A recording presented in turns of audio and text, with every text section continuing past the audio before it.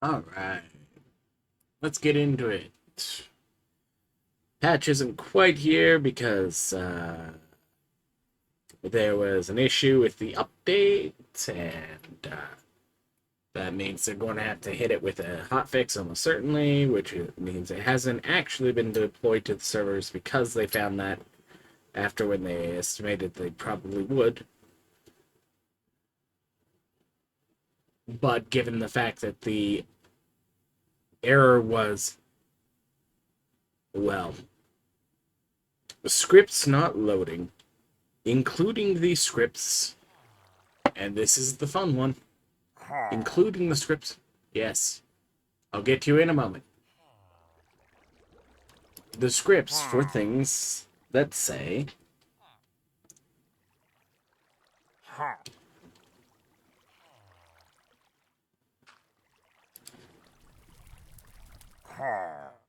recipe by Craft Tweaker.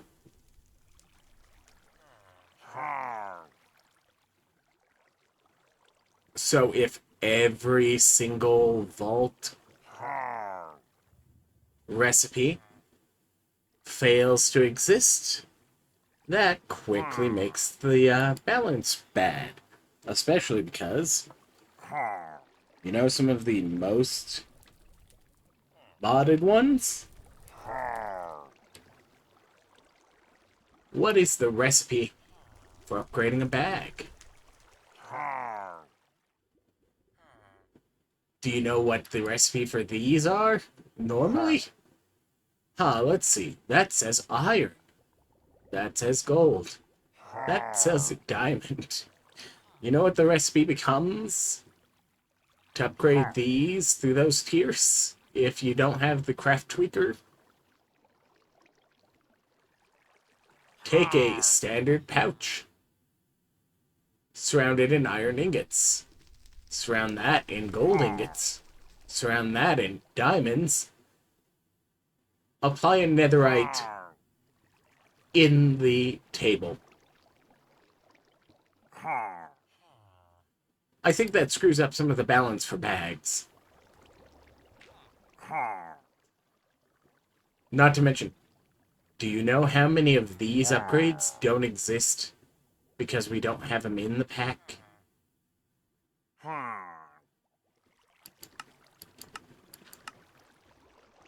Did you know that some of these exist for the backpack? If it weren't for the fact that they're excluded? So, yeah, that's why the patch isn't quite out yet. Plus, if the craft tweaker stuff isn't working, I can't check whether or not snowballs can decraft from snow blocks in drawers yet. Anyways, I need to stab this guy and go and do the raid so I can repair some tools.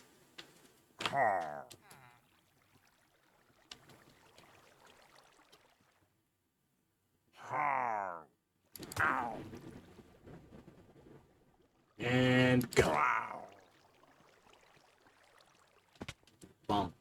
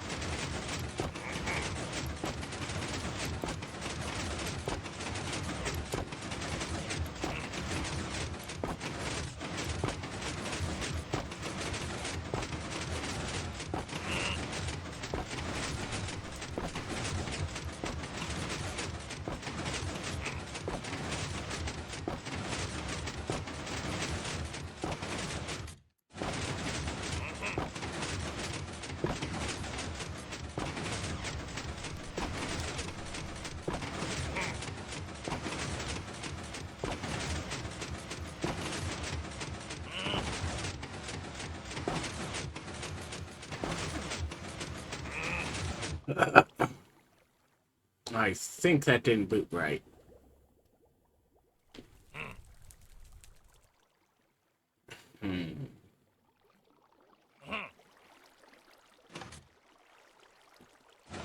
got to try that again.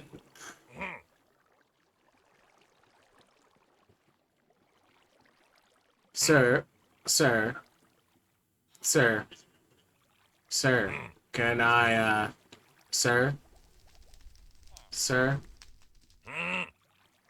sir, can I kindly request that you die now? Rude.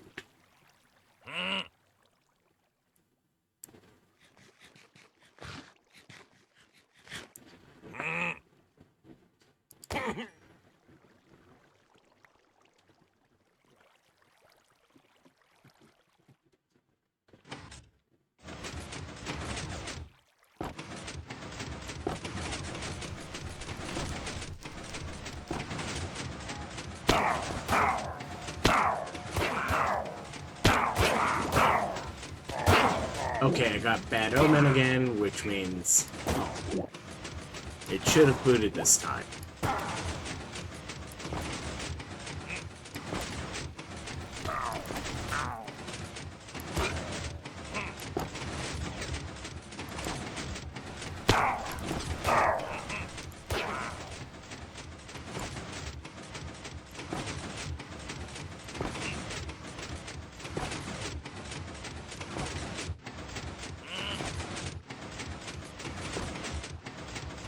And I was going to say, like, did I not get the raid?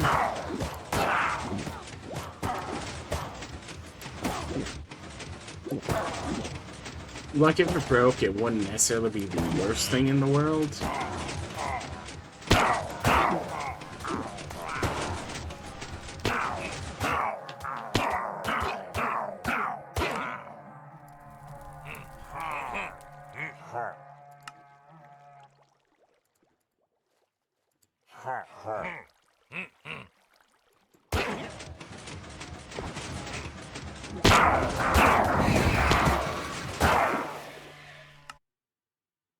Lovely. At least the raid farm is just a warp.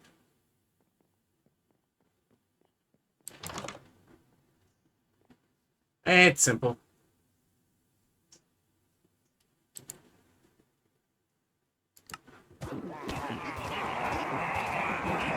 Something,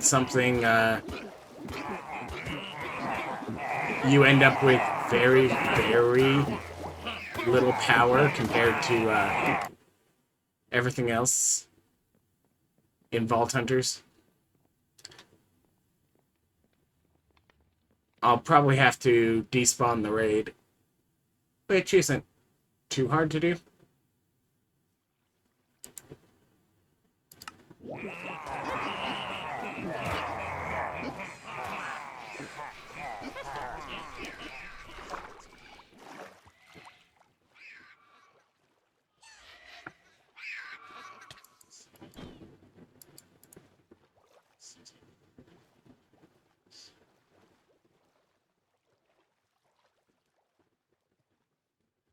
Because there's still a raid captain up there. So because there's a raid captain, it's fine.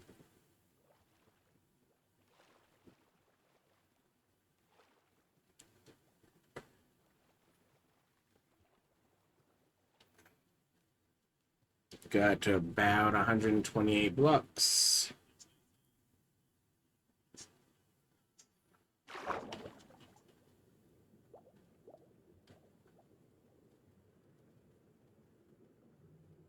The boat might still be there. I just can't see it because entity render distance. Then we're going to try swimming back in. Minimum, the Vexes will be despawned.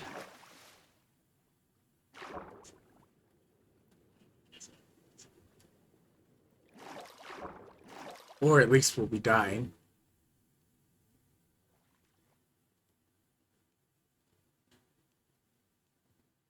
Because they have a time limit. Come on, sirs.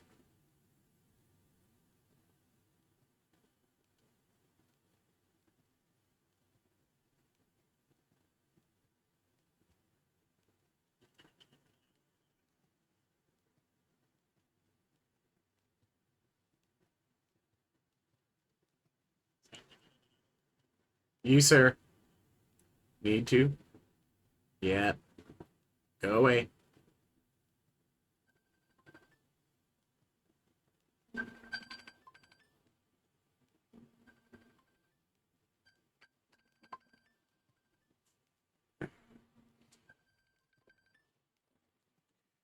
Mm.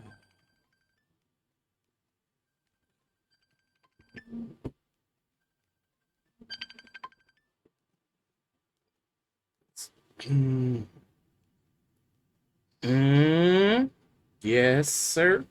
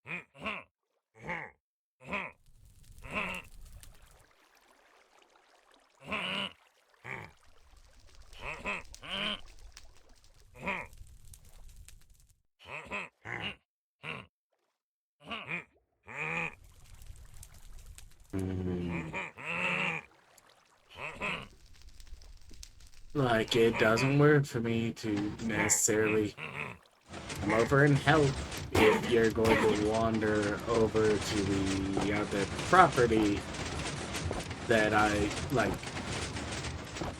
little visits are one thing.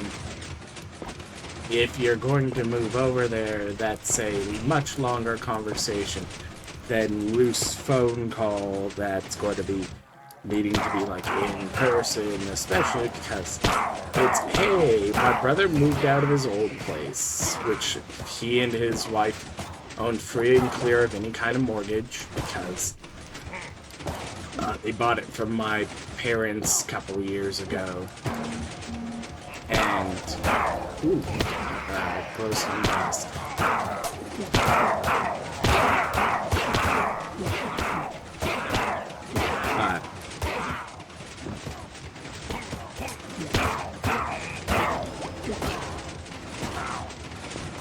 Let's actually swing quickly. But when they moved out, they kind of did it as they took what they thought they would want where they're moving, but not everything in the house got unloaded, so it kind of got left like when somebody has to abandon a rental. So there's like furniture in like all the rooms, some stuff still around, and it's like not exactly cleaned up so that somebody can just kind of immediately be moved in, and they're wanting to go like, okay, is there a space for me to move? And it's like I can't be between two houses and properly live there, like, so it's like if I'm going over there, I need someplace I can set up the main computer, the laptop, the big screen that only has a wall mount, and like mini fridge, and even if I use one of the beds that's already there, and like maybe I can wait on moving the big shelf full of books, board games, and more board games. But anyways, like, I can understand. Also, it's partially the novelty of having the space available. Anyways, that's fine. I can go back over there and get my stuff, and then, because the entire point of that was to get the 2 pickaxes repaired and nothing else.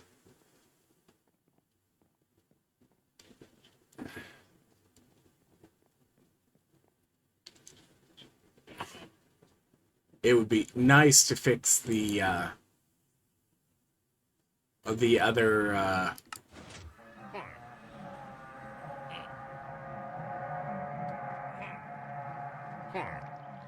alright, yep. Only way to do that is to I do actually have to fully wait for the Vexes to die, which is going to be great.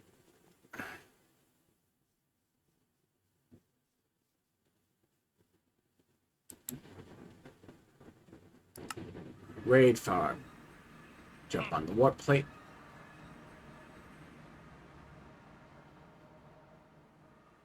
And then I think the trick with this is...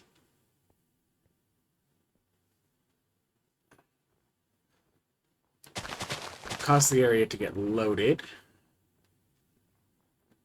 Well, there is no player within 128 blocks of it. A couple of times.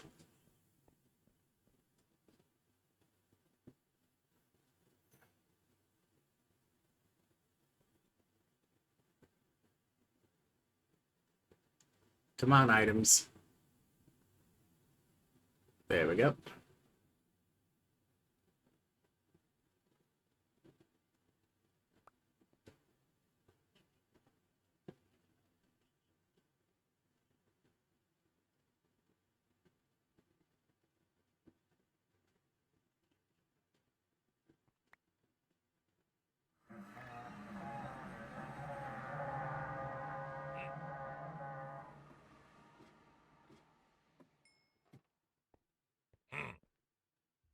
Yeah. So by throwing the sugarcane, I force the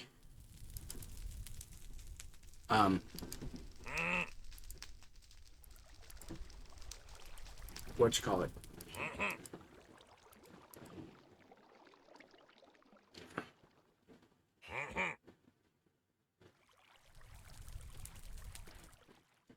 H. Bag in the bag slot. Take the sugarcane because I don't exactly expect to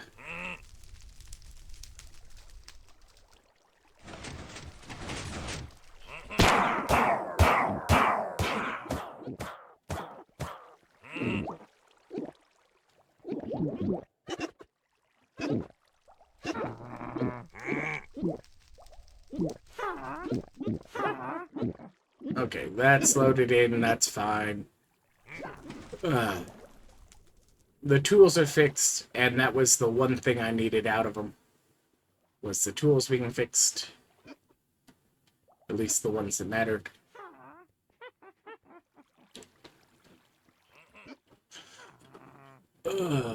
We are going to...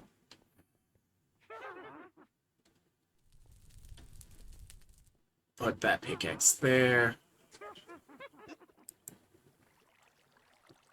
No, wait.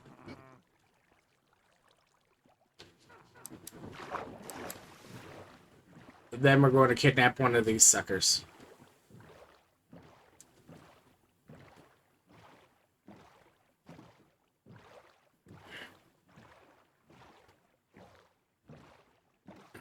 But, like, yeah, I can also still help out over there a little bit. Because there's clauses in the care work you do can be done at some place that somebody is staying temporarily, like for travel. You can travel with them, but there's like technical rules about how I'm supposed to put that in, and I'm supposed to like put in the request and the info about it, but so like, but that becomes different than I'm living in the same space changeover, because that requires us changing the address. Because since I live with, there's like special extra regulations about going, hey, I live in the same household. You don't need to do a GPS check at the start of it anytime I'm helping with them. Especially because when I help them, night shift by time, when I literally do not leave the premises. So if I'm supposed to help at like in the evening for getting ready for bed or whatever, and they decide they need an extra half hour to do their game or watch a video or something, it lets me shift the schedule by a half hour. But if they're suddenly someplace else and I'm having to GPS check in at exactly the time, plus or minus 10 minutes, and I'm supposed to be doing things to actually do the work the whole time I'm there, it becomes a, well, this isn't going to be tenable for me to actually do my work in a way that's not going to be technically committing fraud. So, something. Getting paid by the government through the care programs for a disabled individual means, unfortunately, the government has some picky ways to quote-unquote to prevent fraud that don't necessarily match up with someone trying to, like, live life generally. Soon. Next update, you can, throw these stupid modded dirt variants into the altar as, dirt, whenever it asks for dirt. Because right now, they're fairly useless except for turning into, moss.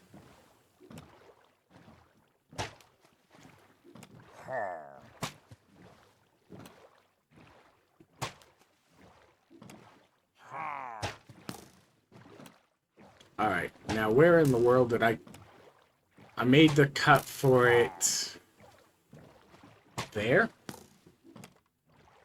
There's my little, cutaway. So we roll our butt in here.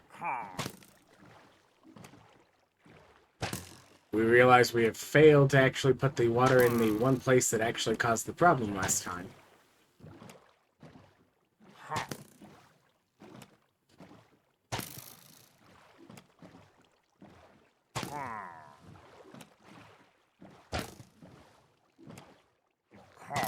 But yeah.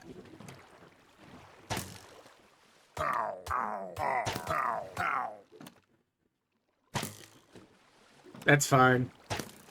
I haven't name tagged him yet.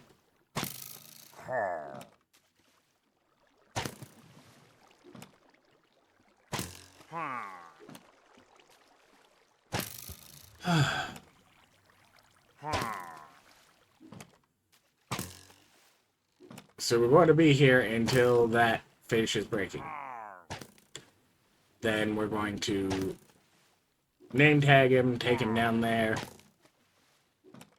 Let's see. 1, 2 fences.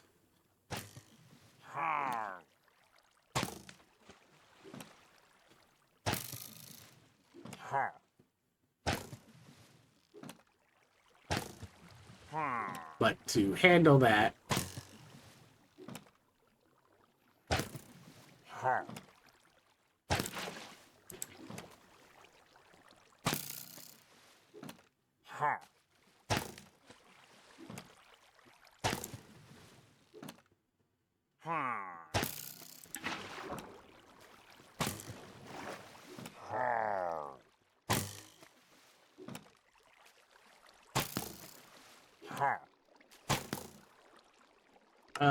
that's not good.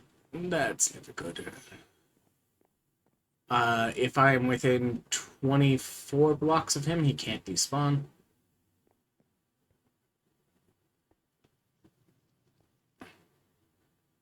Well, he's within 24 blocks. Problem is, I need to get another boat set up.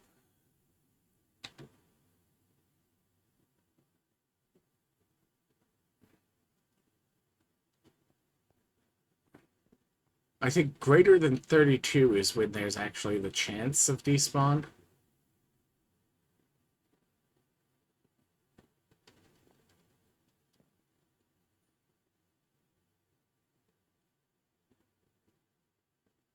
So...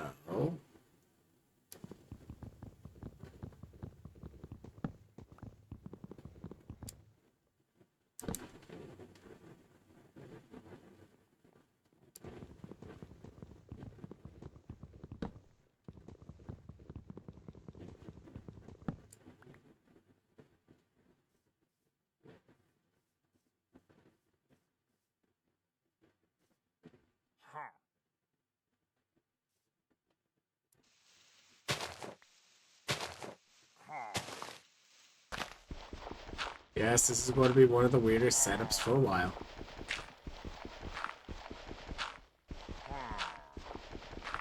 Especially because I think I need to...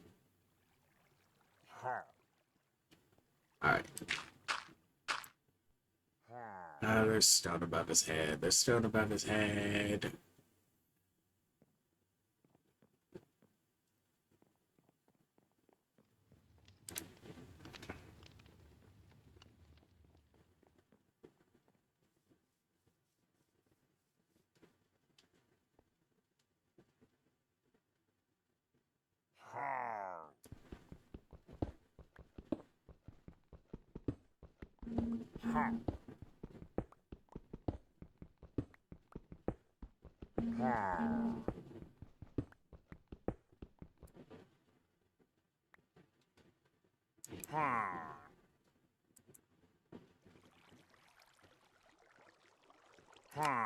Transference.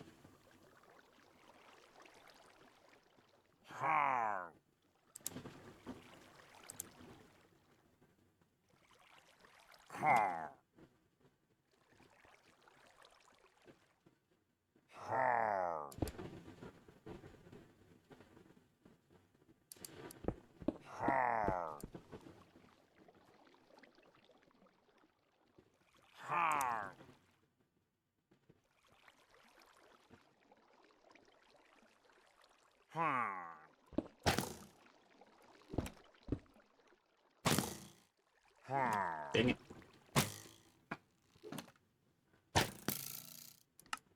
Ugh. If you have the water flowing right, you can use that to keep them from ever having a chance of despawning, because they're still right on top of you, and if you're flowing with them in exactly the right way.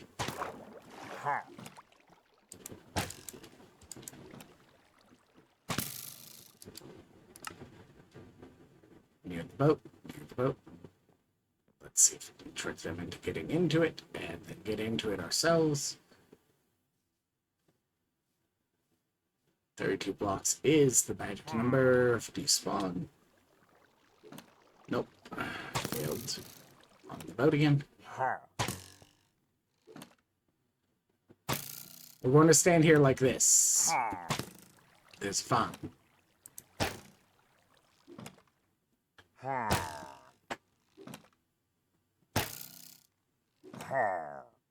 I say this is fine, as though I don't have a hole that any creeper that happens to get close enough that it can do this line of sight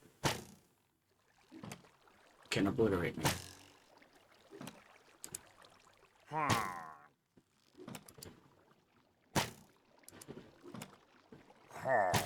Cheaty free cam, letting me get my dang body back. My dang body back, I mean the bag on the back.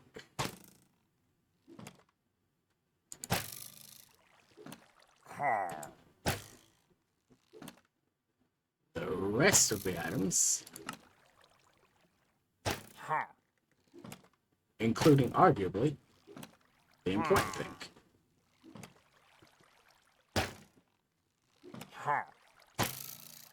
This is our get along corner.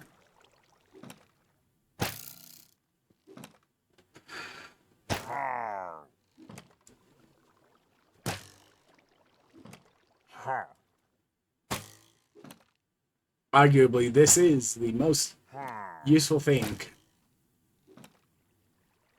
about my free cam being one of the other ones that's weird is the fact that I can click while stuck inside an entity.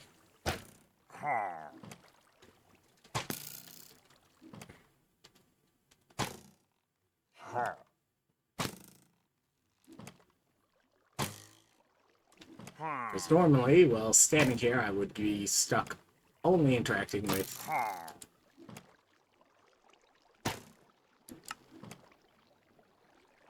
alright.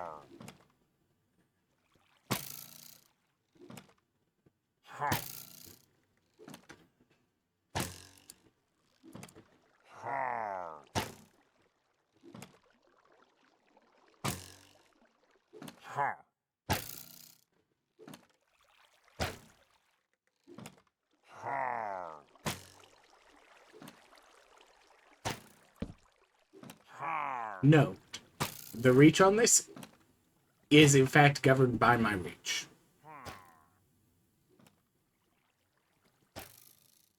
So, like, even with my cheaty cam, it can't place blocks any place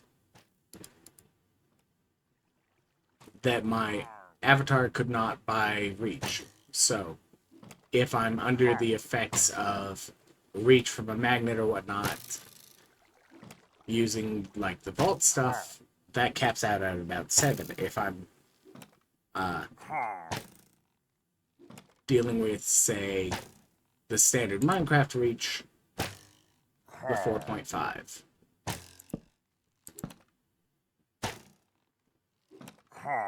But basically, any place I could place is within the range of me placing at all times. Now, the problem is, I don't remember. Okay, does look like I can break past it. Fine. Now, the problem is, whenever I'm breaking past it,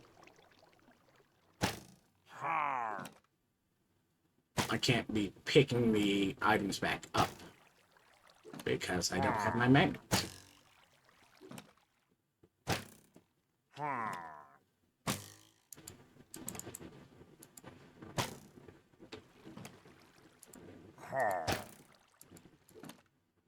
And, like, it's not even useful in the vault because putting myself in a state where, and this is one of the important things, I can't attack automatically using, like, an auto-click or anything like that while in this state, because I can only hit things that I could hit by line of sight and that my GD free cam is floating over to.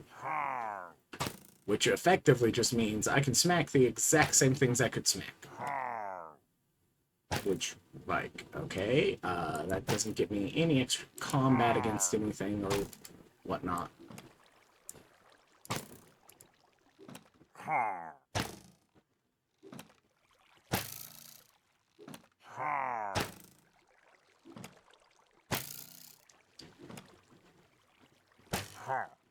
It just gets me stuck in a corner with a guy with a crossbow that's... I really, really hope, and this is the important thing, I really, really hope that glint is not unbreaking. It might be unbreaking.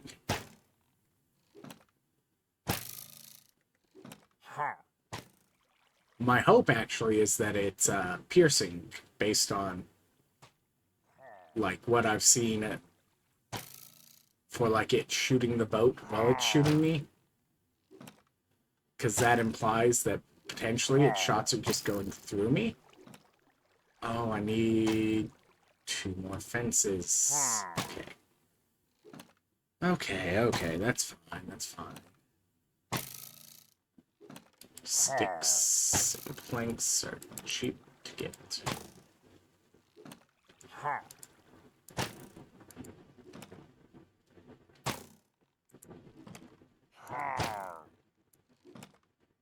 Something. You ever just, like, had to hang out with a roommate that's annoyed at you?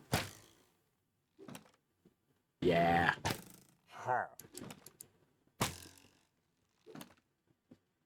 And, like, it... Okay, I do actually appreciate it. He's expressing his anger. The ones that don't are, well, let's just say they're more fun to deal with. Okay, that's still a water source, so... Is this in range? No.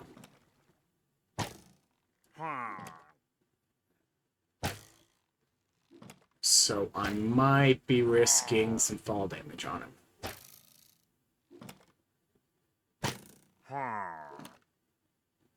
Let's see, it would be fall damage from dropping out of here, which... either he hits that fence post and takes maybe 2 hearts, maybe 2.5. He's got more than enough on that, so he'll be fine.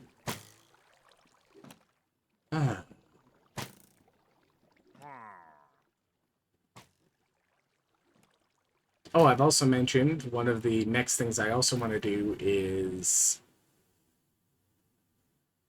slime.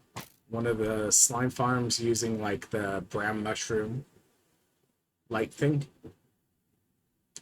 And the key with that is it can only operate properly between these 2 layers. It can be out of alignment with this or whatever, but the actual spawn platforms have to be in this height space that I put the stairs through. So it probably is going to be like, makes a slime room here full of brown mushrooms and like a golem.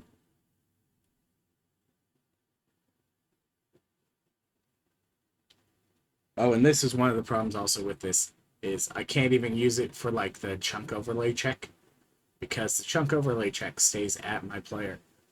But it looks like probably this is about 2 chunks wide, and I can never remember exactly how large the slime farms need to be. I might need to log on to, I think, the vanilla Iskallia server. I did one of the slime farms, and actually I do like that slime farm more because it's not just a regular slime farm. It's a fully disableable based on the storage being too full. Because of the fact that I hooked up, and this is something you can't do in VH because of what it is, a certain level of copper bulb can generate enough light to suppress it in a grid, but will not generate a high enough light level to ever cause the brown mushrooms to pop off. So you can make an entire floor with a grid of lights all hooked up to a redstone circuit that lights up to suppress every single spot at the light levels 8 or greater, that completely suppresses the slime spawns in this swamp.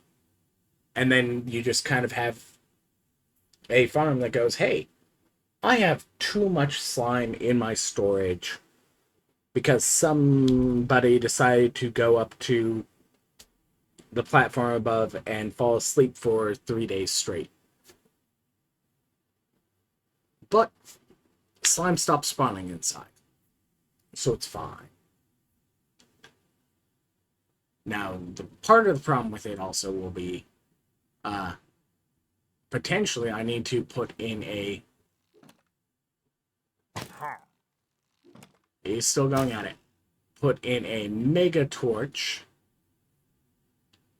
array in precisely the right spacing to suppress all of the other mob spawns any place else around it.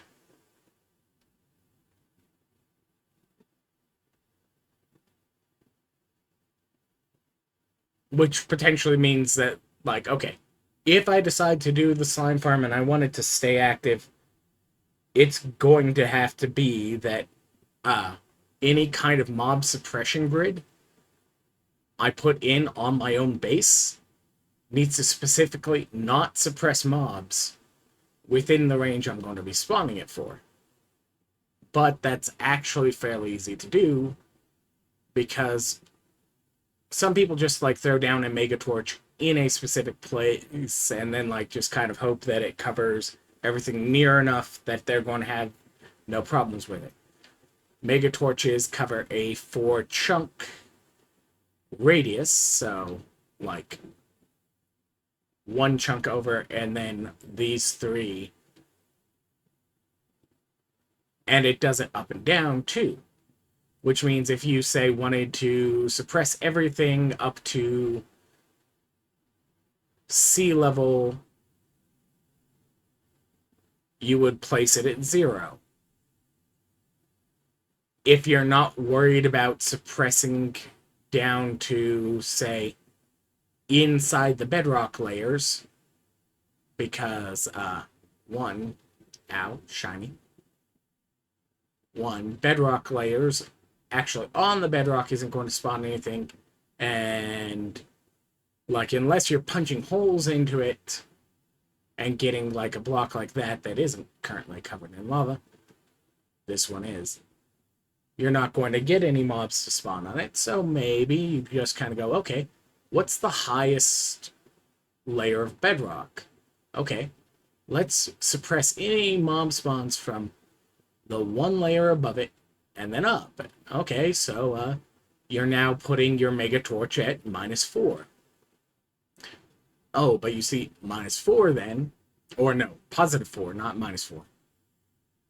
+4, okay, cool. That means it suppresses all mob spawns up to a height of 68.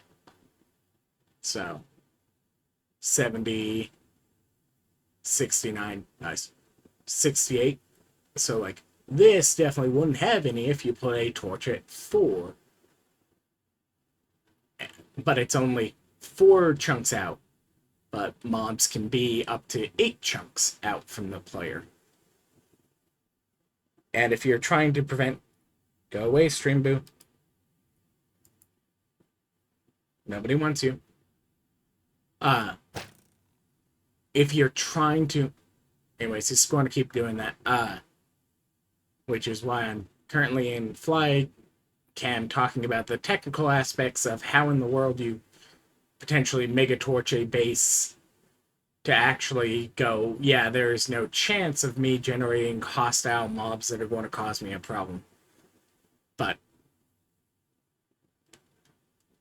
that requires going, okay, you got a Mega Torch at the center, or you have the Mega Torch going, okay, where's about the center of my base? It's 64 blocks away in this direction, and 64 blocks away in that direction, and da-da-da.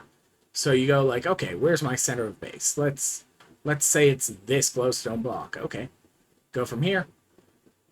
Exactly 4 chunks that way, exactly 4 chunks that way, exactly 4 chunks that way, da-da-da-da-da. Although that's easier to do with, say, a chunk boundary like this one is. You go exactly 64 blocks, exactly 64 blocks, exactly 64 blocks, and now you've got the 128 suppressed area, which is also the player's hostile mobs spawn.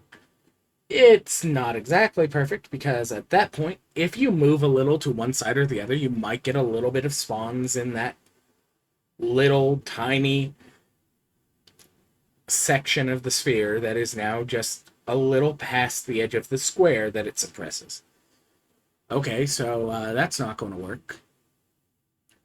But if I did Megatorch centered, say, here, but then I went, okay, now let's put a Megatorch 128 blocks this way, and then 128 blocks from that in each direction, and do that.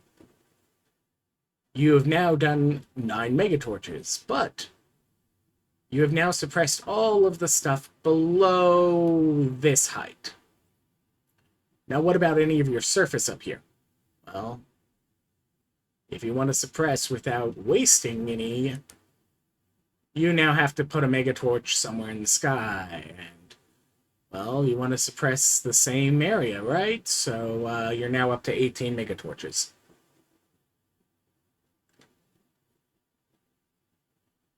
But one fortunate thing, if you ever do that, is one of the things you can do is you can take the 8x8 center area and you can adjust exactly how you're suppressing it by dropping it down a certain amount. So, you know how I said it would be like 68 if I put it at 4? Well, what if I just wanted to go... Don't suppress anything above this. Okay. So I'm now just a little bit below depth 0. Maybe like depth 8, -8, -9. And now I've got an 8x8 chunk area here that hostile mobs can spawn at that specific height, and only this slight height band. Okay. Now you go around, you just lock up your caves. Okay, so 1, 2, 3. This is probably still in the cave area. You just kind of fill in the cave between those heights. Don't even have to worry about further down or further up. You fill in the cave here, you fill in da-da-da. This is low enough that it's not a problem because it's in line with the storage, and you only let them spawn there. So you can ignore that one. Our fun little guy here is in the wrong zone to have me have to put in the suppressing, but, you know. Oh, fun one, they are putting in the 3x3 chunk area for Enderman suppression, so we'll be able to start sticking Enderman in ice spawners, but it comes with the caveat that it only suppresses them once they're already in it, which means you're going to actually end up with more Endermen in a suppressed area that doesn't have full mob suppression, because they will accidentally teleport in and then fail to ever teleport out. Just a warning.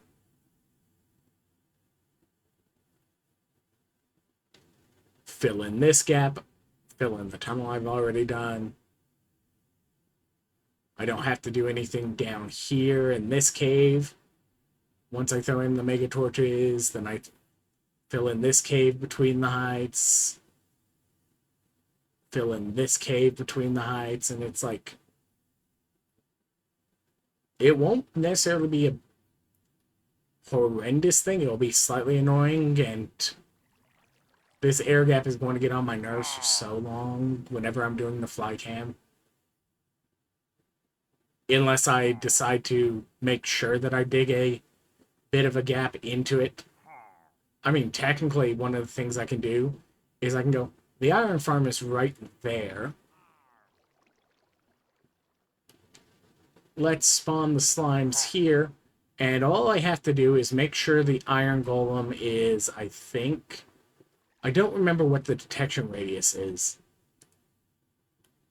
I should go and check that. But you might be able to stick the iron golem that attracts the slimes somewhere in here. Like, and not interfere with that or at all. Or even if, like, it's a... I think it might even be, like, a 3x3 area farm. Anyways, green. I'm getting distracted. Mushrooms. So I might even just be able to, like, shove it in underneath this. And it just has to be somewhere in the 8x8. But I should be able to still run an entire slime farm.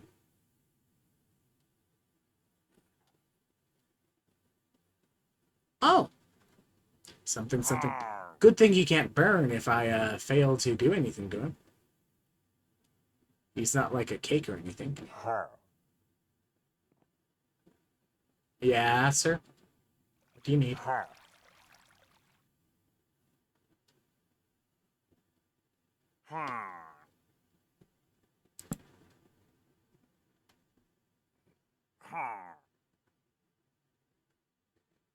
Alright. Move your butt over. Thank you. A little more. Thank you. Alright.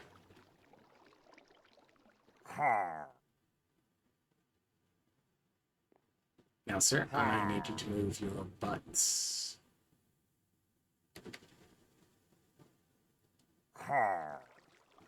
Just a little bit.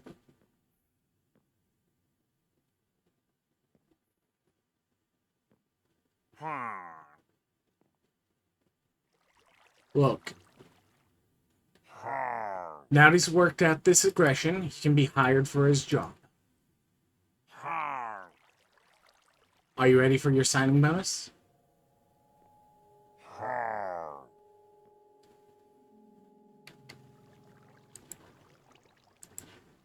Can't put the fence down until I get him to move his stupid butt.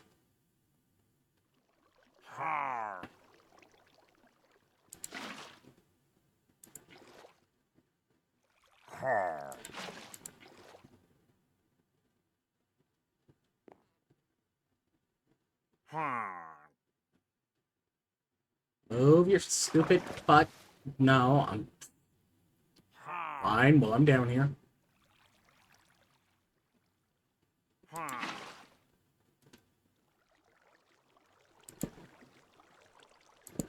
Close enough.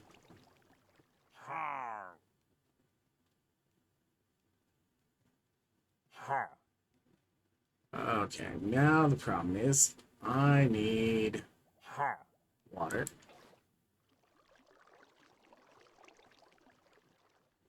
And I need water where I can stick my head in it. And I need another water.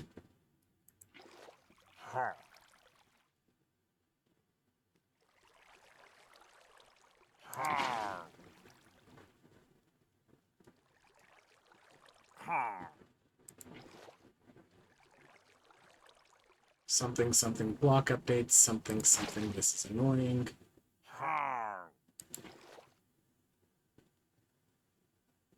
Alright, sir.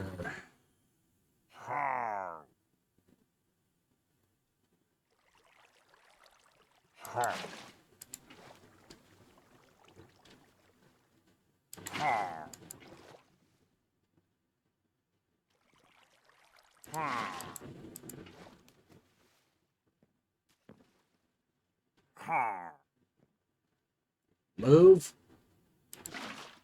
over.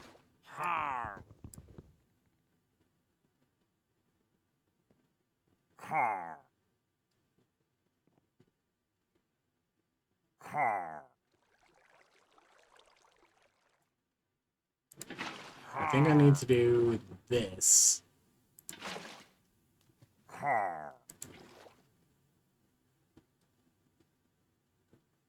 Alright. Ah, yes. The wonders of waterlogged pipes.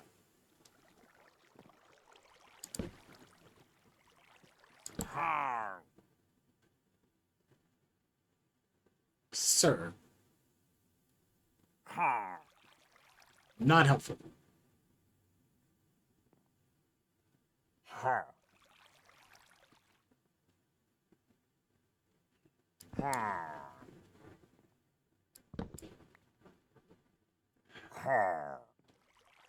Anyone who talks about, oh, how it's so hard to wrangle villagers, wrangle their greatest nemesis.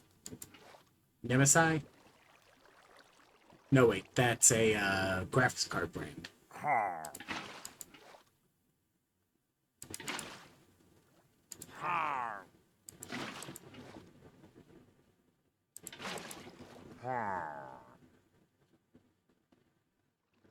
Cool.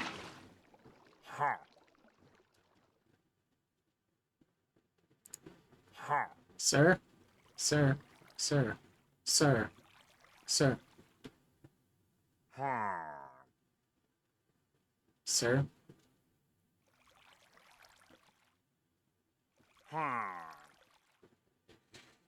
VG.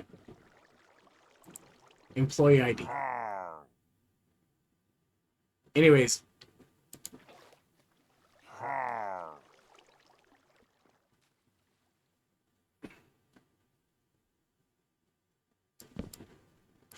Oh, that's a journey.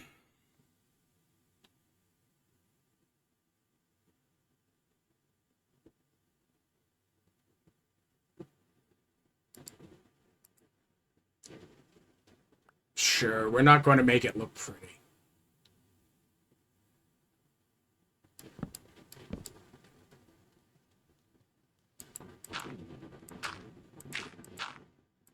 I might do stone over there later, but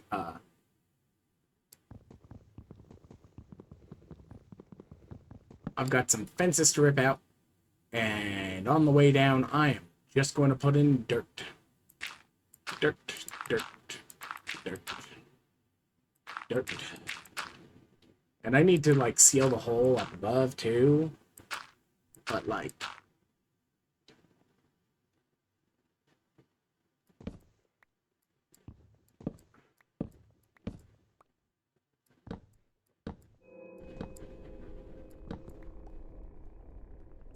At least partially, this is like, yeah, this is semi-vanilla wrangling. Okay, yes, I did use, like, some free cam to, like, play some oddball things, which I could technically have done in other cases. Or if, I don't know, I had vanilla's protection level enchantments. Or if I was just patient, like you saw. He was 100% docile once he didn't have a weapon. Like, he couldn't hurt me, he couldn't hurt a fly.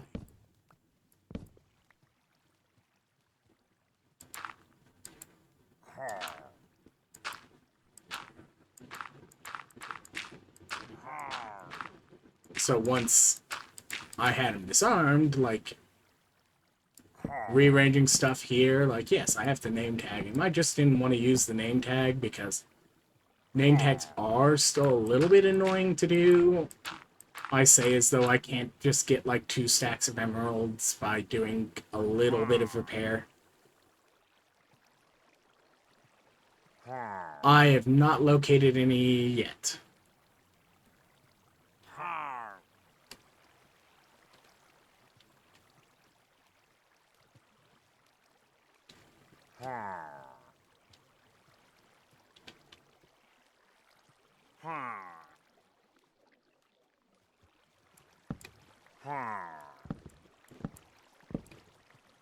Something, something. Oh, you're going to waste your materials. Wooden materials are a dime a dozen.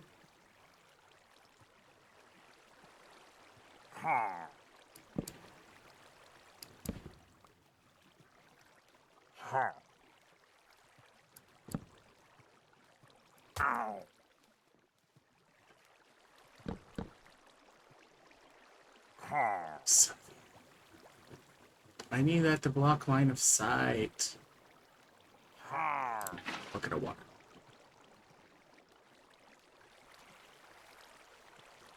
Get over here.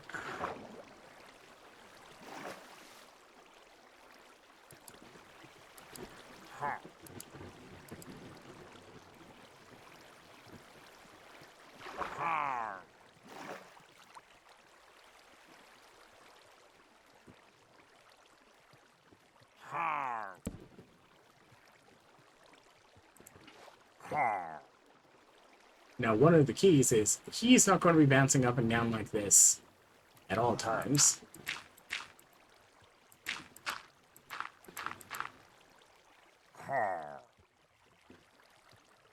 In fact, this is why,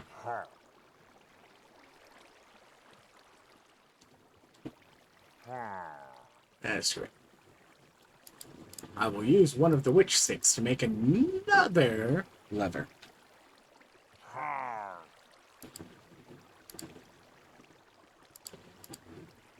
Whoop. Whoop.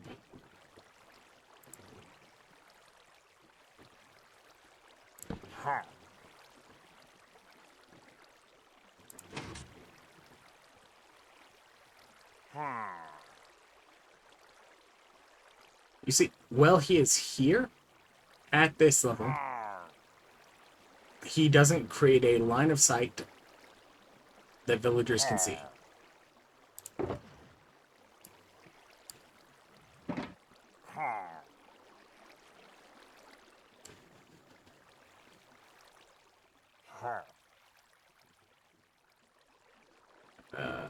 Let's figure out exactly where I want to be for making the villagers appear.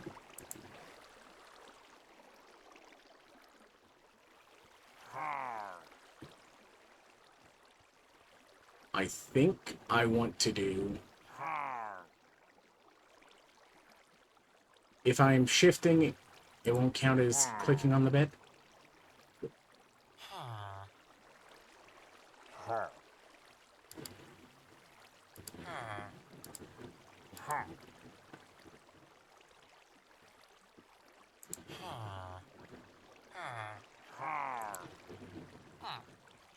And now I just have to wait for them to sleep.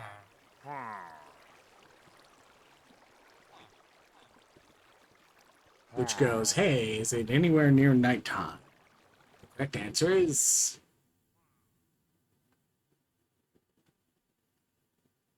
getting there, at least.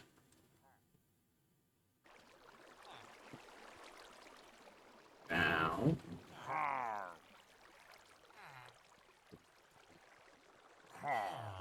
let's go grab stone. To start filling in those walls.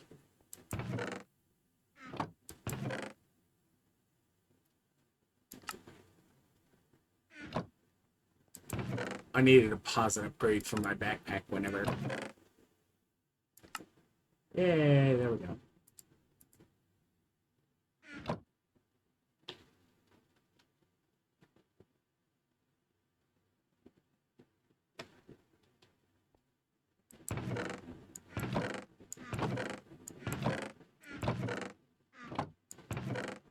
Did I not move stone anywhere down here? Compressed cobblestone, but not stone? Dirt. Sand, gravel, clay. Stone. Okay.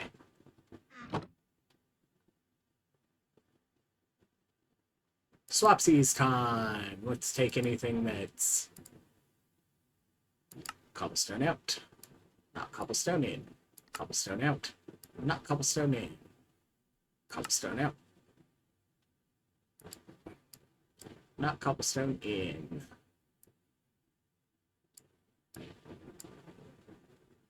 Cobblestone out. Right, because I still have a totem in hand. Gravel out. Fence. Direct, come out. Pickaxe. Alright. Let's compress some of this stuff. Help me, I'm being compressed, says the JPEG.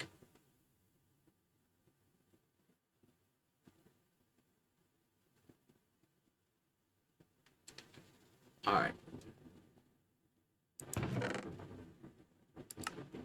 Cobblestone away. Gravel away. Bird poop away. Stone.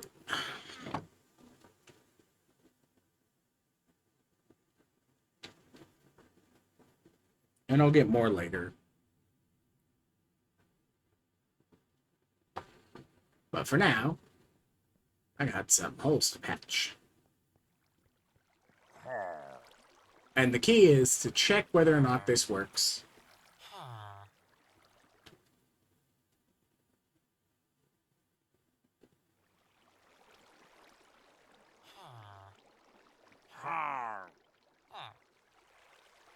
You just need...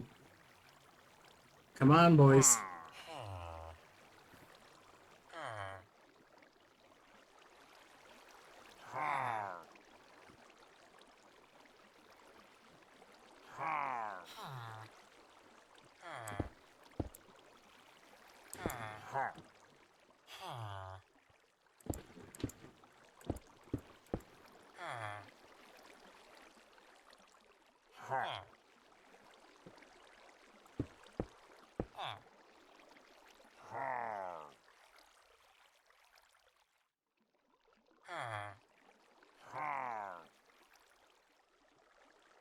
You know how to pick that one in the corner.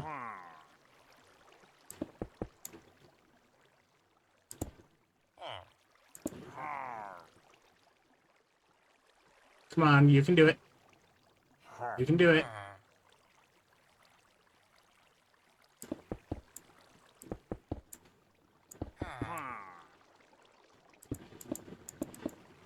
Okay, today's stream might be the stream of how many times can I use the cheaty free cam that I installed. I didn't even know that it had the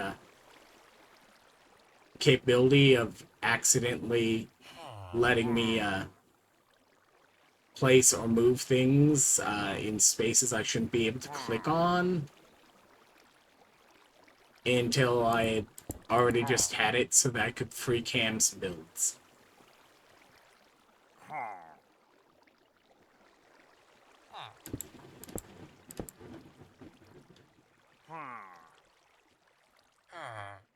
Okay, that air gap is not large enough for me to get to that bed there.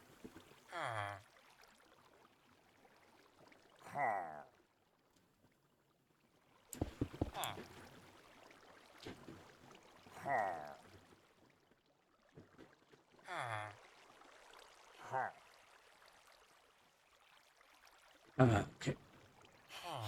6.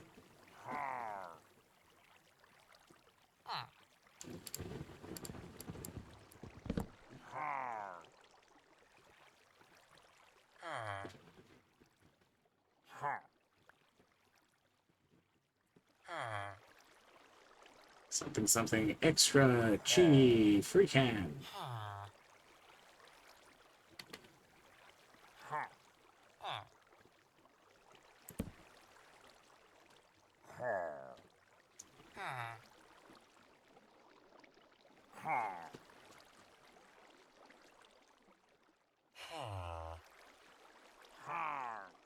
Come on.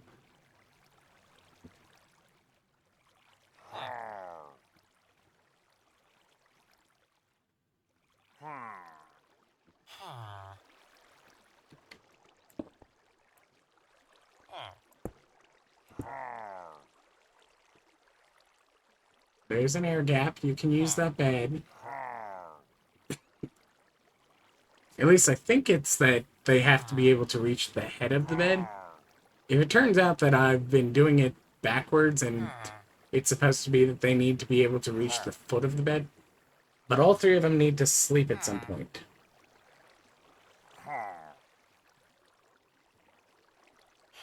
Come on. Come on. Come on. Lay down, please. Okay.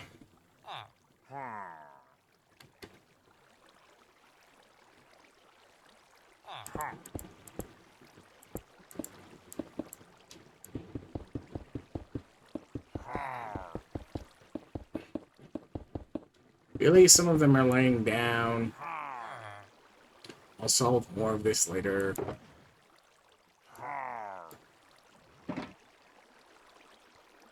But first...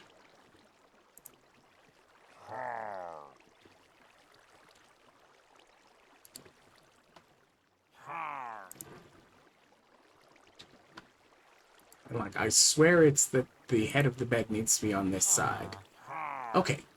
He took all of them. That one finally took all of them. Alright, okay. It's finally working somewhat. 1.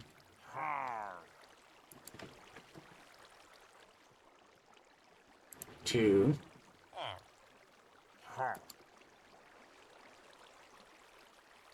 3.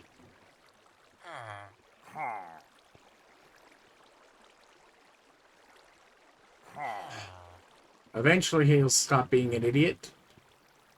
Because, like, when they're doing that, it's usually that they have managed to attach themselves based on proximity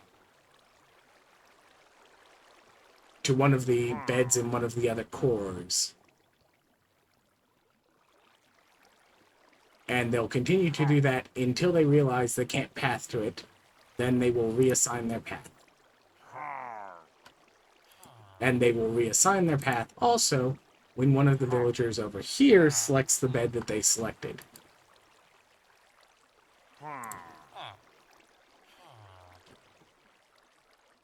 Eventually, they will realize they can use the corner ones. I swear, it actually works. Eventually. But they're being annoying. Because they're villagers. And they only have a brain. They don't have decent pathfinding, just a brain. Now, of course, I can't turn on any of this yet. Because among other things,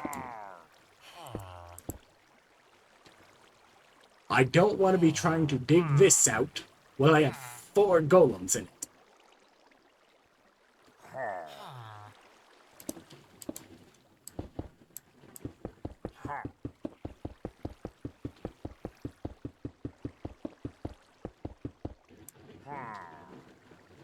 So...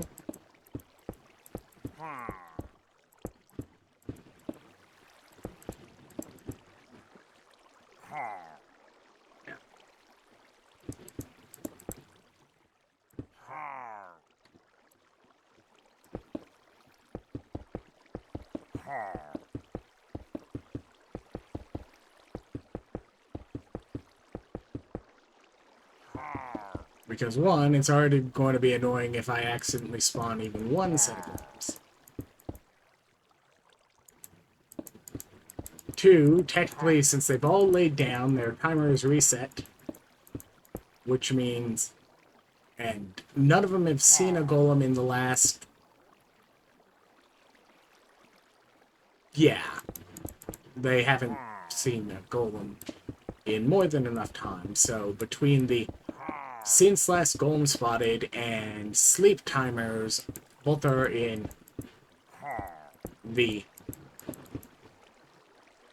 active state. If I flip that lever, I should get at least one golem within a matter of seconds of them popping up. Because they will panic and make a golem. And I will be annoyed because I will have iron golems and no processing yet.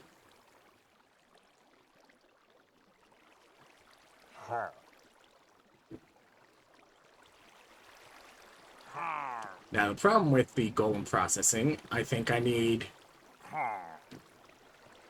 do kind of need to know how far down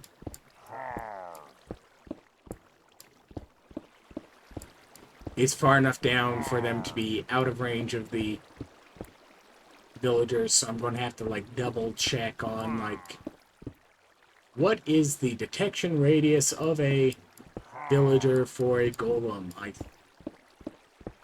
And then it's that many blocks away from each of the cores, plus a couple to account for the height of the golem.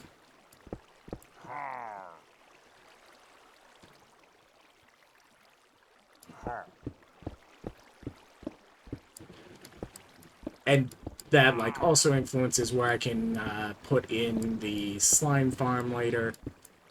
But I have a bucket of water, and I'm going to just, like, dig down on this with the silk touch for a while.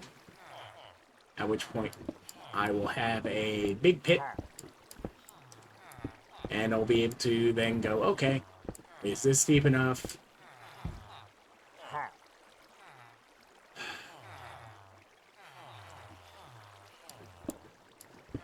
Something, when panicking, they're more likely. It is not the requirement that they be panicking. I have, unfortunately, now spawned 2 iron golems in my I am digging a pit.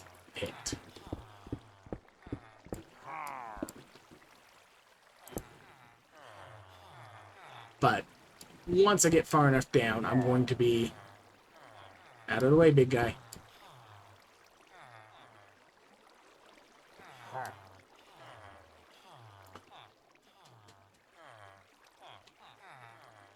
Actually, you know what? Let's see. Guess what I have a bunch of? That's right. Non-regulation fences.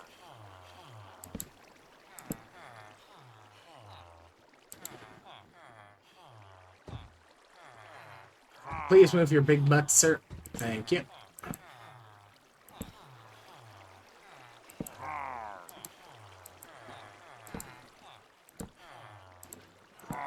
later on I can come in with a regular axe and break these out. But I might also go, hey, if anyone with vein miner wants to come by later,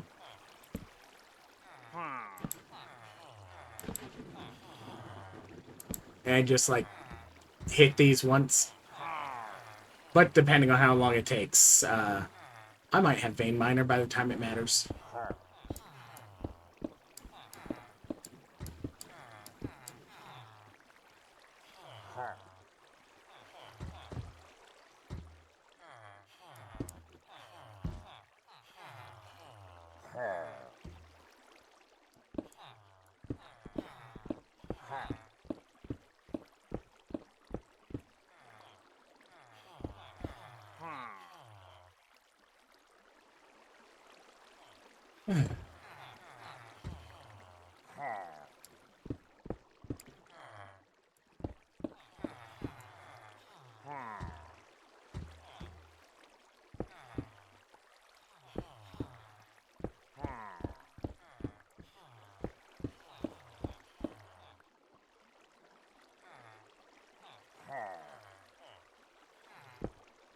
I know I can get in a fist fight with him. I've got totems on of undying. I'm not going to die, right?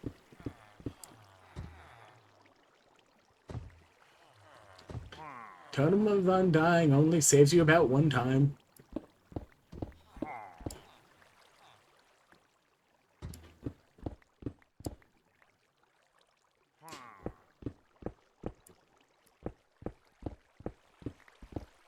Did you get lag spiked and hit by a mob that was technically like pathfinding to you and rapidly hit you, or what? Because there's some oddball cases like that, but like other than that, it's like okay, especially because I don't know what the, let's see.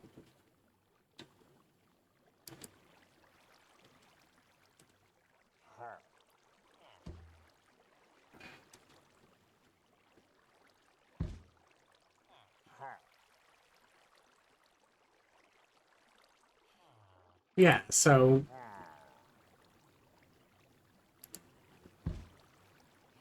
by the way, they're going to add these to ice spawner things we can use next update.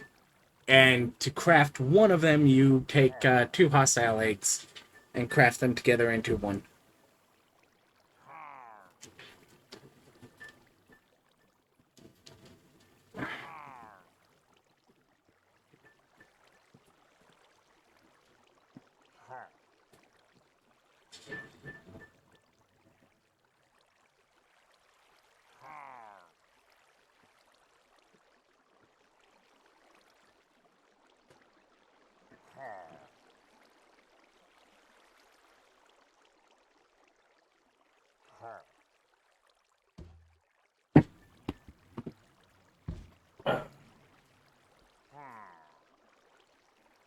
Hey, I've only got one of the stupid golems down here with me for a while.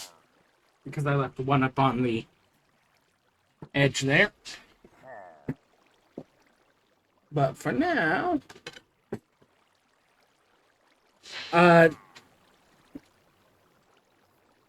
various different drops that... You know how, like, we've got the Flutter or whatever that's been used for, like, the Spore Blossoms for the longest time? They're doing that for a couple more things, but, like, he didn't manage to show us exactly all of their loot pools, because the last time he was working with it, they were, like, busted, and, like, some of them were, like, this drops 17 things, and it's like... Vanilla witches are already annoying enough with their, like, 6 things. Well, in Cagerium. We don't need to make witch equivalents out of some of the Okay, big guy. I'm going to ask you to keep standing right there for me. Thank you. Stay there. I'm going to continue mining the rest of this stuff away, and you get to live there, and your friend gets to live up there. Okay? Okay, are we good with that arrangement?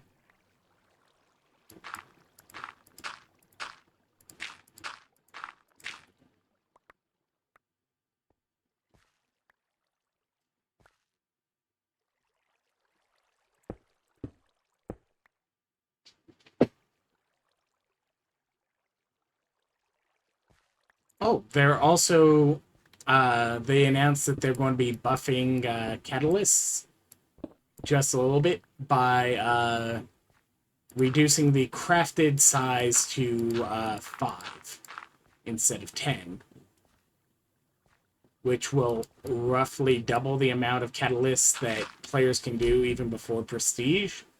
And he's contemplating even pushing that a little bit further, running under the assumption that the capacity no longer serves a strong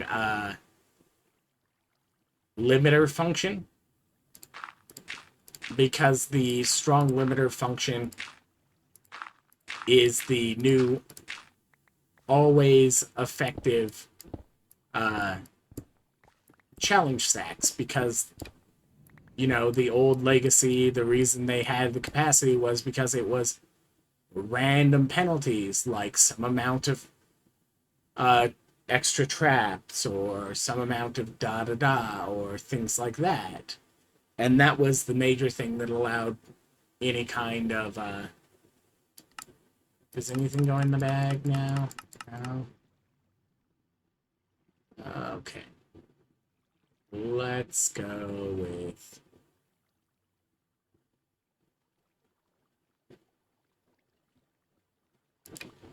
this slot. Can hold this for now. I want to go like this.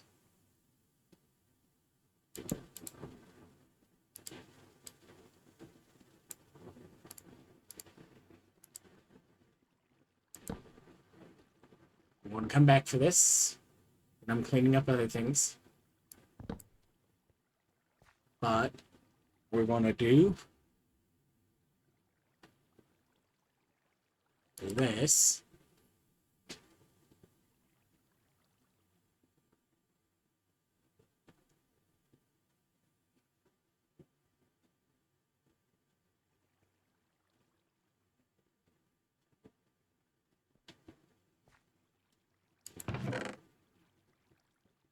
And then this.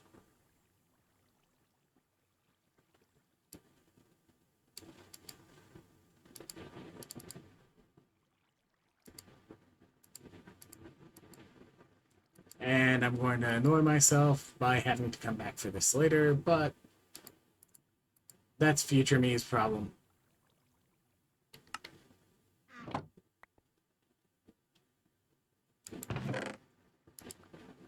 And this is current me's solution.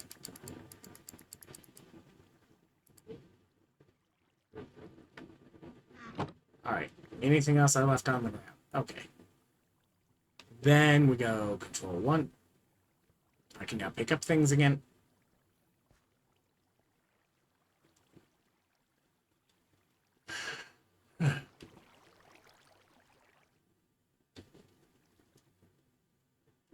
No, sleeping soundly, which means all 3 cores are primed.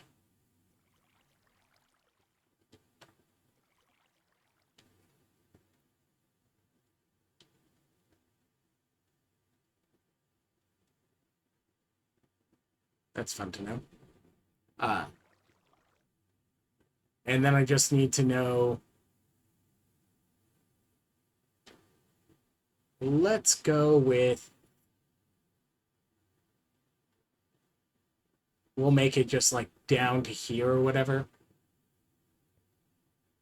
And then I need to dig this way and make a items get brought up chute. And then some kind of collection system up there for the iron and the poppies. Of course, I say that knowing that I've got modular routers unlocked and whatnot, but I do want to get at least all the materials for any modular routers I use at my own base. At least for converting the stuff from vanilla farm and collection to modded collection.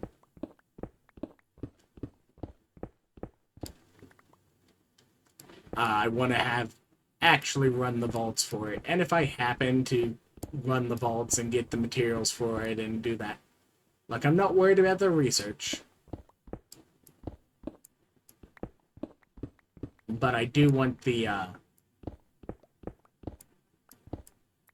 cost of whatever I use for block handling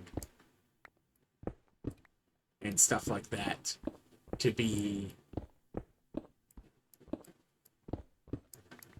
properly paid for in kind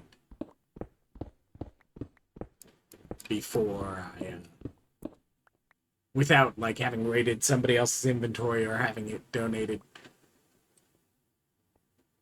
Not that I'm not willing to accept help long term, but you know, part of the challenge of being level 0 is avoiding too much absolutely ridiculous overhelp that would be like bypassing me even playing any of the vault stuff.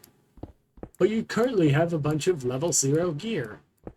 And it would be more of a problem for me to go, oh, I've got some level 0 gear.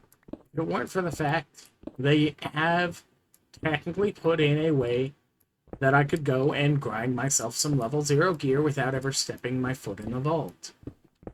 Because it can randomly spawn in overworld dungeon chests as non-recyclable gear pieces. So, you can get yourself some level 0 gear. You always can get yourself some level 0 gear. And once you can always get yourself some level 0 gear, borrowing it from somebody else just is saving you the time gate of going and raiding 17,000 dungeons to make sure you've got a full set.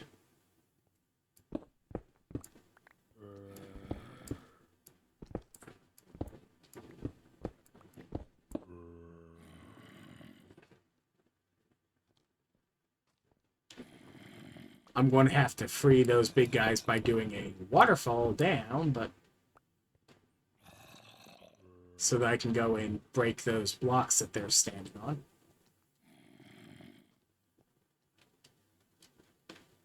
But I'm going to have to say... Alright. At this height...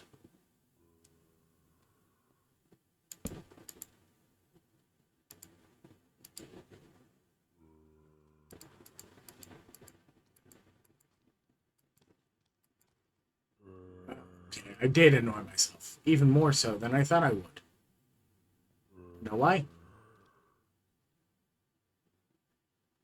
Slot 5. Do you see what's in slot 5 up there? You know what that helps me make? Sides.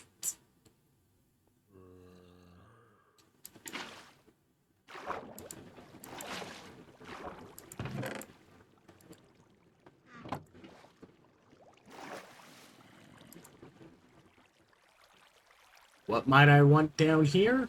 Where I'm going to be putting in a lava blade with some water handling underneath? That's right. But no. Signs of some sort. Because they're going to hold lava above water. So...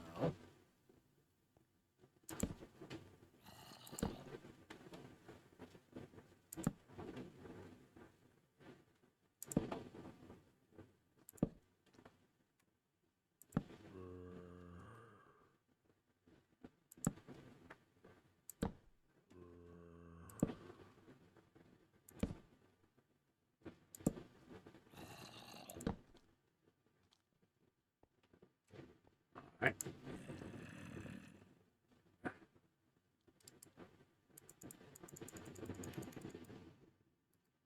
Close enough.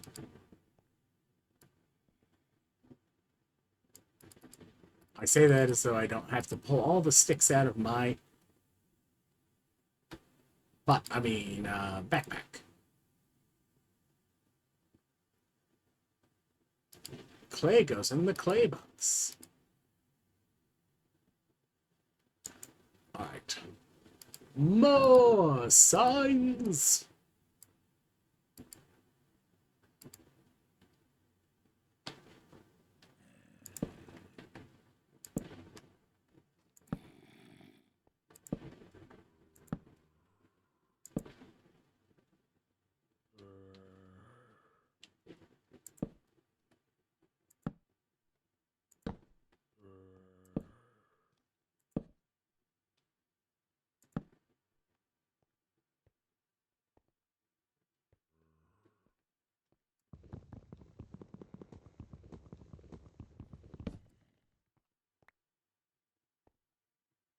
Okay, technically I've done that wrong. If I want to have, like, any kind of significant space down here. But apparently I'm just... Anyways, big guys are 3 tall.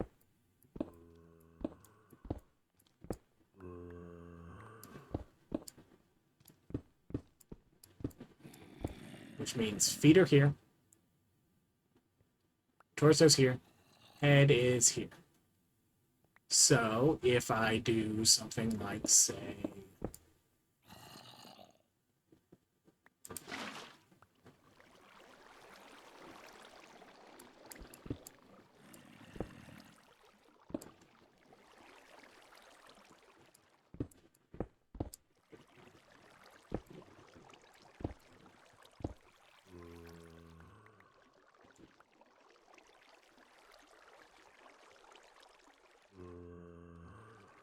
Okay, wait. One sec. Okay, yes, I do want water going this direction.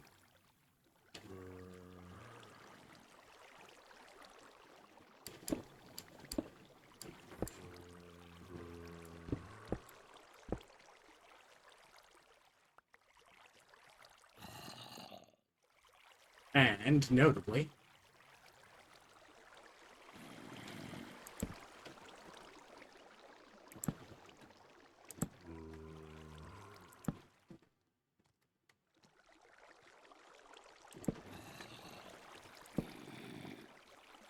after that,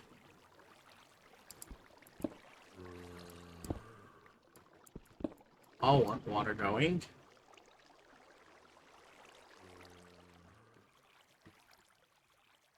this direction.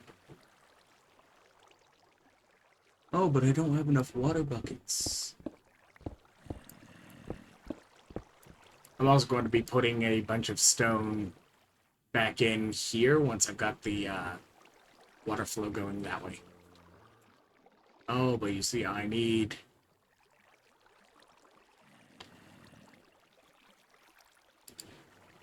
more signs, because you have to put signs to make your water push items this way.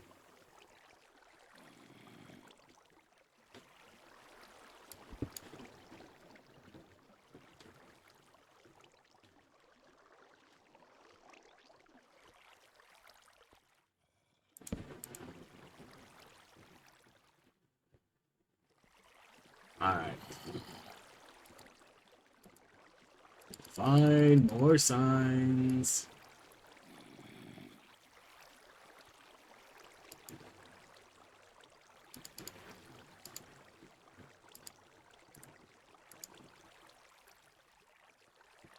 I don't need anywhere near this amount, but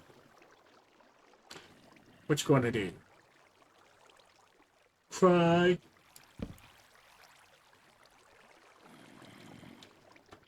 Okay. Like, I am like 90% sure this is far enough down that it's not going to interfere with the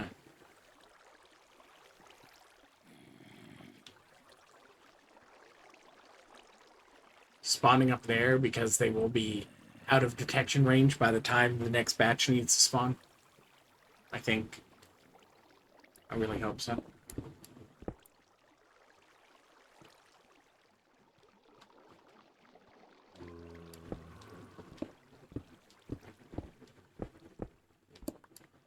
And the wonder of how I set up, I know that the next time I hit a chunk border, I'm in line with the center of my storage. Rude.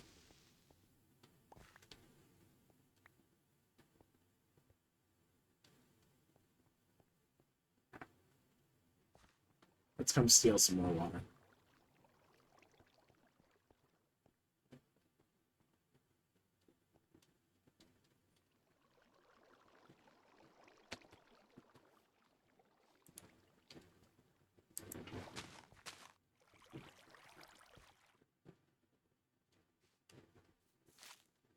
Alright.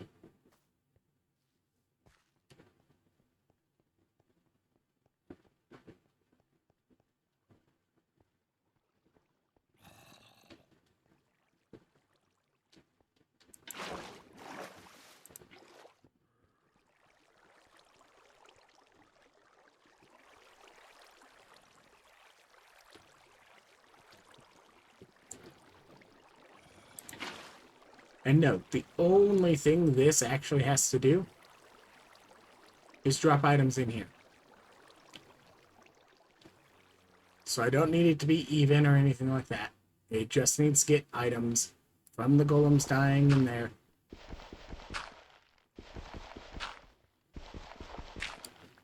Into there.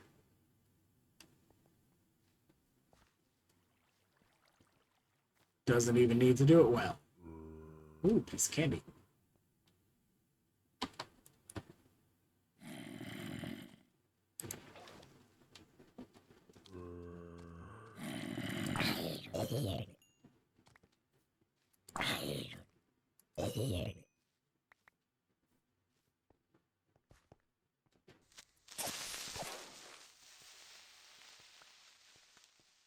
It's fine. There was no chance of me blowing up there, right?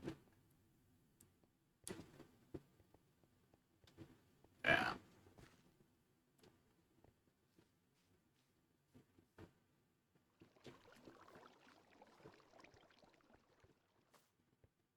Okay.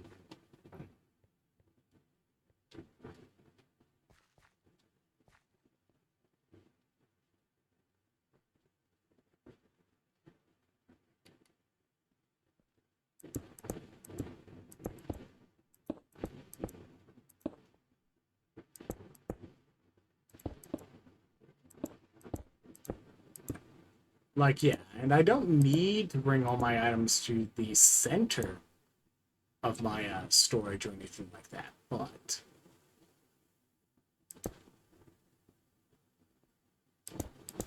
I will have to come back here to put in some ice in a few places.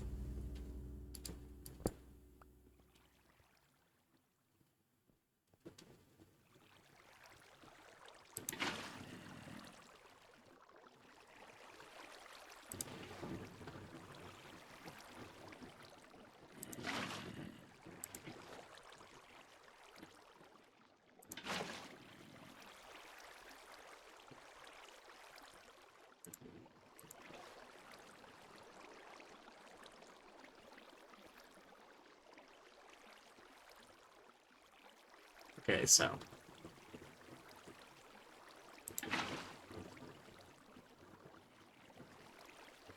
science.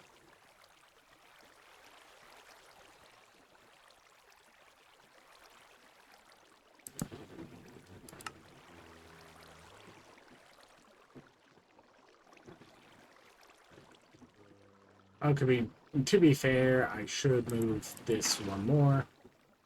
Put the sign here.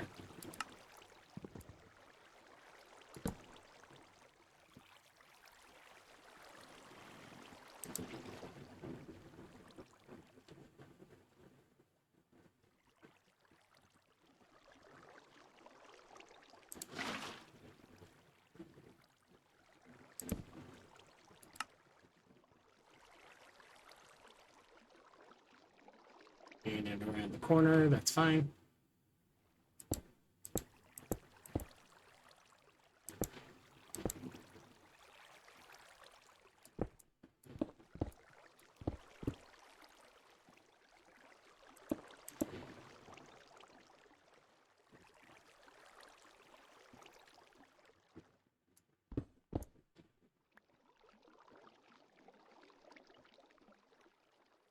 Alright, let's go steal another water bucket.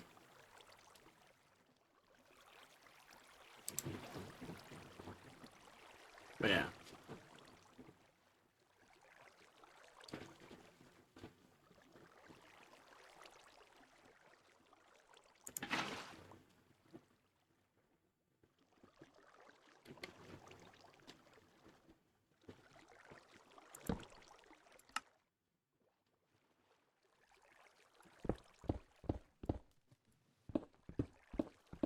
Ooh, piece of candy.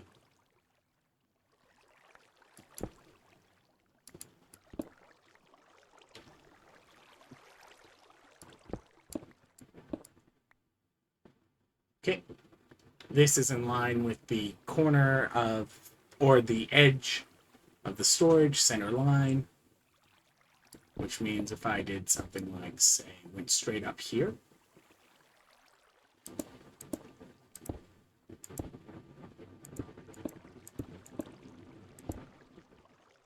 using water column,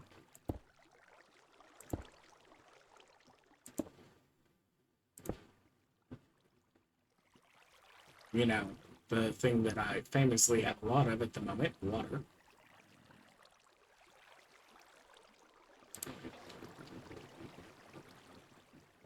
I'll hit it with some kelp later. Now I'm trying to remember, what's the trick to get...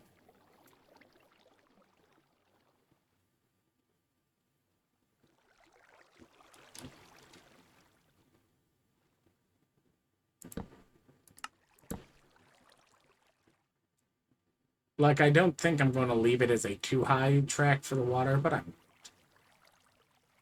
might be nice to actually leave it as a too high, just in case.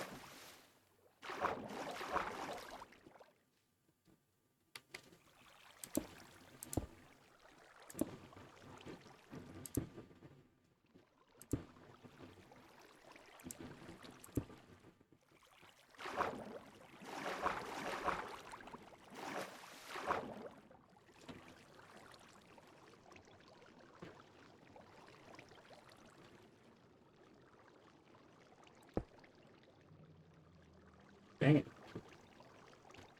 I wanted out here and here as well. There we go.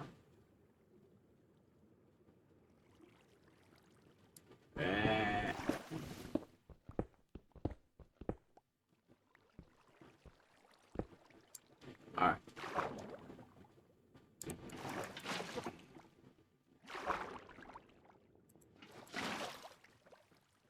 Yeah, and this is the worst part of the one highs, is because they don't have the little offshoot water that you would get if they got to float to either side.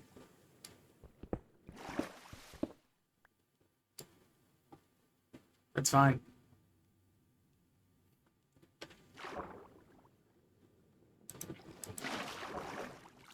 You're probably falling with whatever amount falls down.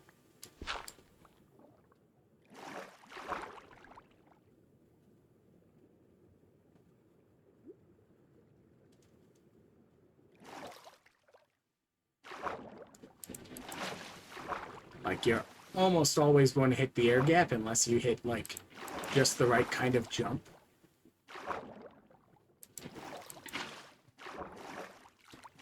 And then you get to ride the air gap down the whole way while the water comes and rejoins you, and you get to swim back up the water column again. You get to continue to regret whatever life choices.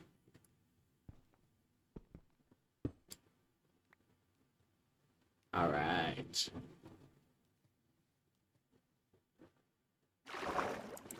Bucket. Bucket.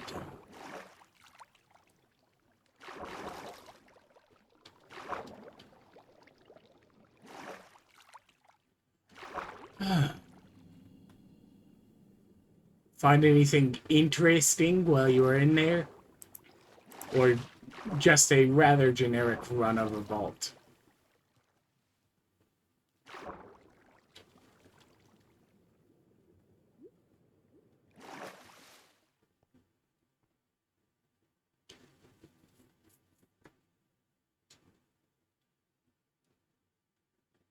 Alright.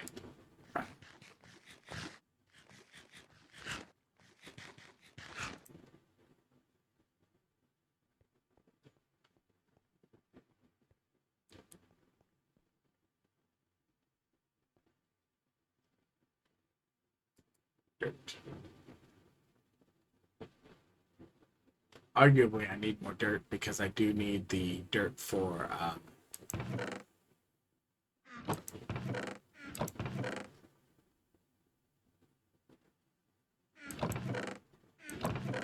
okay, so just normal. All good. Dirt, dirt, dirt, dirt, dirt, dirt, dirt. I need more dirt than that. Less dirt than that.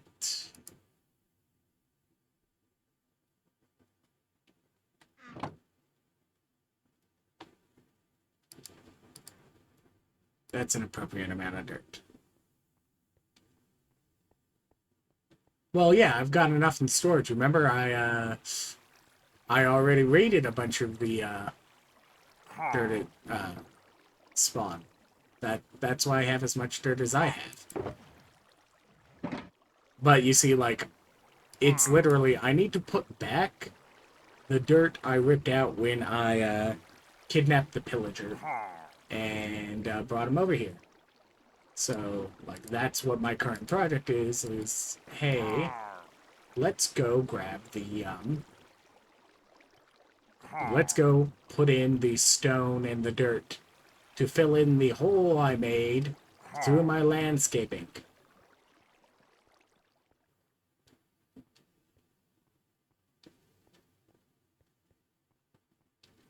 And by landscaping, I mean the swamp around.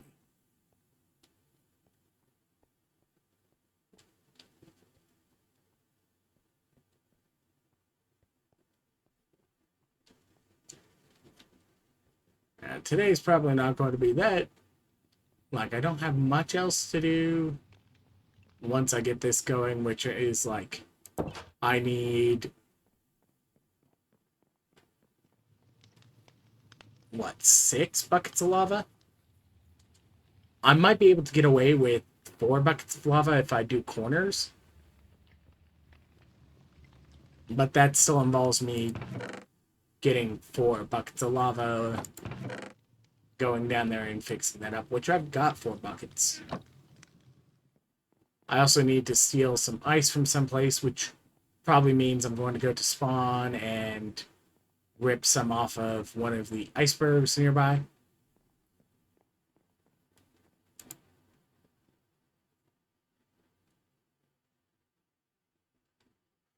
Just packed or blue ice. I mean, I'm going to rip down a decent amount of an iceberg, actually. Let's go with that. And I just will go, like, the entire area down there. For the actual, like, water flow, I will make the entire floor of it ice. Or packed ice.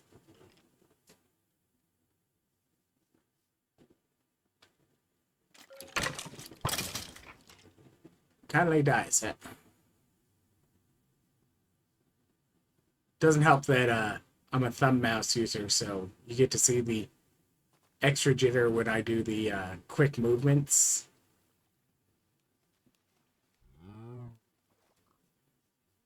Alright. Where was the hole in the ground? Here. Yeah, I need to put in at least some grass here so that it's kind of sealed up.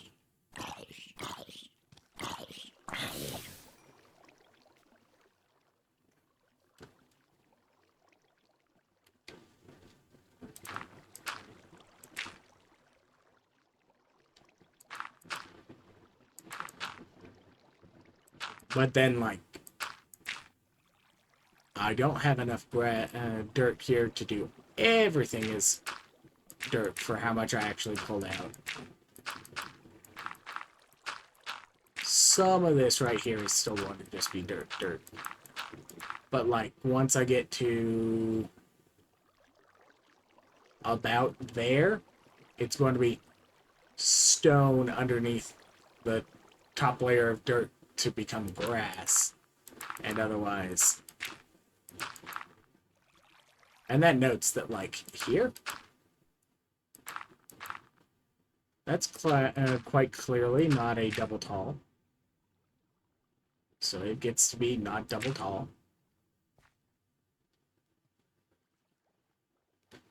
This quite clearly was already a hole in the ground, so it gets to remain.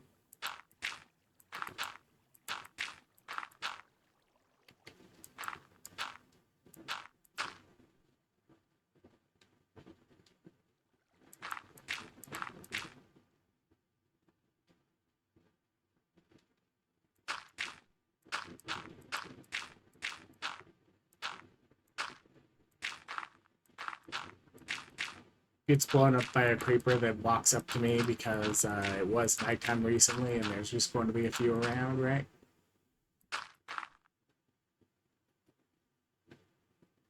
But yeah.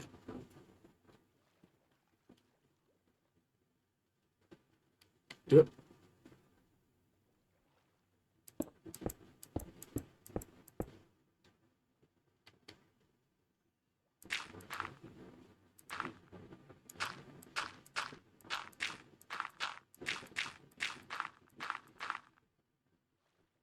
Like, okay, technically it's going to make it a little bit ugly because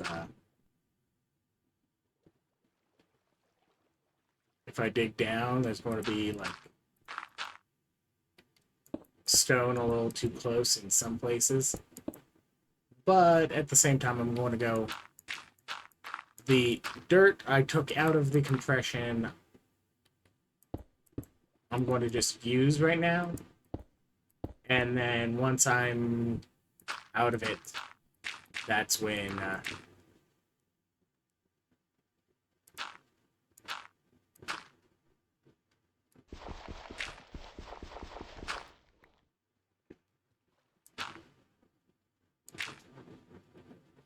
that's when it just becomes stone.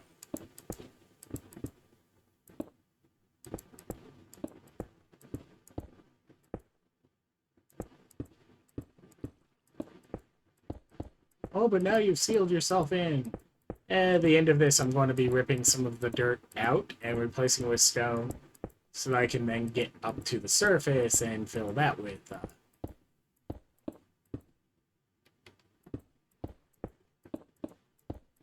dirt at the very top level.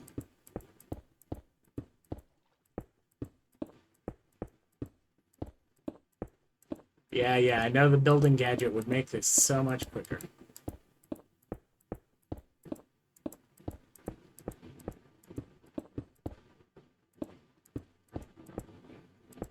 Set it to, like, surface and then just kind of go, walk back that way. Click, click, click, click, click, click, click, and it's just, like, fills in, fills in, fills in. But at the same time...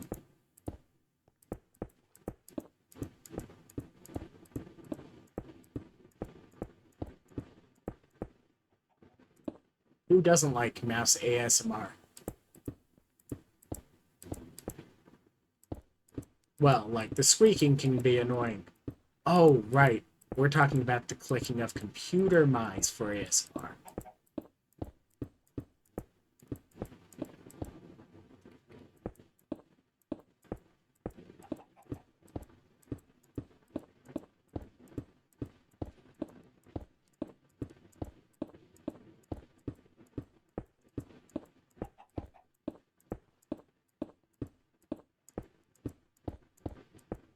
Oh.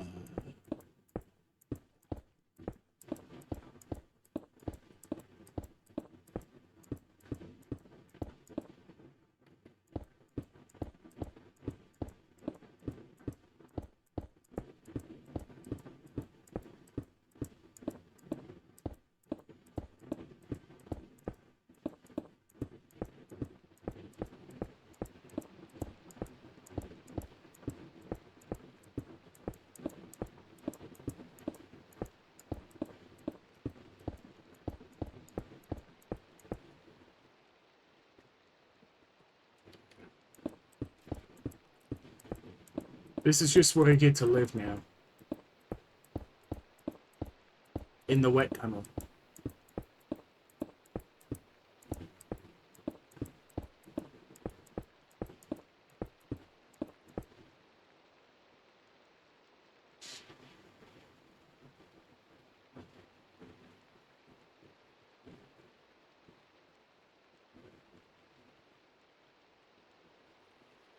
Okay.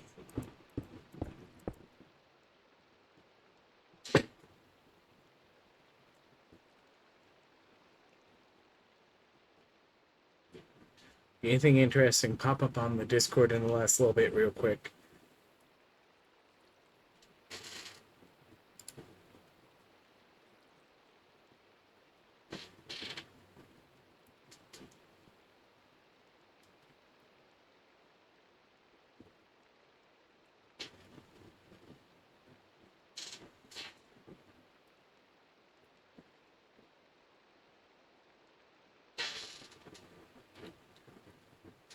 GG.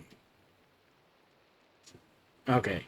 Just bring her double checking whether or not the patch is finished coming out so that, because like, hey, we are here and we do want to mess around with the new update more than the old stuff because, hey, you announced all this stuff and you're like really hyping it up and like why do we want to deal with the old boring stuff if there's such an extremely hyped big fun change, including like gear overhaul, combat overhaul.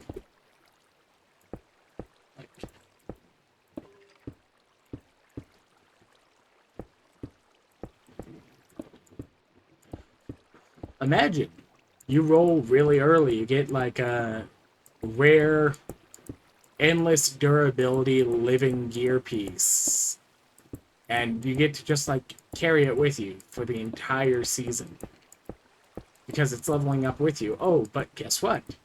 It's already rolled a high mana regen from the very beginning. So the 50 or whatever percent mana regen just continues to get better, especially when you hit level 50. Because you can get like the high cooldown chance and whatnot very early. Instead of like the quality of your build being dependent on how far into the game you are for things like your rate of mana regen and your rate of cooldown and stuff like that. So the overhauled gear is going to be fun.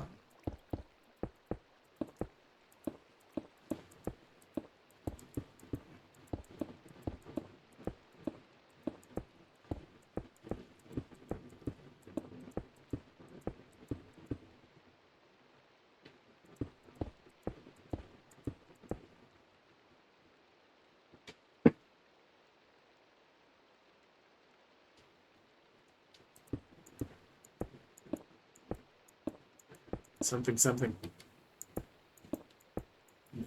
Very loud chair. Which, like, I didn't even buy this chair. This chair was, put by the side of the fire station that was outside of the previous property because they had replaced their chairs recently, and it was like, whoever can come and take them. And it was like, grabbed a few of them, and like, I got one of them, and it's like, cool. It's not a great chair because it's like, it's a little bit padded, but it's not like a high back gamer chair or whatnot. It's still like an office chair, but it's like not great armrest, and it's not like the highest durability quality or anything like that.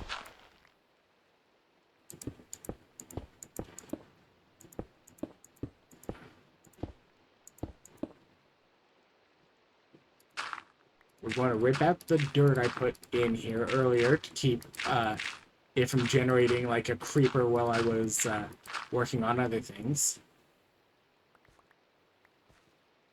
We're going to leave that dirt in there. Because I'm not digging down to just above the guy and putting in stone.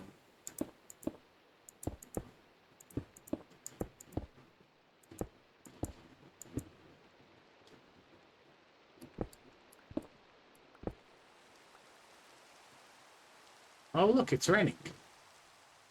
Which means I can get another one of the fun screenshots. With the rainbow.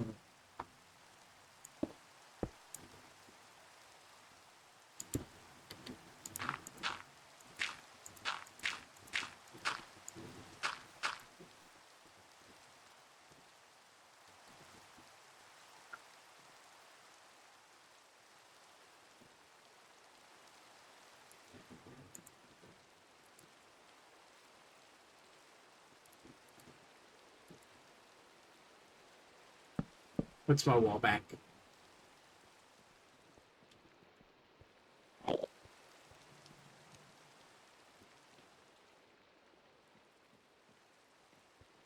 Do I have another Enderman in my basement or whatever?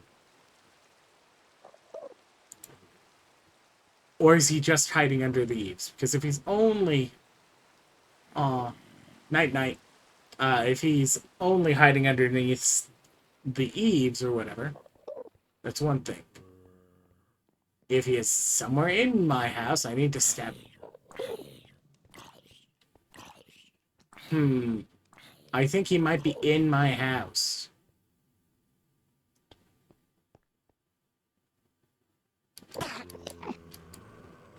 And dang it.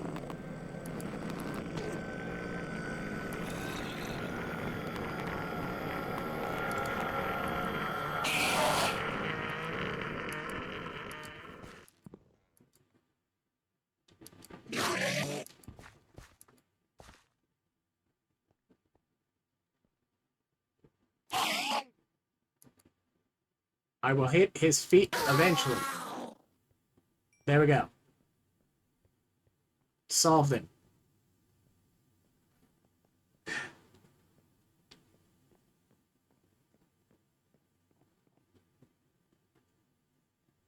I have my shulker backs. So, I'm a shulker box back. For the next, vault or whatever. Things that go in the... Go in.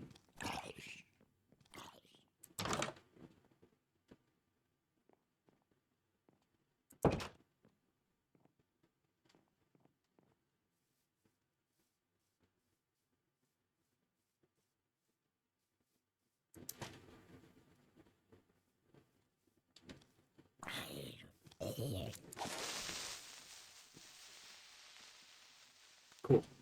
So one arrow gets me enough damage to eliminate the chance that something... I must have a drainage problem here.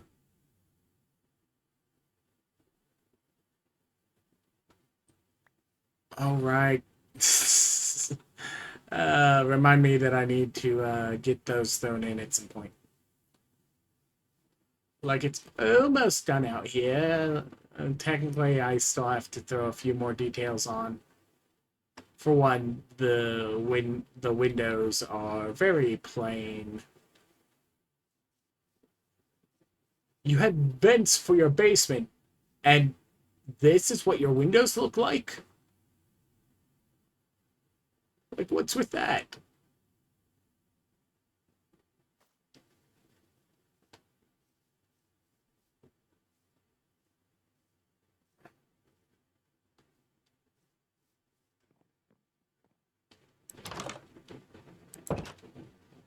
Look, it's a nice house so far. It's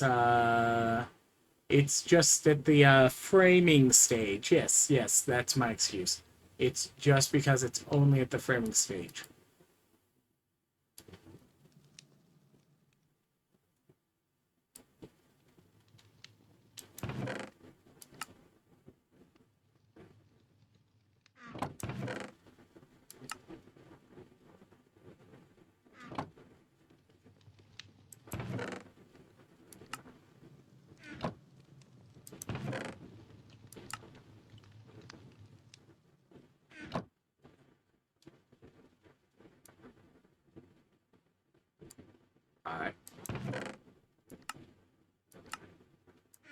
Any more of this go away?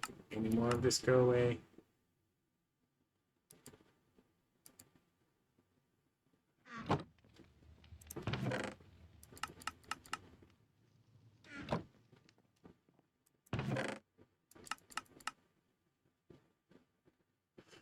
Alright. So, sand, kelp.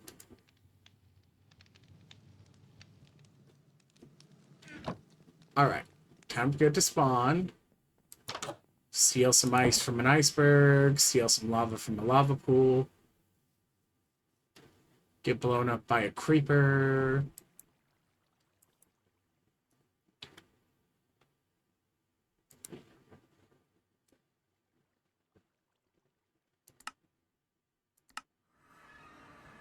I need to rearrange some of my warps again.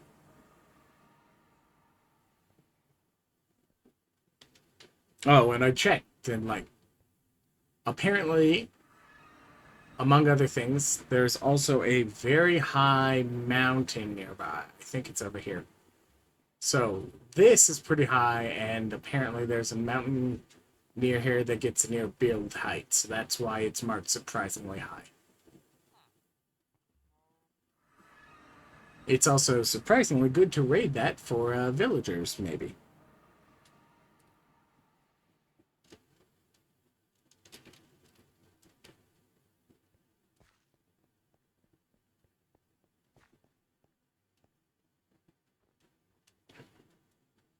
Now let's look on the map. Do I have an immediate appearance of a lava pool? There. But that's further along than getting to the icebergs over here. No decent lava pools there. These are just individual lava falls, and stealing 4 individual lava falls is not an effective way to collect lava for when you need like 4 pieces of lava. So we're just going to go and grab the icebergs because we want at least packed, if not potentially the blue ice.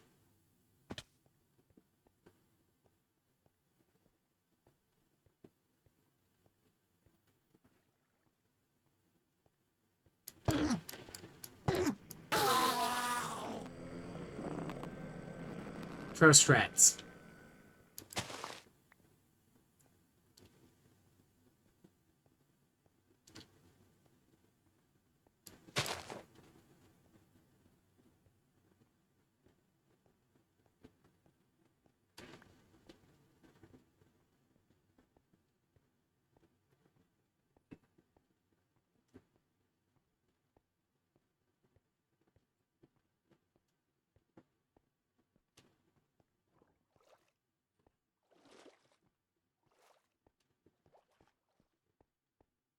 Everyone on like walking into the snow vaults complains about the permafrost causing slowness. No.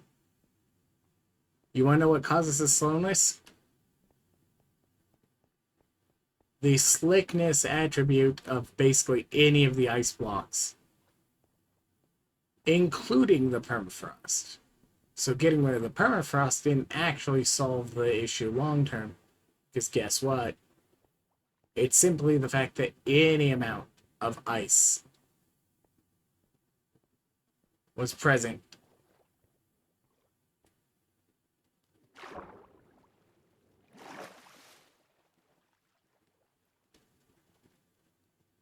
Hey, I think I figured out which iceberg I'm going to take down.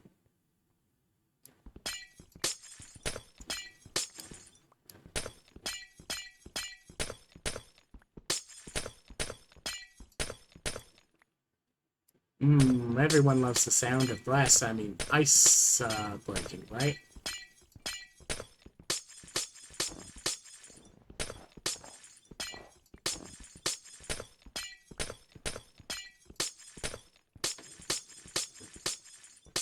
But yeah, the same thing that lets the items move, which I will note as the really funny thing, because of the fact the slickness is only for immediately above the ice blocks, if they slide along the edge of the ice block and they reach the edge of it, the friction goes up because they are now above air. So, like, they're gathering here on the edge of these blocks, and it's like, why are they doing that? Because they are no longer on a no-friction surface, so they get to deal with the standard friction of, okay, it's not true no-friction, it's like less than 1,000th the normal block friction, or something like that.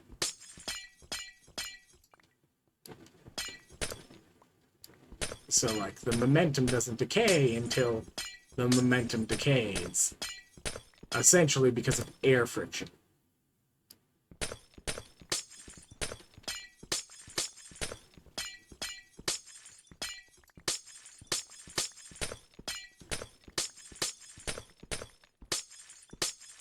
I think Efficiency 5 Haste 1 is fast enough to break this, but I'm not going to get in a fight with her, and I don't have the 1 gold to trade out my 1 point of worker for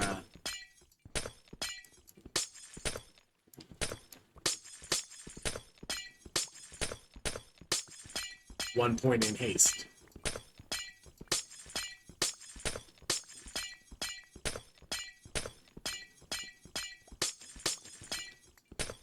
I will note, like, really early on, especially for things like the diamond pickaxe mending harvesters who are using those instead of vault tools that they're going to burn through for harvesting ores and whatnot, which, to be fair, the actual best way of doing it is just kind of make yourself a chromatic iron pick, enchant it up as you normally would, and just throw all the loose, like, chipped durability at it. Because any durability you're going to get at this level is almost not worth putting on any kind of tool you're going to put any stats on. So once they add in the plus 30% mining speed talent, you don't even have to throw mining speed onto the base tool. Like, sure, it's not going to be instantaneous, but it still will mine quite quickly, and you just add a bunch of durability to it. And, like, it's the loose jewels you are going to recycle that have a 1/3 chance of giving you a gemstone, but, like, late game, you are going to start getting more gemstones than you need. But you just kind of go, like, okay. And, like, you can go, okay, instead of chromatic iron, go with chromatic steel. Get yourself 1 extra repair and let you shove that much more durability on it before it breaks the first time.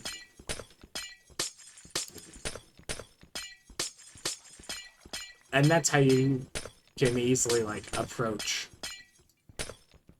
the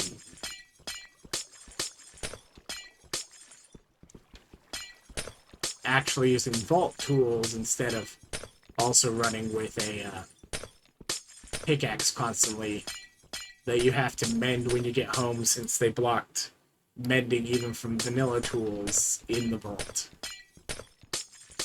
Like, okay, to be fair, they had intended to do that for a while. And the fact that they had failed to get that patch to work for a while, and then it got to stay in, was like, that was nice for a while, but then it was like, okay, might as well do Silk Touch.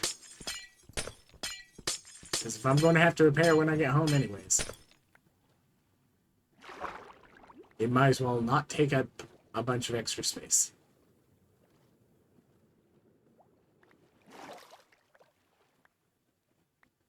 Alright. Now I get to start dealing with the iceberg underwater.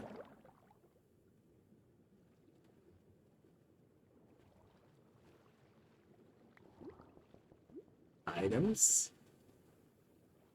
Items, items, items, items, items.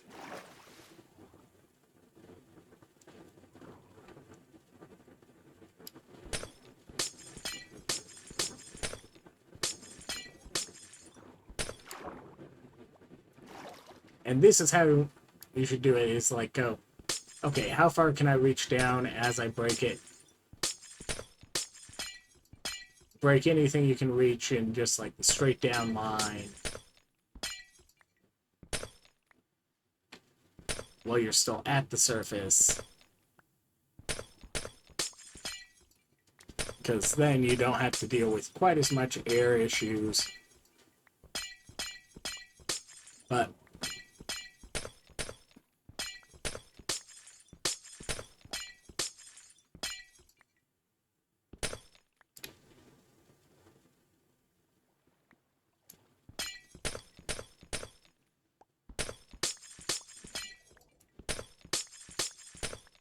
like, and I'm going to have to actually do something once I get down there, but I can also do the... You swim at the very lowest level of it, you break out one block in, and then you break out a block and the one immediately above it, and you stand up into an air pocket.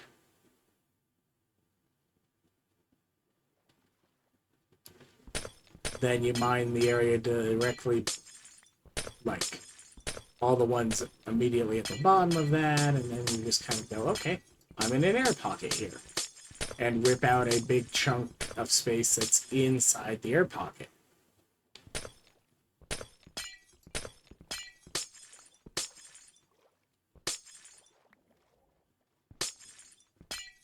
And like eventually you're going to have to break some that isn't in the air pocket. But if it turns out the air pocket also is close enough to reach up, in this case,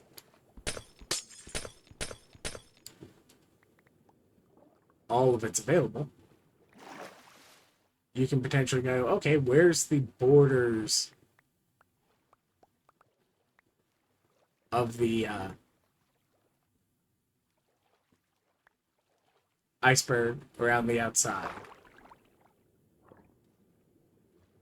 for an air pocket at this second level. And that's what you focus on, is maintaining that.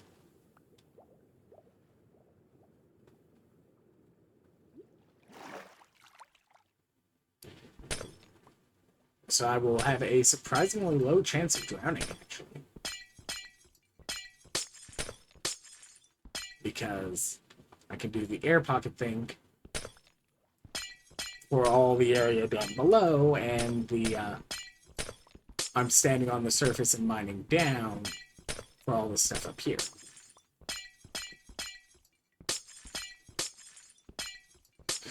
Now, when I randomly get shot by a skeleton that climbs off one of the nearby icebergs because packed ice is a spawnable block, that's on me.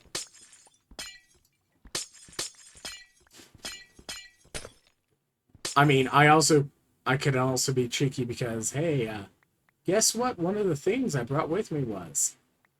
That's right, air pockets, or as we call them, signs. So I could just kind of go, like, once I finish mining this out,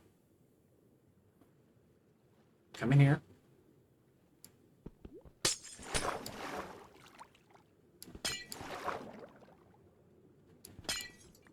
Find, like, one source of water that was already there, but go. And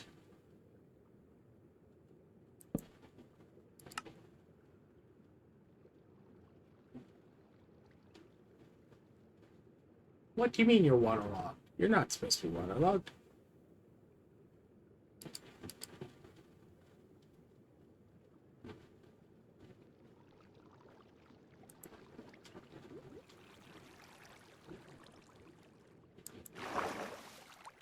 There we go. Now we've got an air pocket.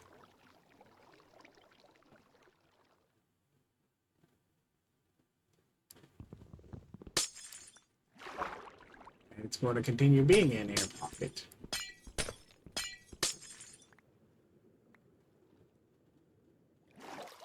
Mostly. As long as I don't make water sources on two sides of it.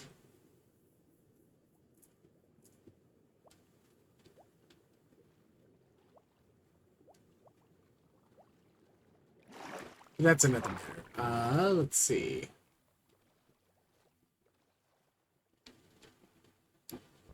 Look straight down, break these.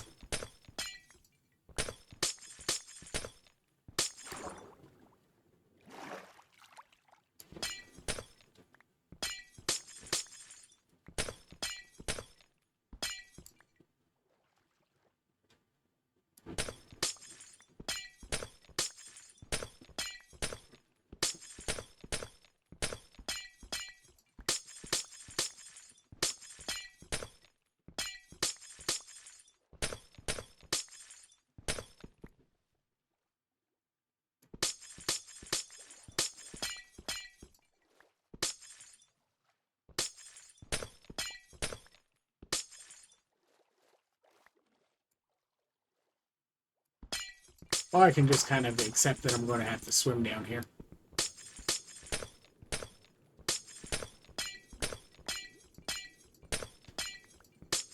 Because trying to avoid it is more annoying than just dealing with it.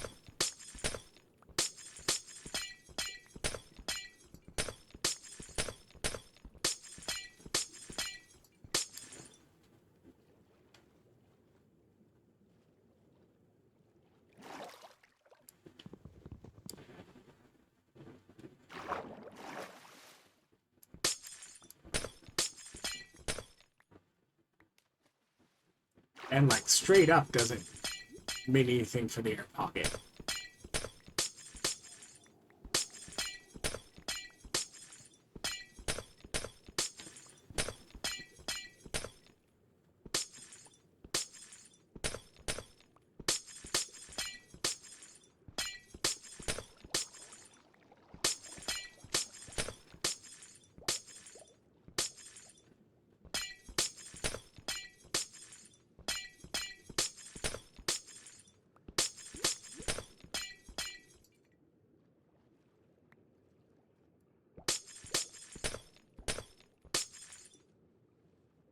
Steps inside, gets some air. Steps inside, gets some air.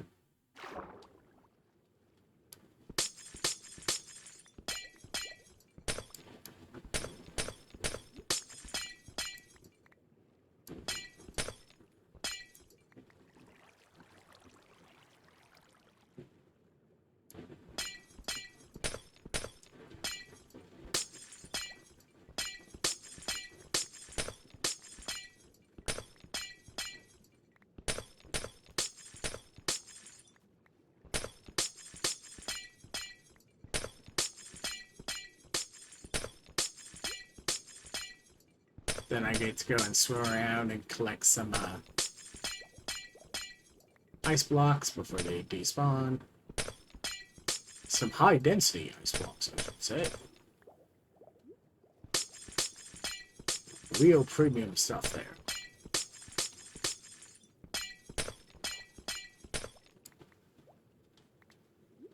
Alright.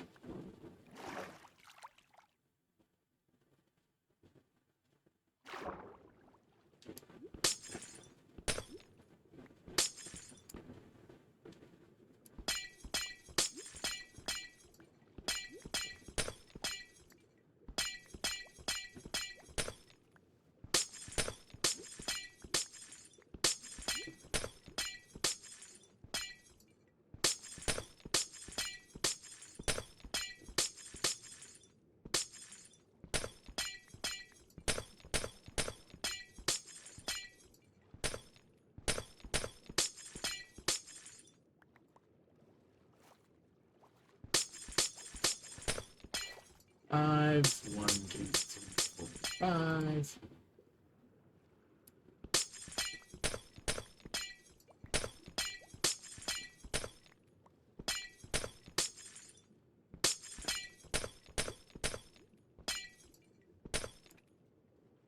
Surface for this one.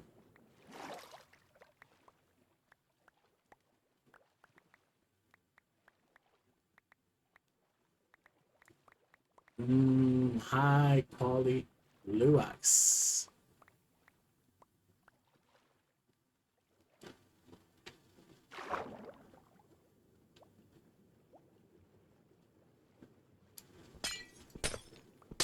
And now it's waterlogged.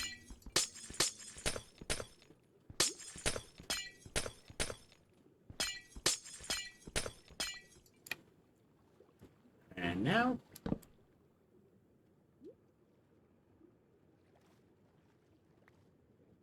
it's floating in water. And that's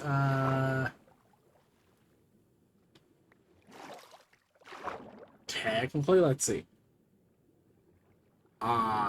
Yeah, that ooh. I don't know if that's going to be enough ice for this season.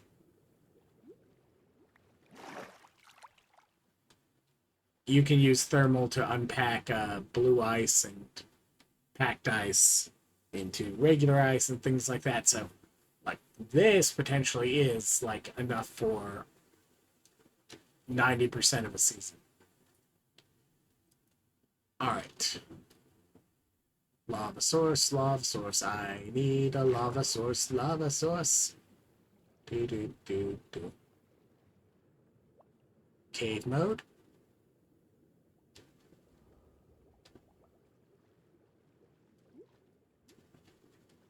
Can I get far enough underneath some ice? Cause cave mode, so I can see if there's a lava lake. Cave. Alright. No. Not helpful. Penguin. Purple.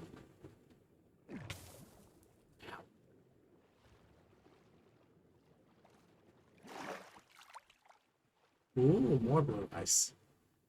It's fine, I've got enough blue ice. Alright. I need lava.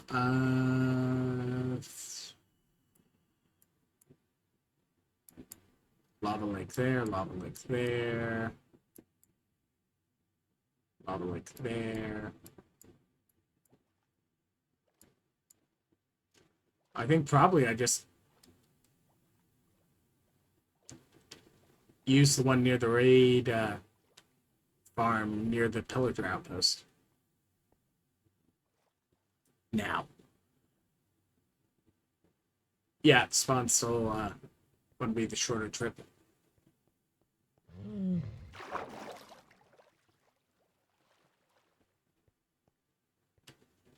It'll take me a minute to get there. Just bear with me. Ow.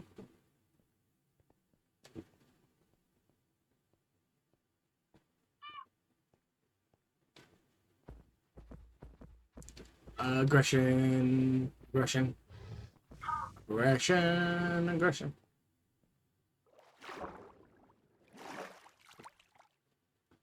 Don't torment the bears, but I like tormenting the bears. Anyways. No one will ever know, because it looks like it's just a regular lava fall, or a regular waterfall. Ooh. Is this one of the ones that's going to have, like, lava someplace embedded in it? Oh.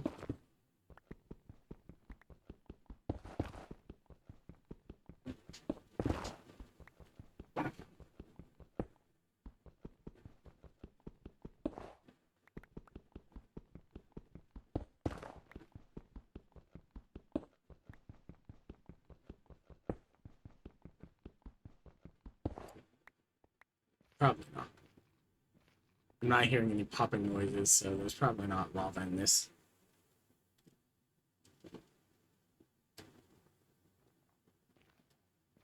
Now, question is, has this already had its chest stolen? If it even had a chest ever.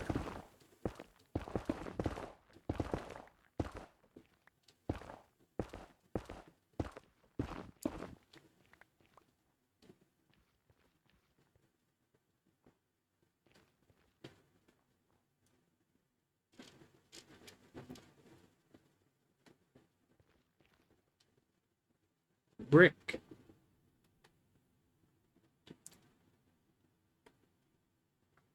Alright. Wrong button. Alright. There we go.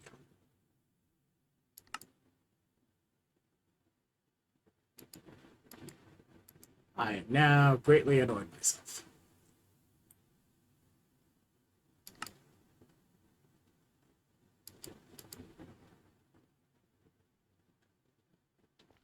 Alright.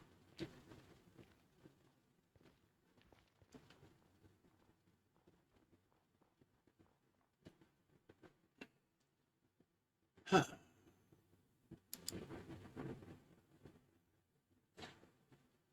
Okay, technically this is how I should do it.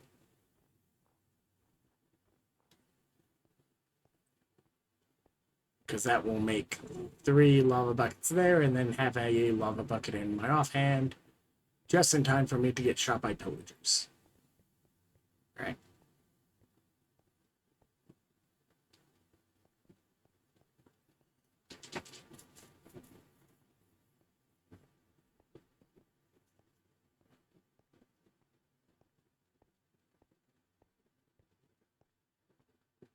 But yeah, among some of the combat updates I like that I am looking forward to is the sword specialization, because, well, one, you can double the range, the physical range that the sweep is hitting, and like this, 23% of the attack damage. If I put 4 points into the sword specialization, I've got double the sweep arc, or not arc, radius, and I've got 63% attack damage. And that's on the level 0 sword. Imagine if I get one with a decent value. So you can get like a really decent amount of your sweep.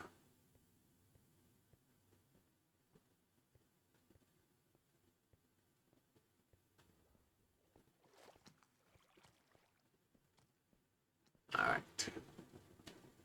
The way up is this way.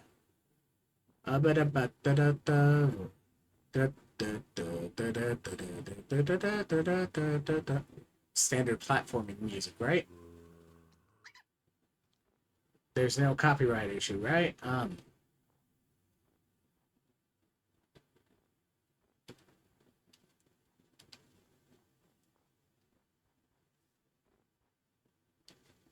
Look, if I manage to get myself copyright striked by that, I actually will be really proud, because I am bad at music. Right. Can't have things in offhand when I want to actually use it.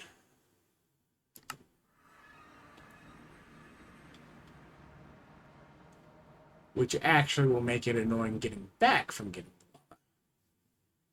And by annoying, I mean I'm going to steal a horse.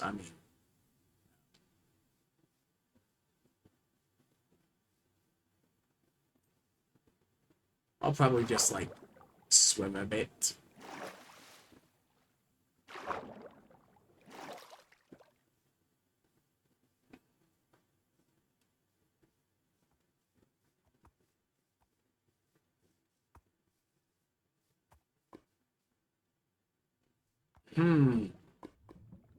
I wonder who got lava from here before, and what they were using it for. We'll never know what the lava pool near the pillager outpost, near the raid farm, might have ever been raided to provide lava for. Right?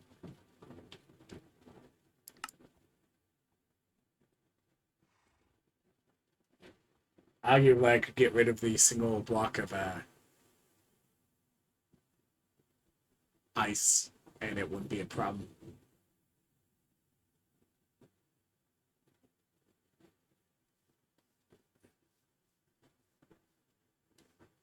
Yeah, nobody will know. And, yep. No one is attacking me.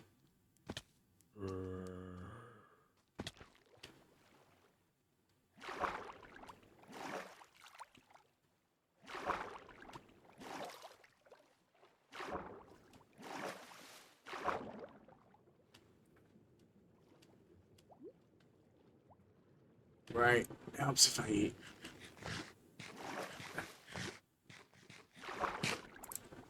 Now, do we have a dolphin out here? Dolphin, I need some turbo. Turbo? Nope. Oh, that's fine. If you actually, like, watch me any significant time, like I say, I refer to some of the days as, nephew days, because they're, days that, Iskal's nephew, as he described him, could run, uh, well, could give me a run for my money in Vault Hunters because I'm operating just so absolutely badly. The fun one is sometimes I have to be 5 minutes into a vault run to realize it as I take like 16 hits in a row. And I'm only surviving because of the fact that I set myself to like piece of cake with a fully tank build. So like I am absolutely over adjusted for how much I can resist dying.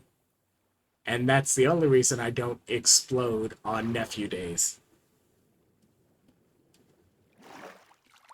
I set my local difficulty to piece of cake for nephew days. Well, that and when I get pinged to rival the Australians.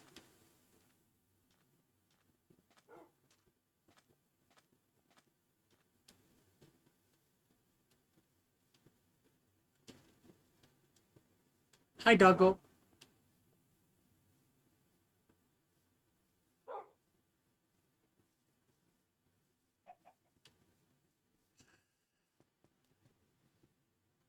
It feels so weird to go through this part of the forest in the fen in this direction. Because normally, I was doing it to get back to the pillager outpost after getting myself killed.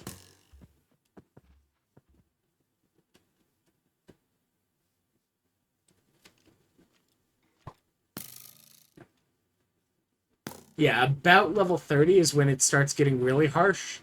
Although I will say level 20, if you've got a significant amount of ping, like playing cross-regionally like Toe is doing,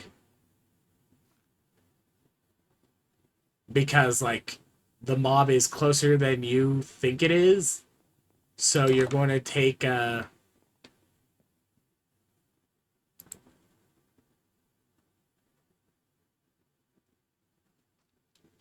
ooh, fancy.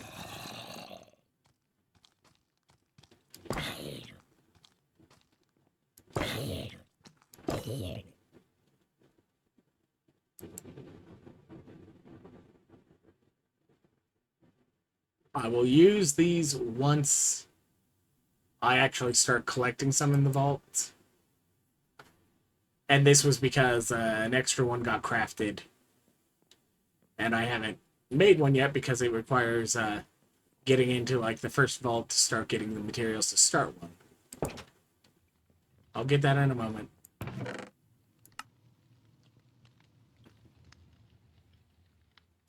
Alright. Now I can go get that flesh. Then I can sleep.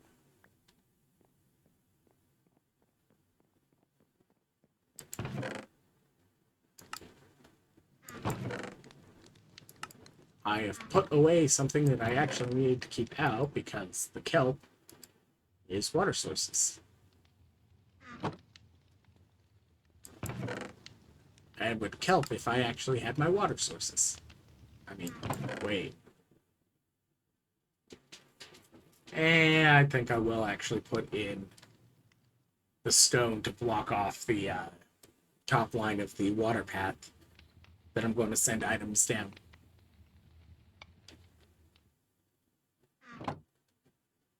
Items up. Whatever direction I send items.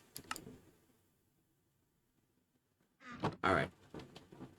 So is the rest of my stuff things that I need to put in storage downstairs? Yes, probably, except for signs come out, ender pearls come out.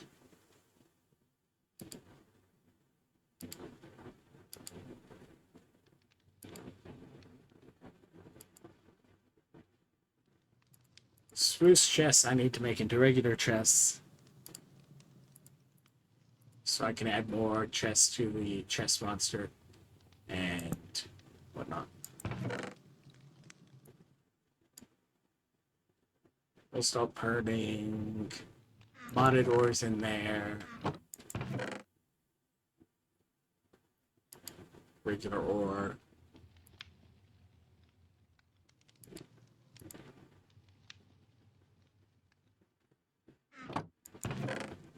Stone bricks gets going here.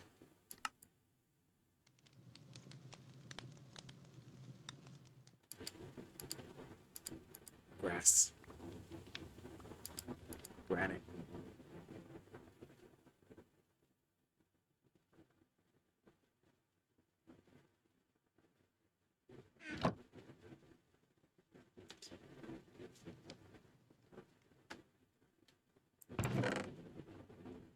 And the pearls. Alright.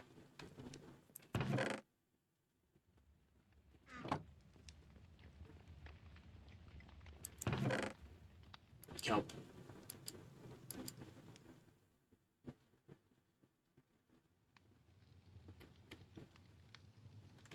Can't sort that because it's not considered a standard inventory type that Quark knows how to sort.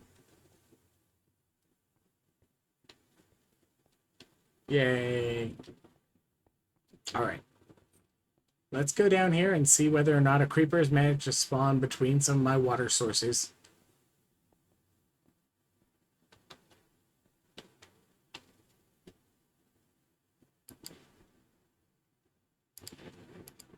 It's blown up right here because I stopped moving down.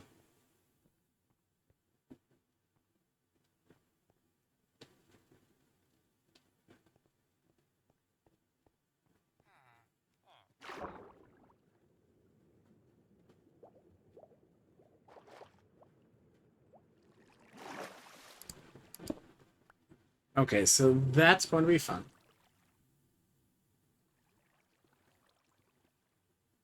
What's going to be fun?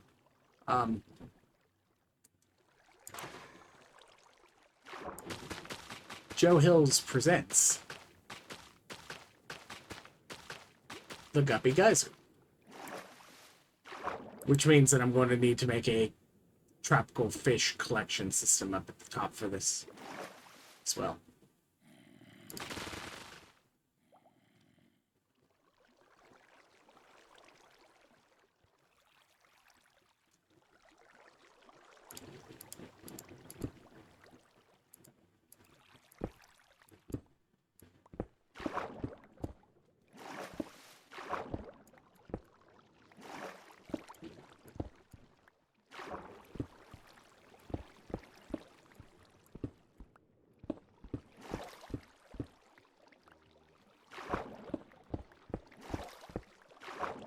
Don't worry, this will be fine. It's unlikely to matter to put blue ice right there, but let's go ahead and do that.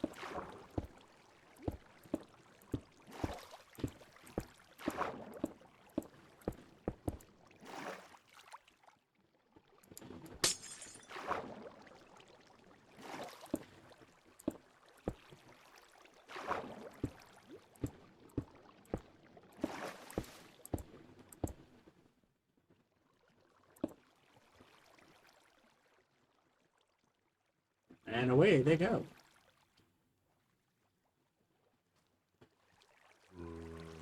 So now,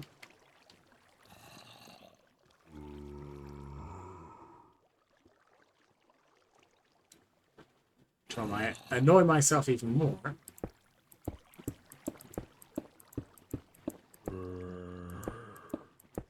I want to make it so I have to swim to start getting out of here. Once I,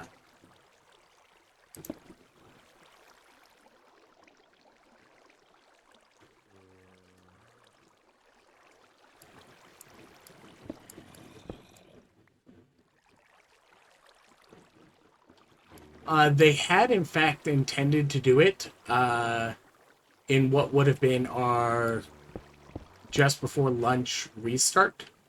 But, it came up that there's actually some, script issues that was supposed to be fixed. They got fixed on his server, but not in what ended up on CurseForge for whatever reason.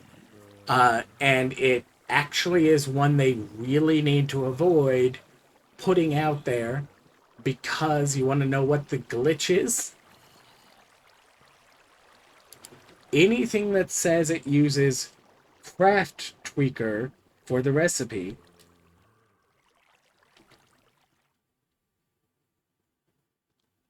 when you click into a recipe like this, is using the base mod recipe from the mod. So this is the vanilla recipe in the update they accidentally put out and things like that. You want to know the recipe for making the big backpack? You see that type line where it says it's the sophisticated backpack netherite? Well, you just take this and you add a netherite ingot to it, and it's like, oh. It's because the scripts aren't loading right. Oh, and bonus extra. You know how they've got all these fun little ones and whatnot?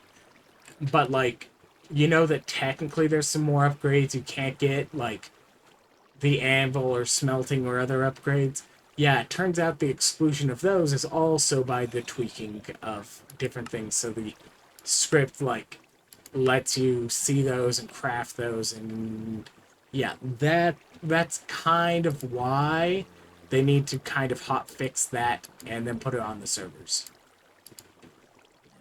I mean, to be fair, it's not the first time in this entire mod pack that we've ever had the opportunity of getting illegal items that allow us to produce or let us use things we shouldn't be able to, which, like, in, like, the old legacy... What are you doing down here already, big guy? Well, like, it will ruin a lot of people's balance if they can, say, they can craft a pouch having to use whatever the vanilla or whatever the pouch mod's quote-unquote vanilla recipe is to craft it, and then they anyways, I'm going to annoy myself just a little bit here. There we go.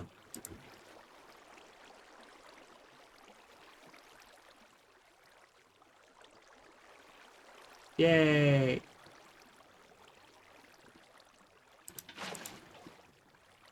Alright.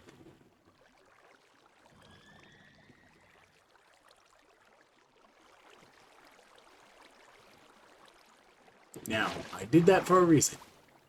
And the reason is, I need to go up here and remove those. And while I could do it from above, I almost certainly am going to do it by ending up on a waterfall. And I also have to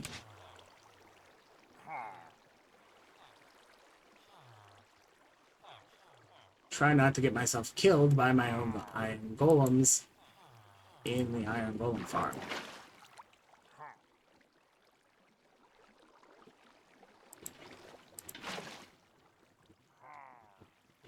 Alright. This is fine. This is fine. Oh, no. Not at all.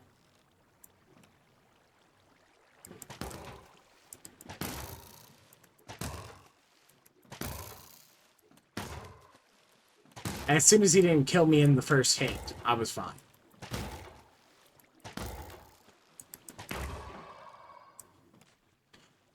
I'm annoyed, but I'm fine. The only problem with this is I'm still running under the issue of, hey,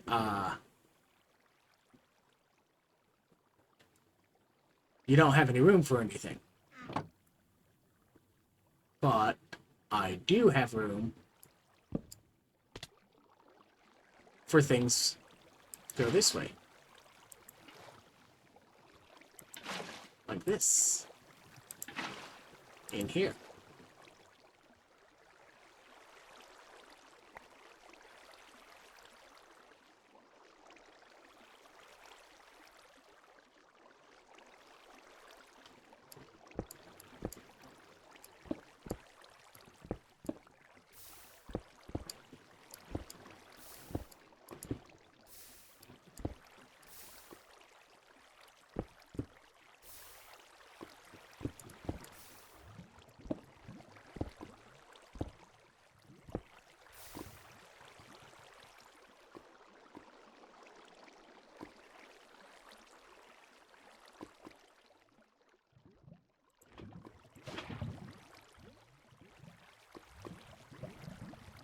Alright.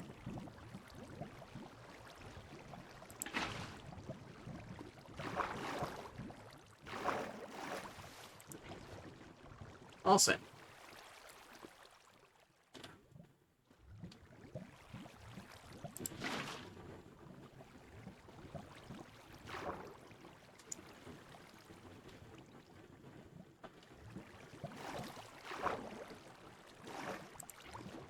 Okay. Not all set.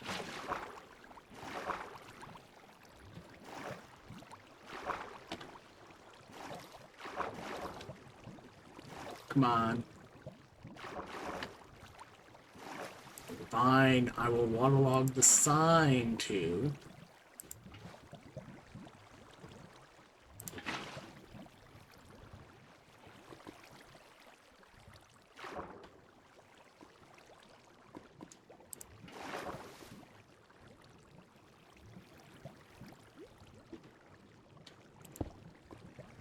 Then we can go here, put this back. Then we swim here. Take this.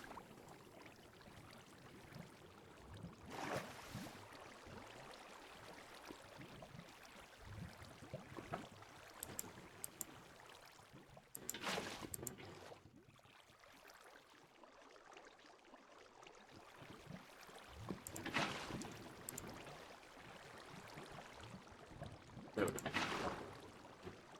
Okay. Take that. Water source is now gone. Water source is now placed. I am now an item.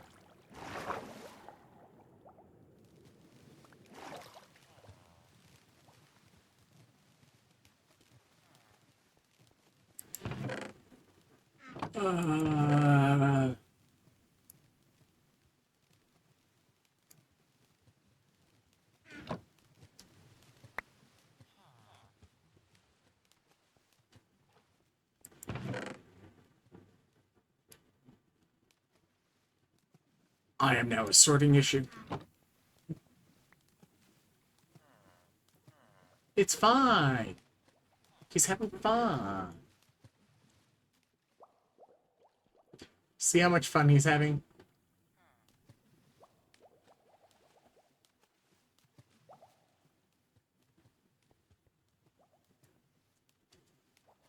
Plus, if you notice, I already still had a Tome of Undying in my offhand, so if I had died right there, I at least had a decent chance of recovering afterwards.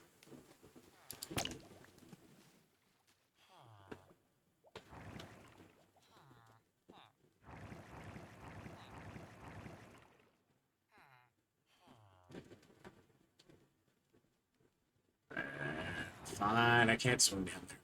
Okay.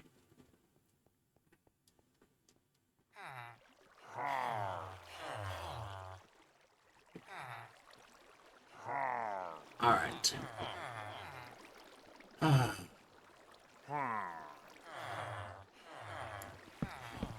At least this is a simple thing, and again, I do not care about the wooden fences breaking. Or burning.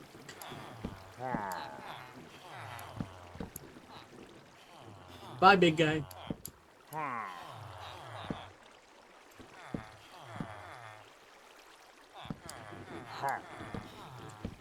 That big guy gets continuing there because I need this gone.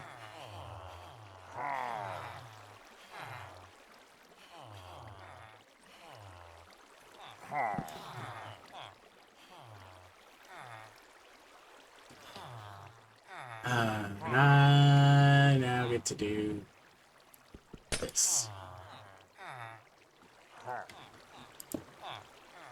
There we go.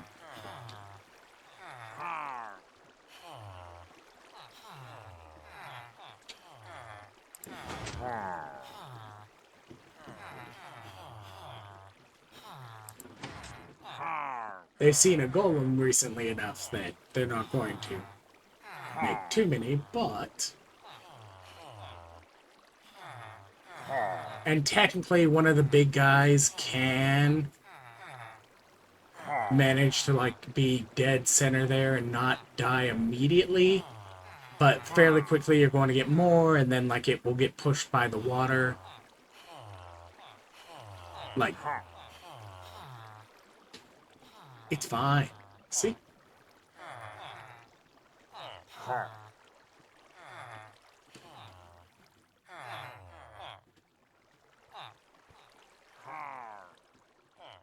And the spawning range is 7 blocks, so that is technically the Iron Golem farm operational. Ooh, I even got some of the fences back. Yay.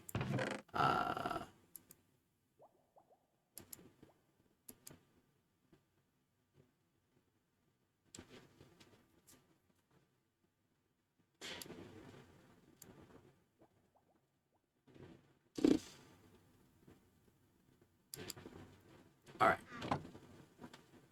Blue ice, blue ice, blue ice.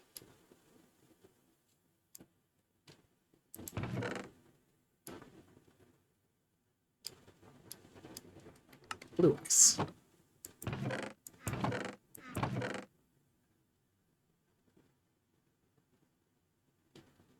Let's pull any stone.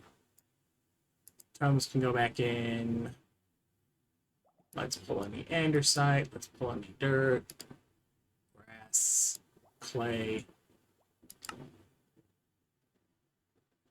Granite. Because those are all things I've got storage for down here already.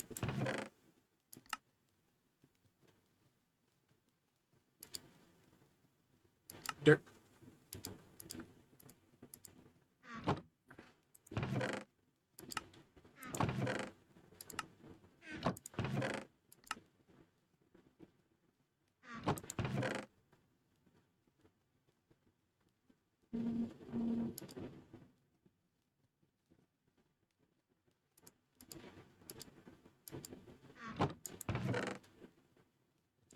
Clay.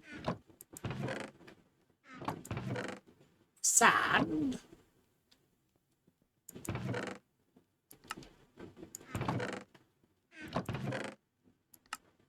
Cobblestone. I've got stone somewhere. I know I've got stone somewhere. Right. I took all my stone out, right? So we can go stone there. Andesite there. Cobblestone. And, like, I'm going to swap these out for, like, proper barrels long-term. Grass.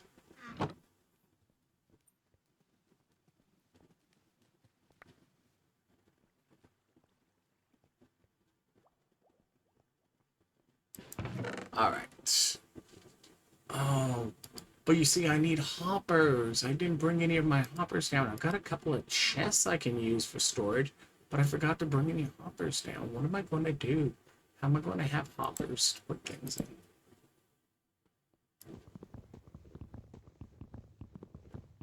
Something.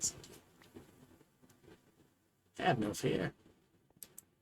There's a crafting table right here.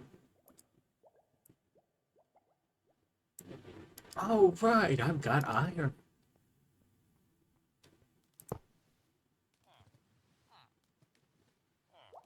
Now I'm going to have to make it actually, like, put the items in there.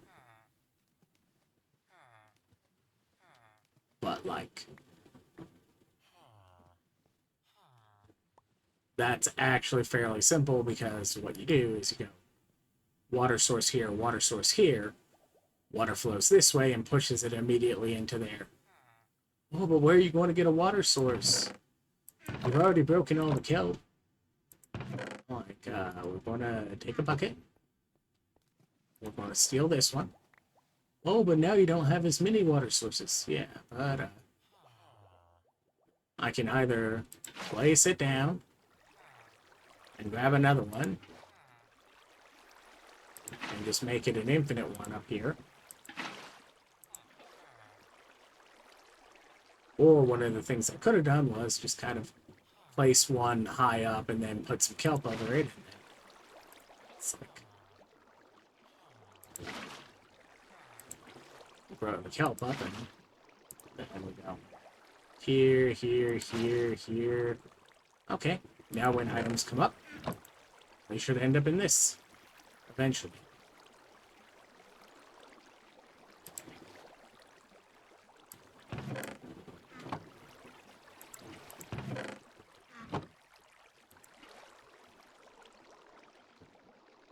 Alright, that's enough water for what I need.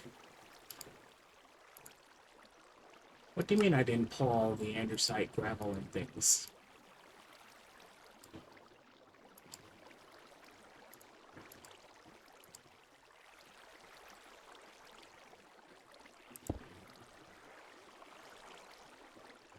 Alright.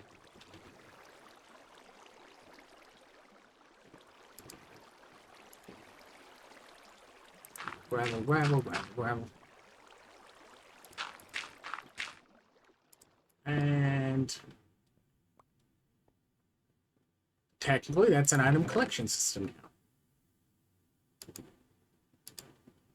now.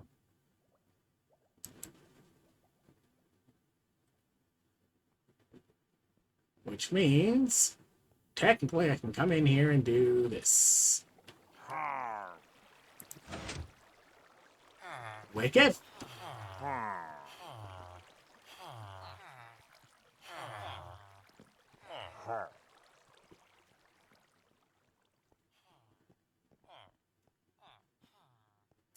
Is it a good item collection system? Not especially. Does it work?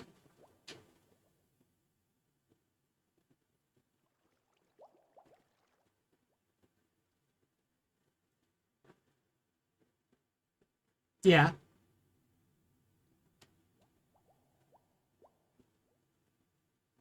Am I going to have to go and fill in some, like, caves and things eventually, too? Probably. But that's a fully operational, fairly high time iron farm. This is 32 times more efficient than the one block solution iron farm from Easy Villagers.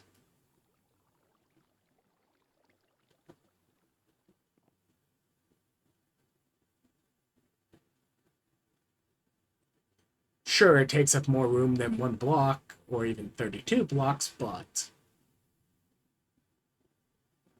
it's technically less villagers. They're in the world, though. That's the problem. But, iron is now definitely not a problem.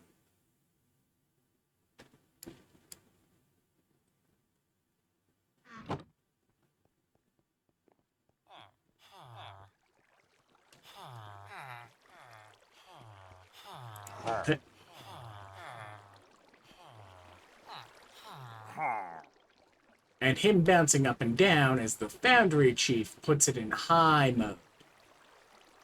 Him not bouncing up and down lets this be in low mode, which just will be whenever they decide they haven't seen an Iron Golem recently enough. To turn it all the way off, I would have to make something that catches an Iron Golem and leaves an Iron Golem down here, which, like, you can actually make a full shut-off just by making something that goes, okay, whenever it spawns a Golem or whatever, it's going to trap at least one Golem from falling all the way in. It's more annoying to do, but you can do it. Are you doing your job, Foundry Chief? He's going to continue to be at half health until I finally get annoyed enough to come and do something about it. Which is not today, because this is already enough work. For one, I don't have anything hooking up from that output to tell this to go into low power mode if I get too much. Yet.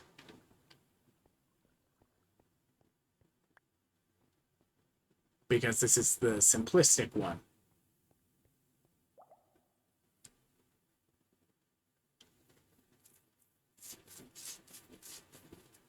Like, long term, the plan is to, like, put, like, bubble column comes up here, and then rather than come all the way up here, I just put, like, have it dump into a hopper or something a couple blocks down, putting items directly into a router, and then the router is like, okay, send anything you get to the main storage, and if it doesn't go in the main storage, well, the main storage should be voiding automatically for it, or have it go, okay, after you send, if you failed to send, void anything you have in your storage. Or at least I can set it to void any of the iron or poppies in its storage. And then I don't have to worry about, hey, did somebody decide to dig in my walls to try and make a base and accidentally fell into my iron golem farm, died, and now, oh, wait. Players don't explode like that, so it's fine. Isn't that right? He agrees with me.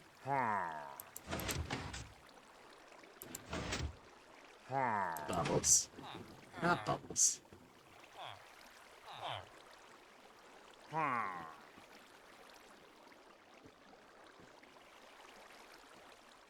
Like, this is the reason you do this.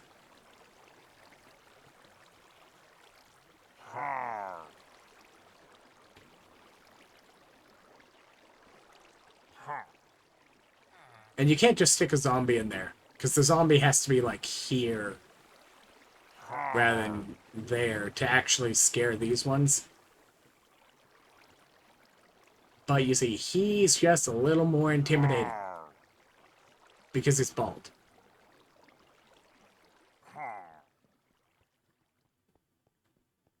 What would you say that bald is more intimidating? Is it because you're bald? No, actually, I currently have a full head of hair, and I've been meaning to cut it for the last, like, 2-3 months, and just haven't gotten around to it. Like, I've got all the materials for it, I've got the tools, and I was like, yeah, I should trim my hair at some point, and then just, I haven't done it. It will probably be another 3 weeks before I do. Just because, you know, I can't be bothered to do that yet. Grass goes there. That goes there.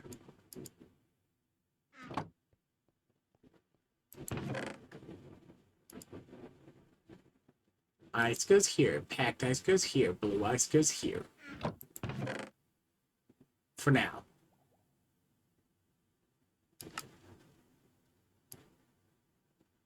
Okay. Totems can stay down here.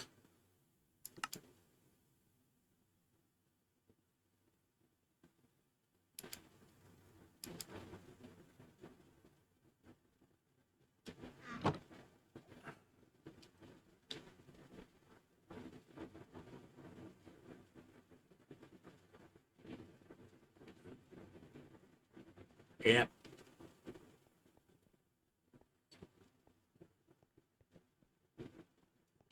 Well, like, the as long as I want is, like, me going, hey, I need to trim this is because, like, you know, some days. Okay, not everyone gets this, but there's some days where you're just kind of like, everything is too much. So, like, the hair being on your head is annoying. You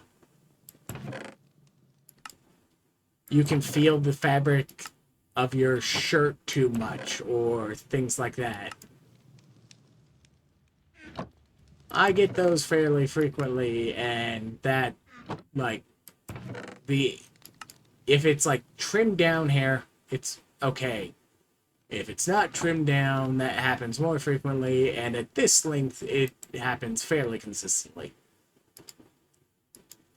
So, that's currently what's driving the thought process that, hey, I need to do a haircut. Because it's not any kind of aesthetic thing, it's sensory. Because I can feel the hair, I need to have less of it.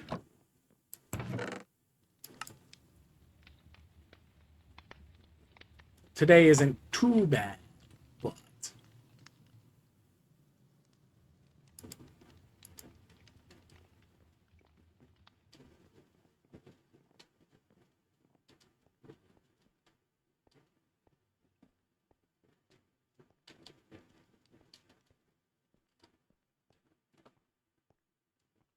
okay.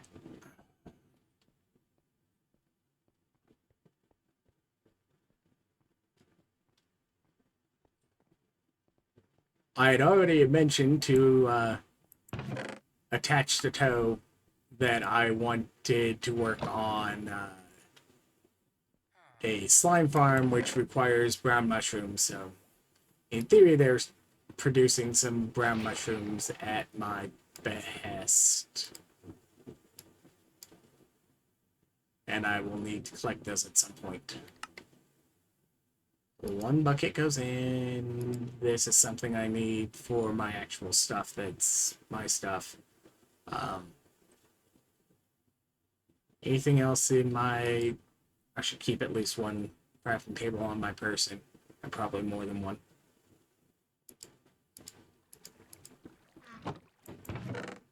But hey.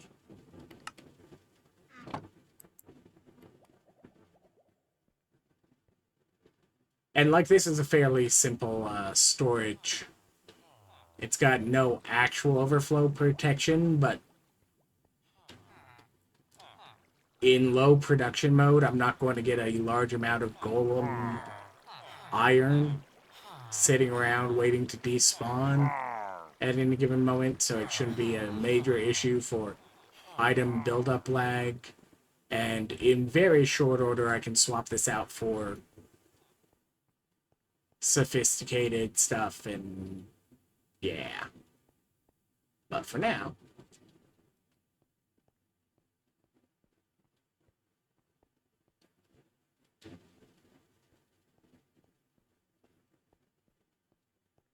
I've got to put some stuff away upstairs. Upward. And then kind of decide where I might put a slime farm long term. Eventually. Modded.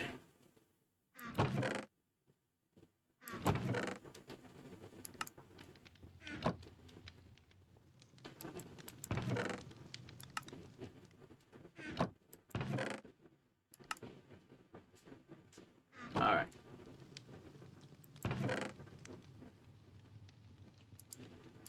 modded.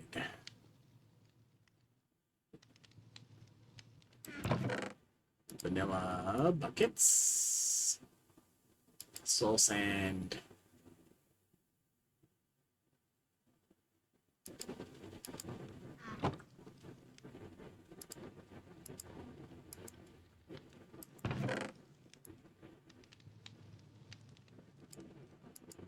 Bottles. Yeah, okay, we'll put bottles there. This goes back on my wall. This goes in my belly.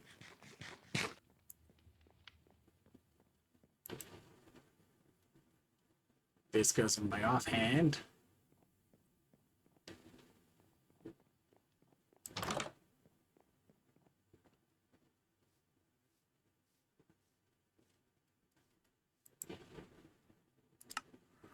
Okay. Just one of the hands has to be empty. If both have something in it or both are empty, it won't work.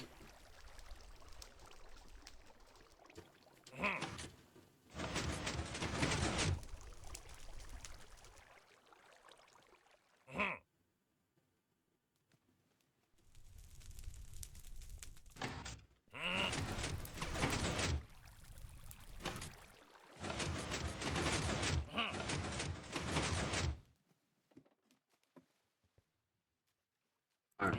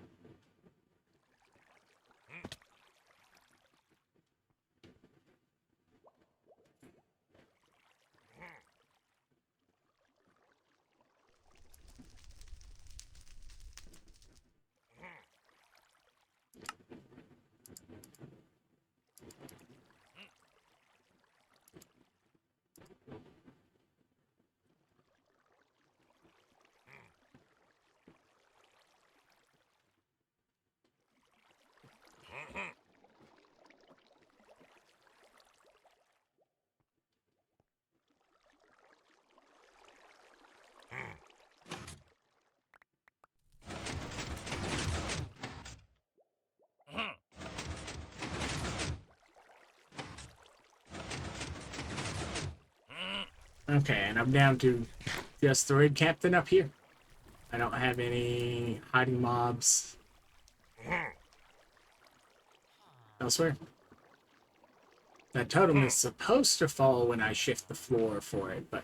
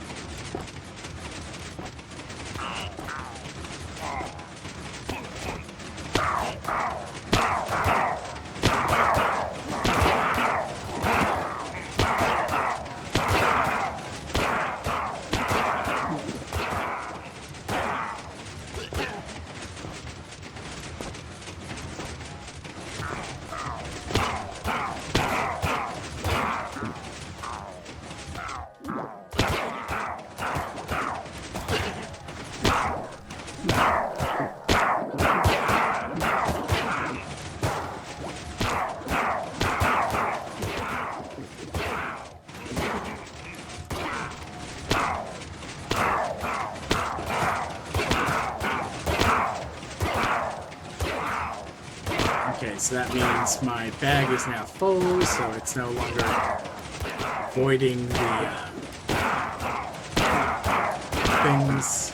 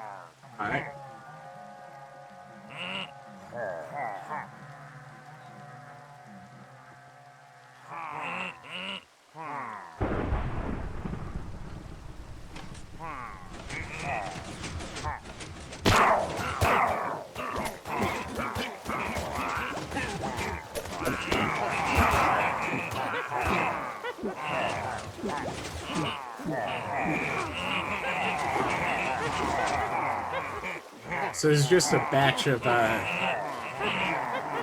raid there, and like, if I'm not attacking, it's not doing anything. And that's fine.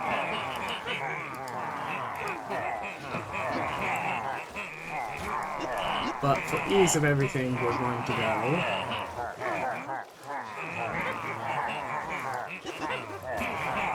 and do that.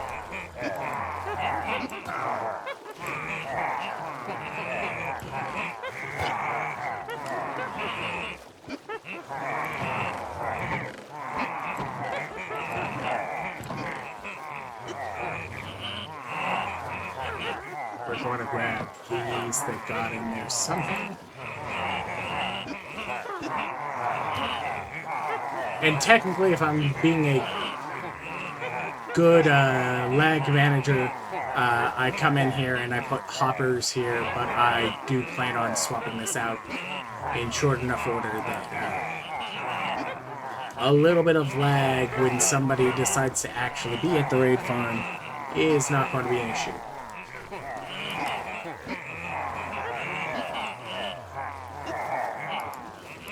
I think I have enough totems for my season.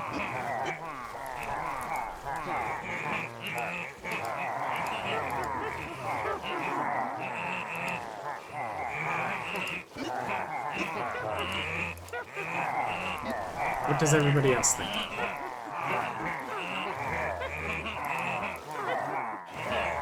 Do I probably have enough totems for any of the vault altar requests?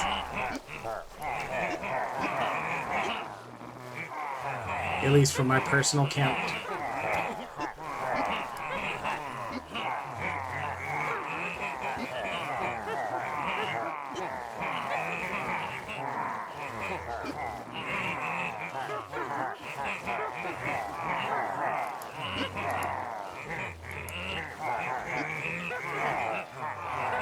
Might be good.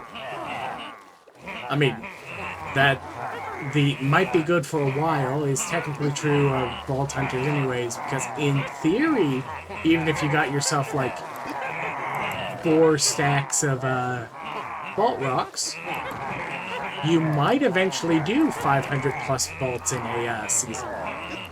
And at that point, suddenly your 4 stacks of Vault Rocks isn't enough, and you've had to now make more Vault Rocks. But 4 stacks of Vault Rocks will get you to level 50. If you have problems getting to level 50 with that many Vault Rocks, well, one, good for you. You did, in fact, already set yourself to casual game rule, because that's the only way you couldn't have generated 50 levels of EXP in 256 vaults, even dying as soon as you walk into them, pretty much. Because only casual denies you any and all of your EXP. That and other insured vaults. And honestly, if you've managed to also generate that many rocks and use that many rocks, you either are running arcade mode, at which point 1 rock lets you get in and go and collect some more rocks just from a war room, or you currently have the industrial complex of well, the end of a Hermitcraft season. Or, even worse, Psycraft.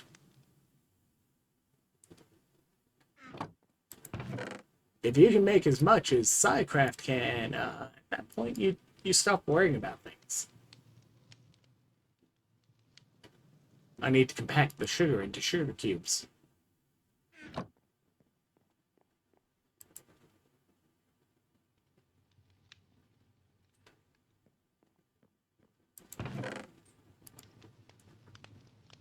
So technically this is a way you can like save some storage space by adding that as a compacted recipe for like the sugar you're going to get from witches in the what you call it, in a Cagerium, which we've got Cagerium unlocked. I saw that, or at least, yeah.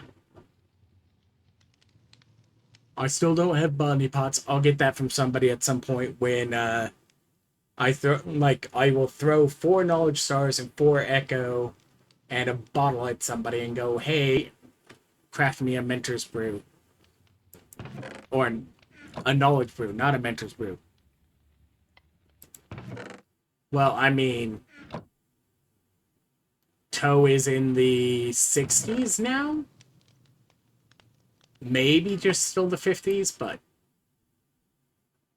it's a perfectly reasonable time in their gameplay to have as much industry as we have unlocked. In fact, we're even...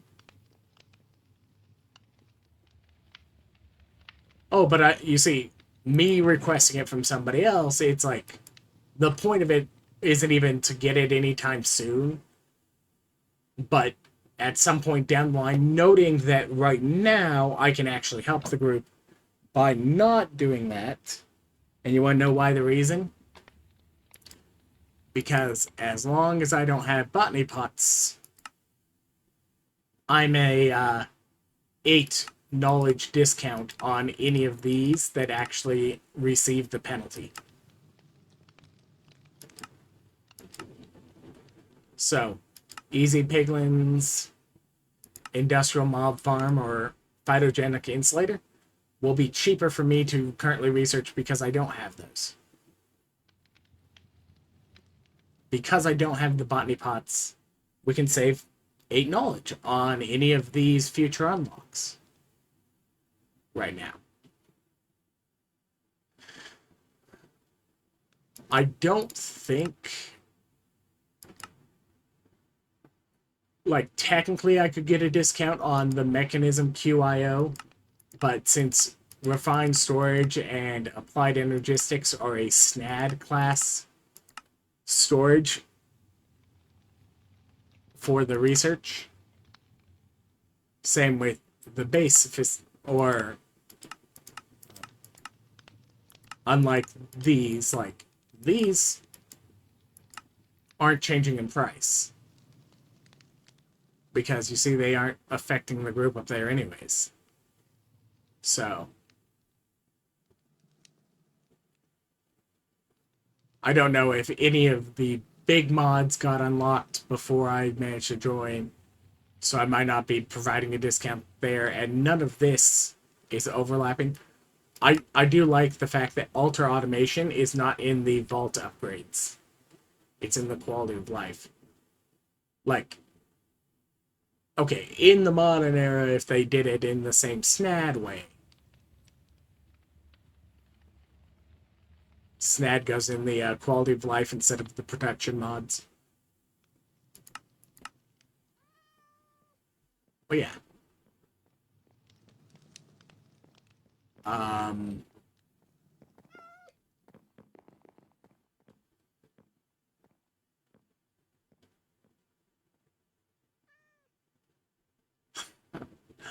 Okay.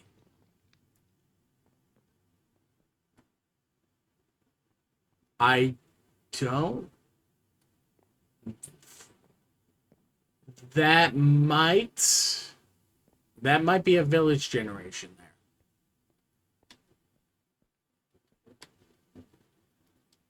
Because that is not the black cat from the witch hut.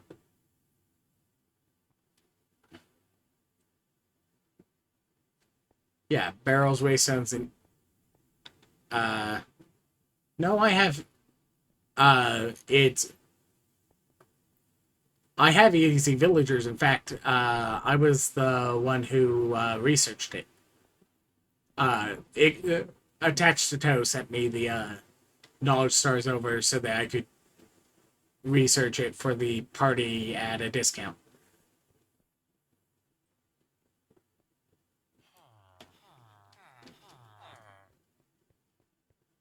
And just so you know, like, this isn't like, oh, did you compromise your morals? It's like, no, the very first time they added the research parties, uh, in that first season, we were regularly organizing research parties to get 50% per person discounts on various mods. The fact that we don't even have the penalties makes it even better now, because you aren't going like, okay, who isn't going to use create, so we can make sure that they're not attached to the research party that's going to research create. Well, all the people who definitely are like, I am absolutely gung-ho and want to use create are researching create. So either that got generated by the villagers down there, but I think I need to double check how far away from the points of interest a cat can get spawned, or that cat is in fact the witch's cat and crawled through my air vents down here.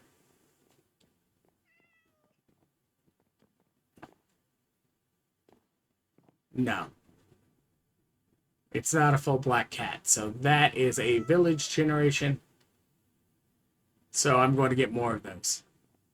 My house is just going to generate cats now. Lovely. It's fine. It's fine. This is my own fault.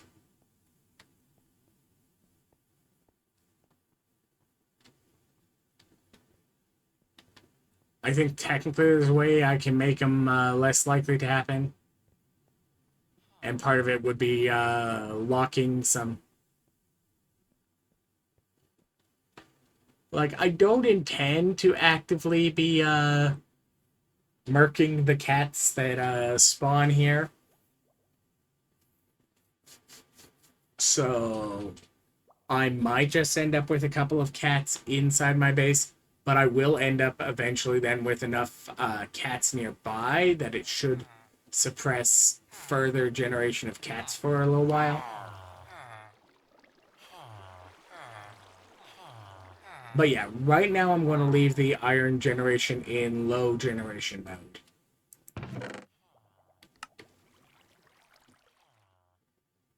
Because that isn't going to be a problem right now, and it means that I don't have to keep checking on it too frequently. Alright. Arrows.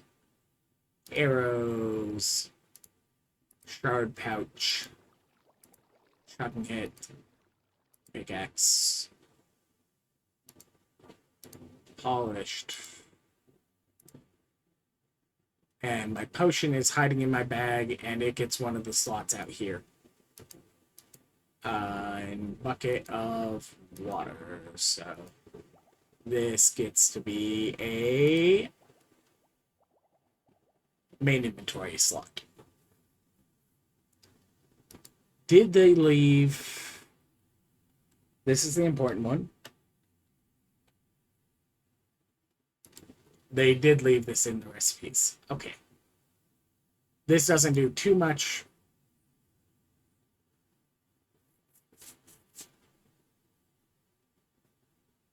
Beyond, like, the very first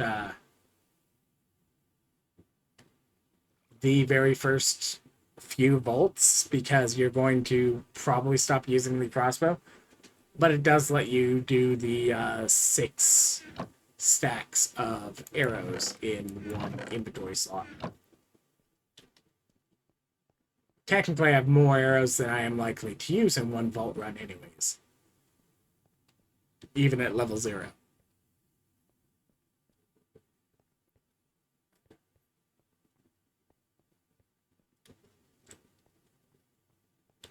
Especially because I do have the potion. And technically, I also have more than enough materials to go and say, craft myself a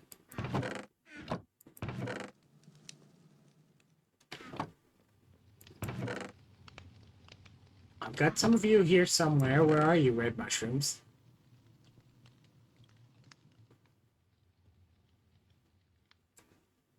I have at least one red mushroom somewhere, right? Have I stuck it in here? No.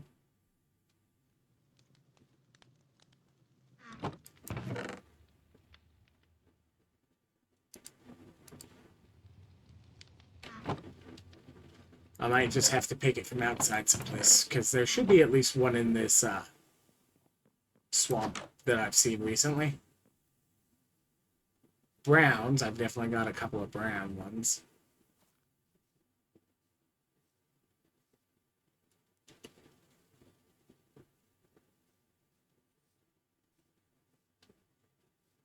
Frog.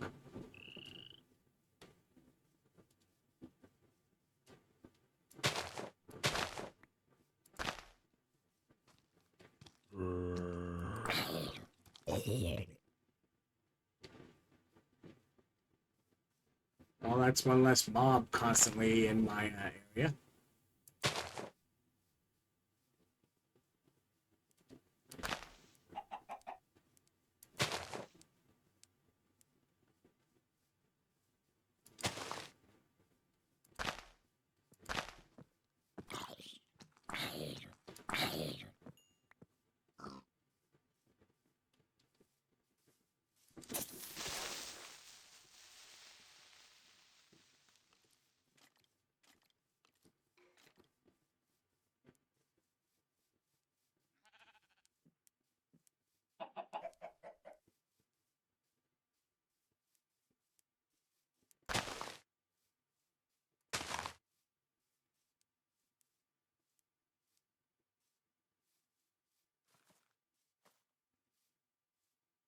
Yeah, I don't particularly want these growing in this area if I can help it. They're a little bit annoying for trees, which is why I've been trying to eliminate them. And like, what even is with this? This looks like it specifically grew without its tree leaves because, like, I didn't come out here and harvest all the leaves off of one. The leaves I have in my storage are all spruce.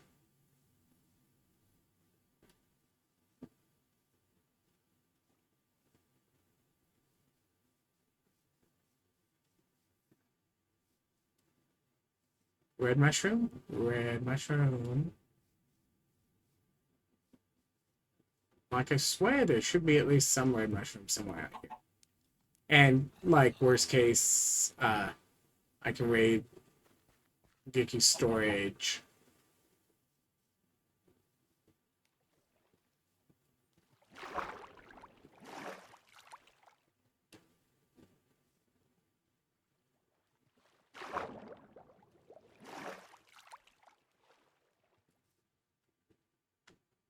Hmm.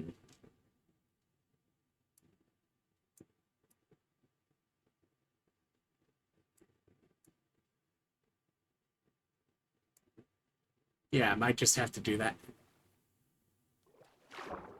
Oh, I literally need one because the point is just to make a slaughter brew real quick for going into like the first vault rather than the passive one.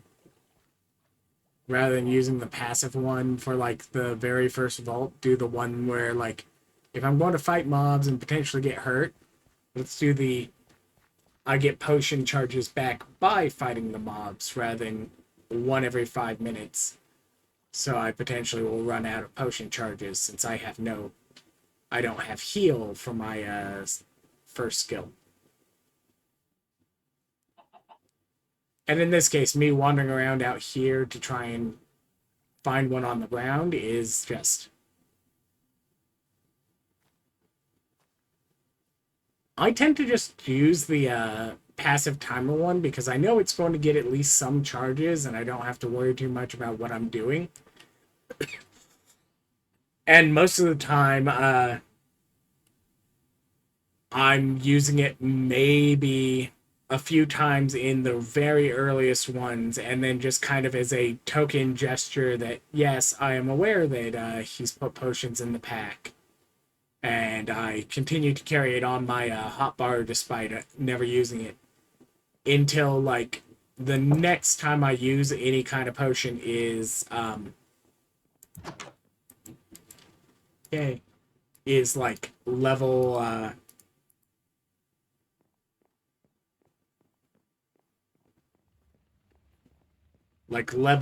50 plus, make a slaughterer brew. And specifically, to get the one I want, you have to get the archives to get either one of them. And that's because the choices for what I would end up using are... Oof, shocking. I think, actually, I'm going to drop this one at spawn, if somebody wants a level 01. For any of the late joiners. Because I think I want to stick mainly with just base damage, and I am actually rather annoyed with shocking hit. So...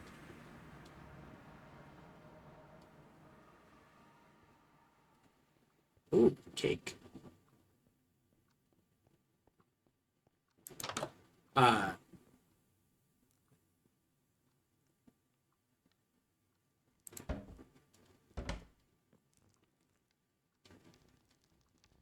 Don't forget signs when you have like little storages with things that people might want to take or borrow. Make sure you kind of label. Hey, here's clothing, here's swords, here's helmets.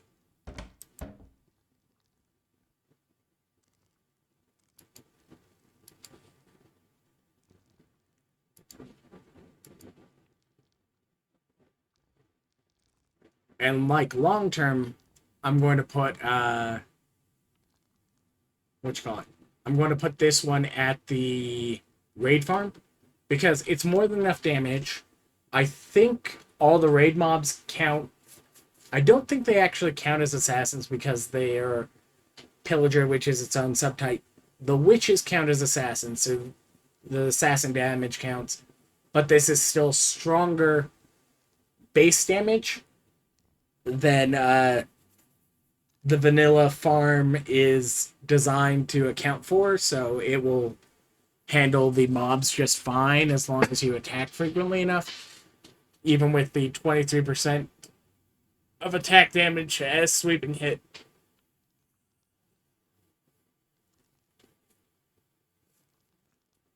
Oh yeah, and that's absolutely fine. I mean, nobody is obligated to take any of this stuff whatsoever. 0% of it absolutely needs taken. But, you know,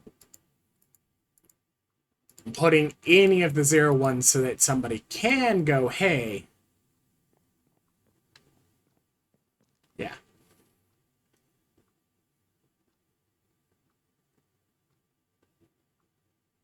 Yeah.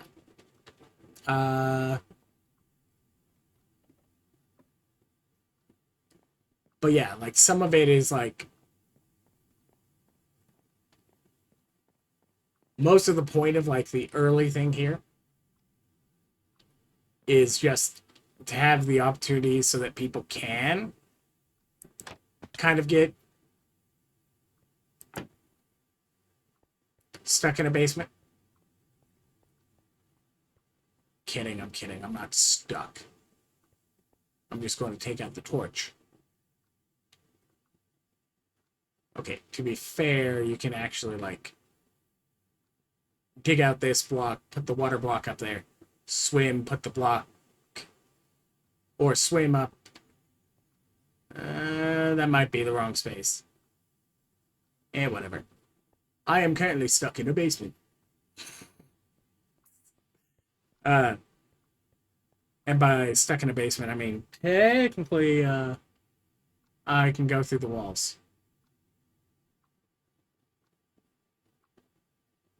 into the rest of the basement, and that's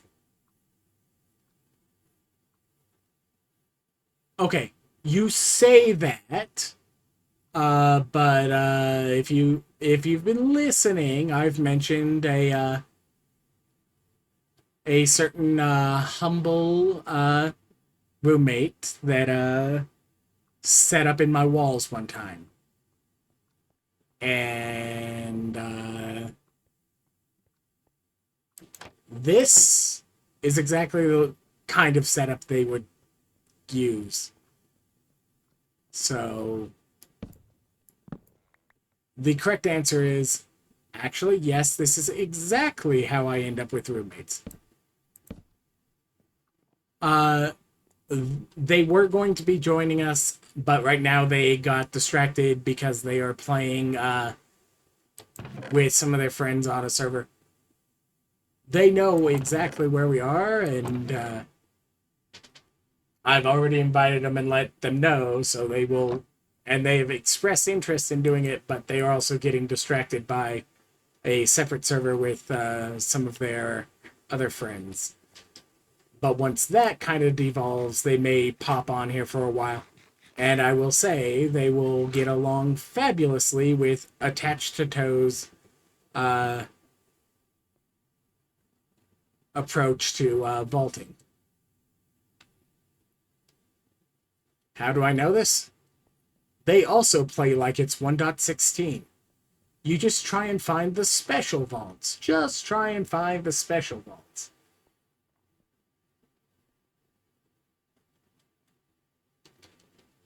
Like, girl, get you some glow. Okay, we've got some glow. We could just throw that on there. And I will add mine to the array somewhere around here. Probably I'll just kind of go like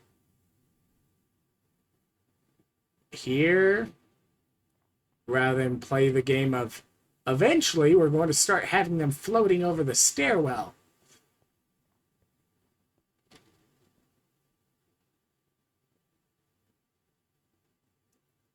That or I could start taking up the gaps. If you want to, I just haven't placed one or whatever, and I'm not too picky with where a warp plate ends up here, but you might want to avoid actually putting it inside the house so that somebody doesn't accidentally send me a zombie inside my house from spawn or something like that. Not that I expect that that's likely, because people very rarely end up actually at spawn. But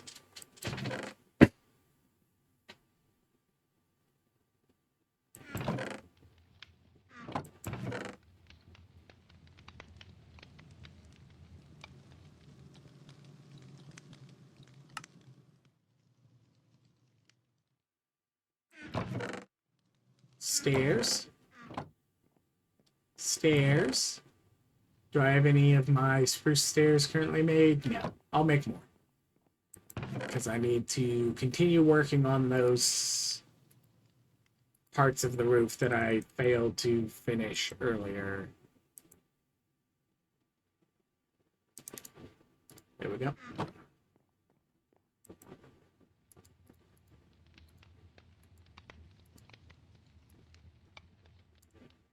Whoop.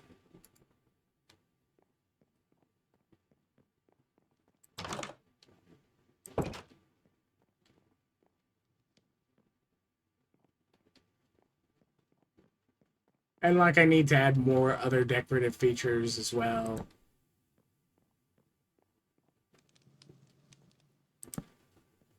Corner, corner, there we go.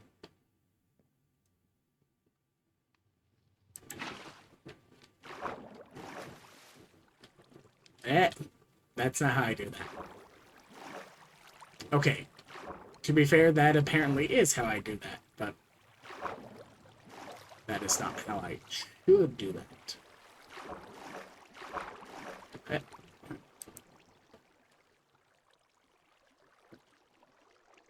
Thankies. Just pretty much wherever you think would make a good place for a warp around here.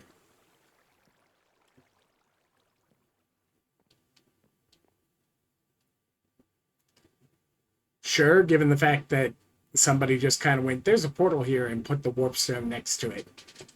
Like, you could just even put it like, yeah, like there, or opposed to it on the other side of the, but matching the portal. So, like, since it's 2 blocks over and some blocks back, you just put it at the same kind of diagonal on the other side and just, like, slap it on the ground so it's warping on one side or the other of the portal.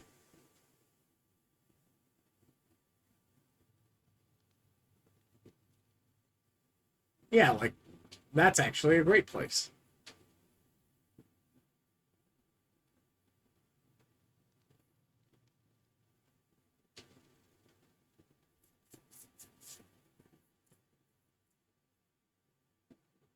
Cool.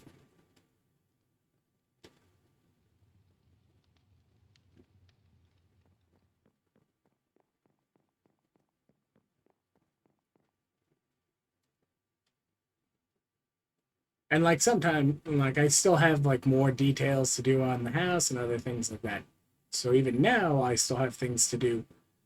Well, the patch can't be put in because of the script issues.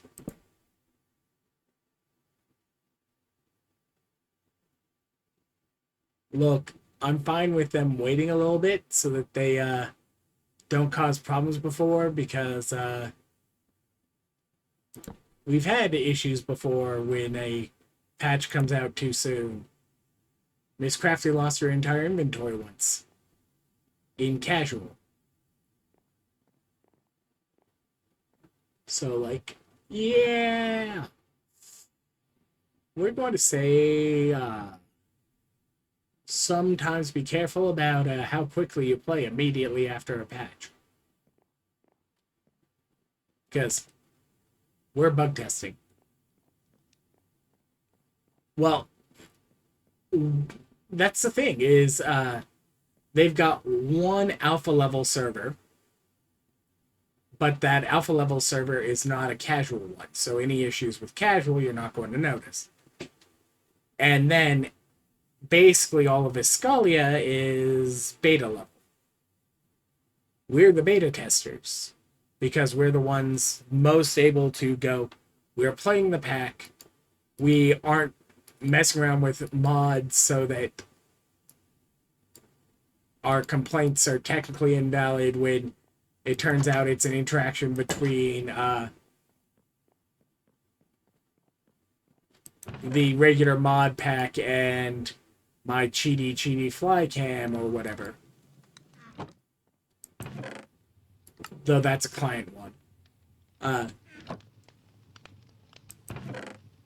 Because they control what all is on the server, they can more clearly say, okay, if we're getting issues on these, we know it's something to do with the pack pretty much entirely. And then go, because of that, and the fact that we're already attached to the Discord, guaranteed we're attached to the Discord because we're in the community, we can put in the bug reports, and that lets them have us essentially beta test and find the bugs that they just don't have enough people checking for. Like, do you know how long some of these bugs exist for before anyone even thinks to mention it with us at beta level? To say nothing of the people who are like, shh, we don't mention this buggy little thing that makes things better for us. Because we're not trying to let other people get that. But yeah. It's just harsh when you get things like that. And like it was... Like we were already sharing resources and stuff at the time, and like the devs now are much better about making sure whenever something like that happens, they will get you your stuff back. It might take them a couple hours just because if you're, say, in the Canadian servers, you might need to wait until like 11, 12, 1 in the morning before a dev can be online. And that makes it a little bit hard to get your inventory back quickly, but they will get it eventually. Something, something. I have a screenshot of ACG on the server. And other moderators. Look, I have like the exact same impulse to everybody whenever I see a name I don't recognize joining the server. Welcome aboard. And then like ACG's like, yeah, I'm here to fix the inventory issue of whatever their name is. And it's like, oh, yeah, that's fine. Still doesn't mean that I can't say welcome aboard, right? Like, okay, you aren't here to play, but you're still here on the server for arguably the first time this season. But I have definitely greeted devs logging on to help out people with, hey, welcome aboard. You're clearly new. You're currently at level 0.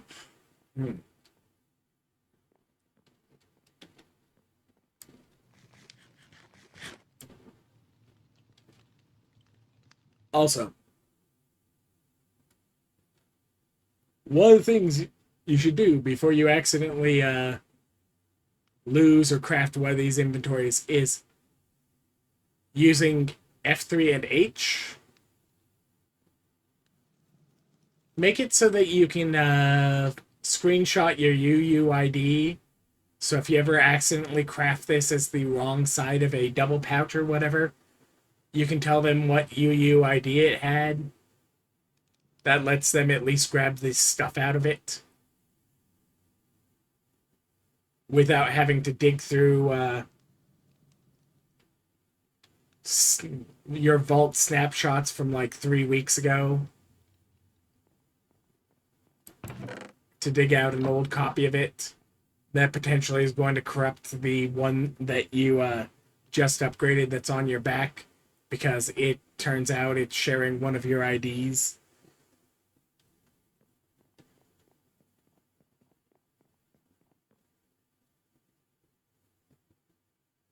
If I sleep, he might teleport into my house, and then I have to deal with another random trespasser. Sleepies. But yeah.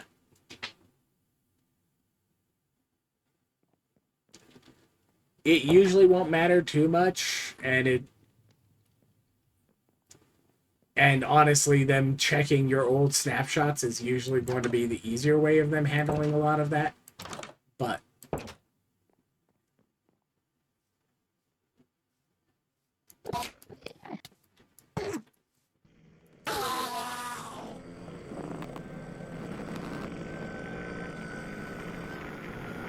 look, he's on my lawn. That's technically trespassing. And since he wasn't running away, he wasn't retreating, so I was not required to stop pursuit.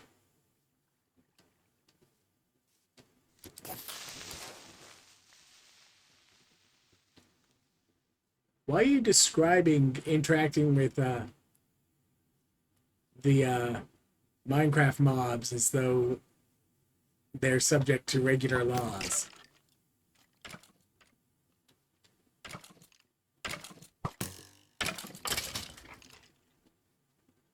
Aww. No ambient music disc. You can get ambient music discs from aw. I need shears with silk touch to pick those up. Okay. Bummer. You can get ambient music discs from skeletons shooting non-creeper mobs to death.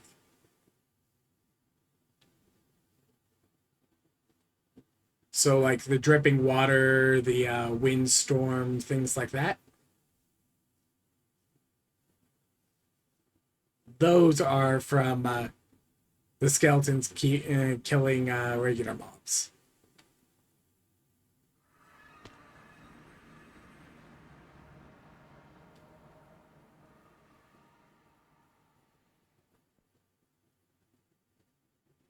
That works.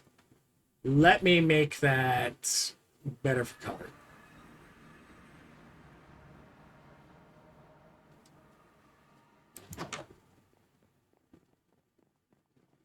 Let's see. Glow ink.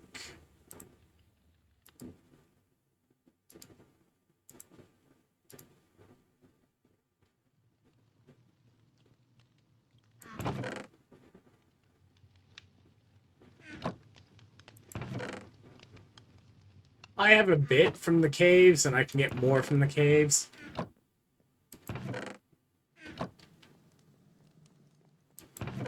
And, like, heck, it's not hard to necessarily make a farm for it. Given the fact you will accidentally make a glow ink production using water to push mobs in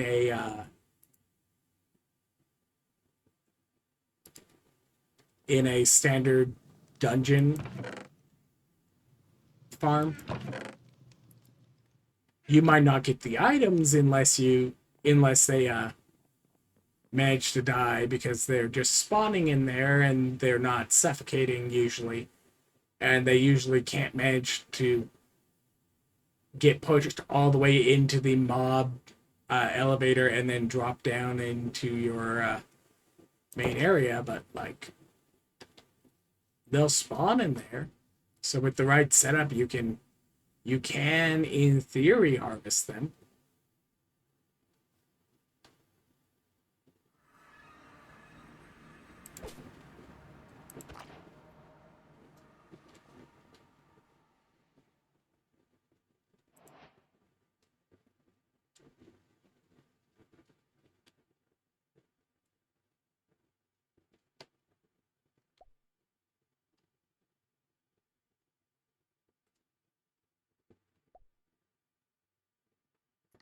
There we go. That will bug me a little bit less. White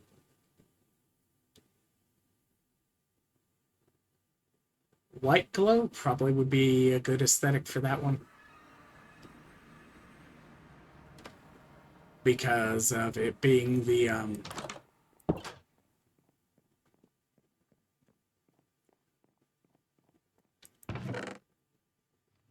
lighter color being a whitish color for those. Glow.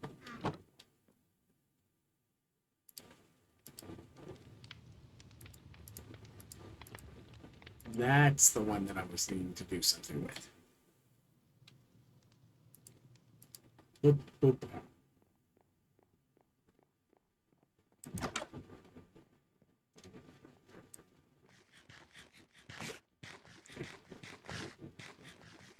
At some point this season, my food source needs to stop being Les Mis. But for now,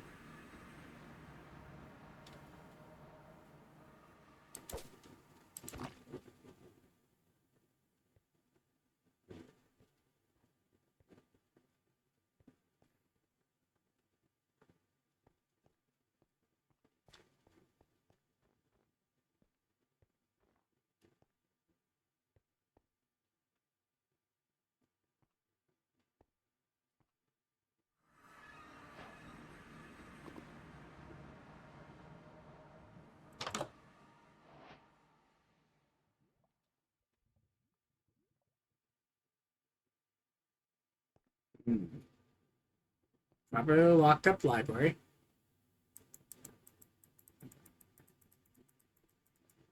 Because there's not even a button.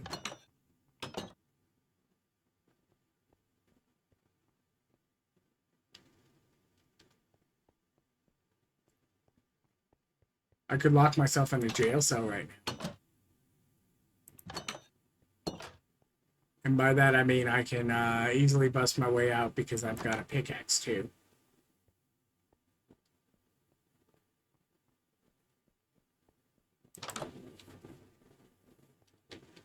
Look, this is the point. The point is to get distracted from time to time.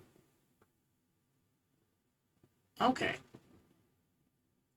Which means there's probably one here-ish, which arguably means it's actually pretty close to attached to Toe's main base, and then one this way. Ish. Vault geode. A zombie broke one of the doors. I was like, why is there an item there? Yep, that tracks.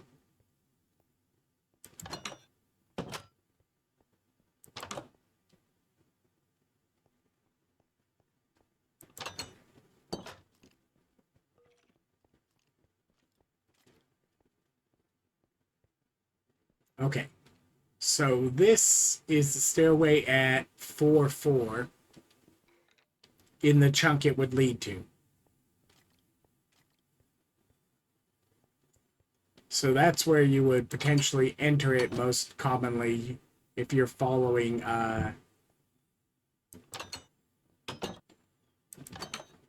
the Eyes of Ender to it.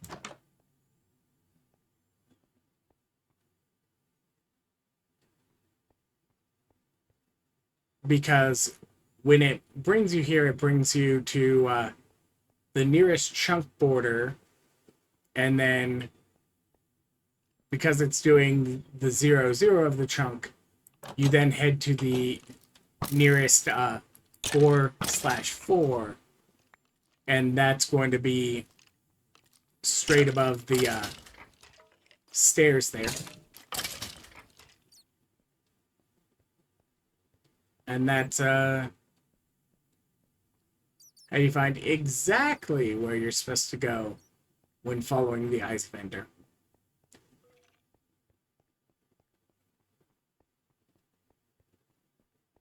As opposed to, like, digging vaguely in the chunk and then managing to go through the air gap between two hallways or whatever that commonly happens.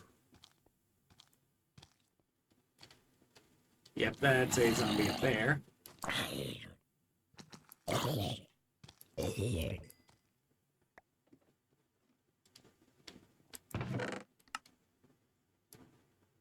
Yoink.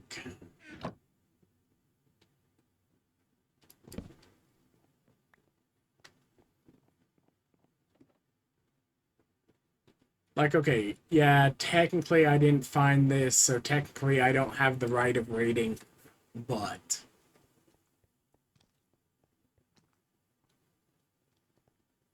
I'm in your stronghold, stealing your apples. Okay, I don't expect that anyone actually would complain about me taking some of the chests for the stronghold.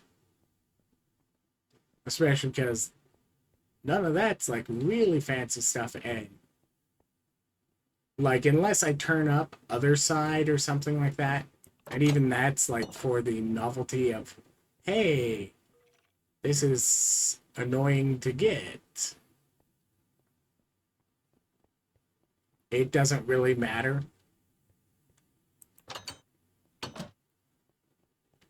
Especially not in this mod pack.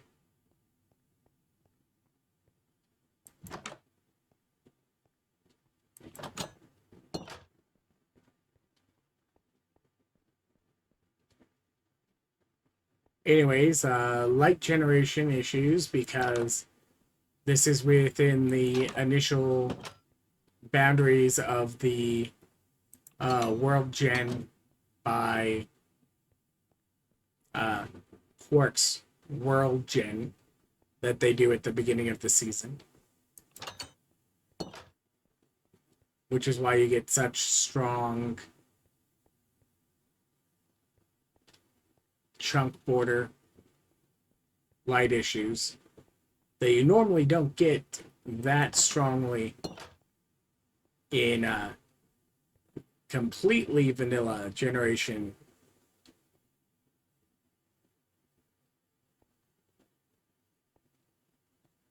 But because it's generating each thing chunk by chunk, that's also probably why there isn't a button there. Is it popped off between the two chunk generations?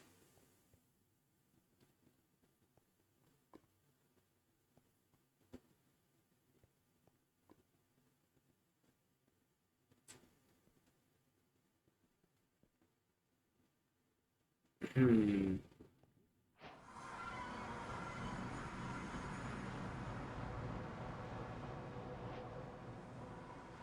This is fine. This is fine.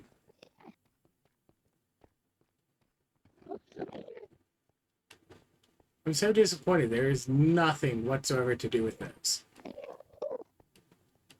Like, the dimensional shards don't even get used for anything.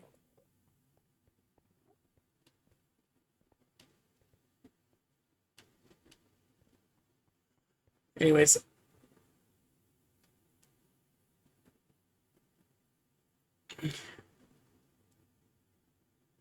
what do you mean it didn't refresh my food? It's fine. Walking into the vault does.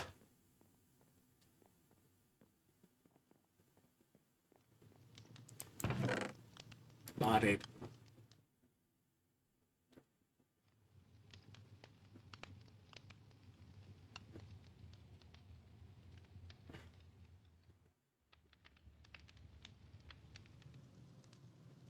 Okay.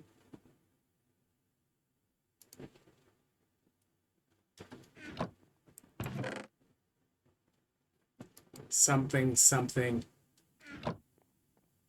He doesn't want to have vault resources out in the world. Uh, Accidentally leaves new Matacraft craftables in slots.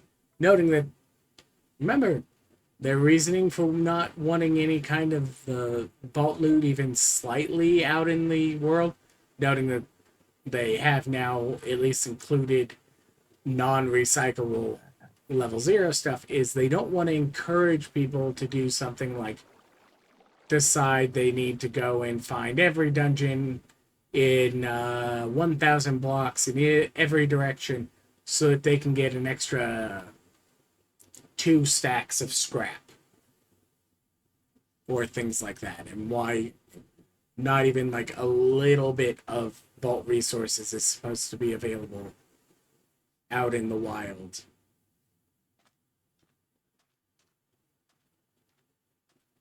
And like, okay, there are some exceptions. Things like raiding the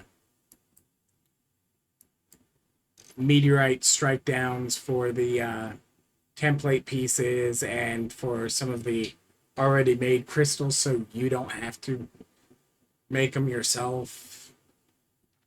Like, okay, yes. Those are in fact part of the play for that specific mod, the same way as collecting nickel or lead ore out of the ground for thermal is. And those ones are supposed to be there. But like some of the materials, it's like, no, you're not supposed to have materials out here. With the exception of maybe like the Black Lotus and things like that. It is nice. But like some of the advanced craftables, like the agitator, probably should have gotten taken out. Not that you can use it before you unlock the mob stuff. I think. Because I think you need the mob farm, the actual mob farm stuff. Plus, it only works on the vanilla spawners. And the ice spawners are already fairly decent. So, like, I don't think that's going to be an issue for us, but you know. And those are simple things to overlook. Like, when way back sophisticated storage accidentally, or sophisticated, not sophisticated storage, the sophisticated backpacks accidentally reverted some of its default settings, and for a while you could accidentally get a zombie with a backpack on it that might have a jukebox upgrade, or you could accidentally find one of the magnet pickup upgrades that are disabled in it that are essentially a short range magnet built into the pickup upgrade. And it like makes very little difference if we could craft one of those in Vault Hunters past about the first 3 vaults if you're unlucky at finding them. Because, like, you'll get a magnet pretty early. Potato. Pats.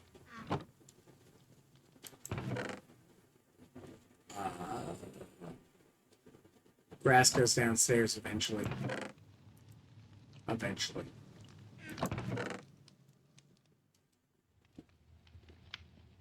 Seven.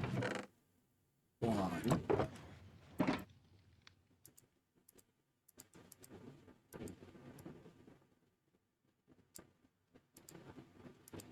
Dispenser.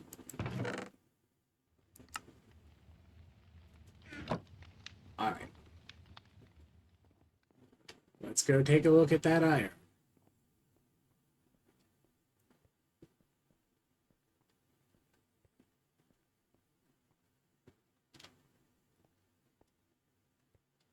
But yeah, I do want to potentially make a slime farm also because I'm in the right biome for it. But we're going to deal with one project a day for this one at least. Iron. I should probably wander over to Gicky's and work on some of the storage stuff.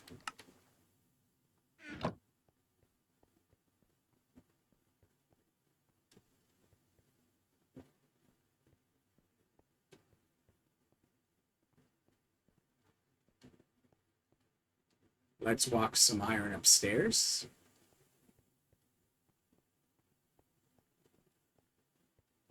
I can paint this town red and more red and more red and more red because I've got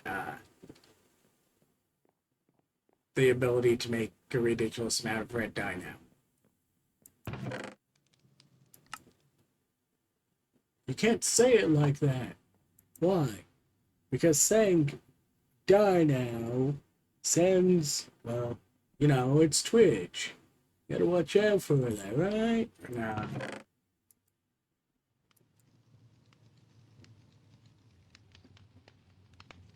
Confusing Twitch's AI overview stuff. Oh, but you don't have it on.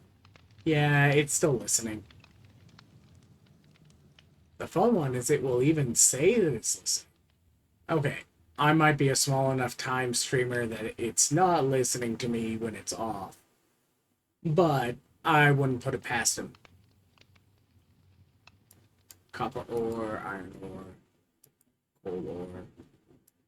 Nah. We're going to keep those because we do want to make an index for them later. I'll break them down later. I don't need to break them down now because I'm not needing the resource right now.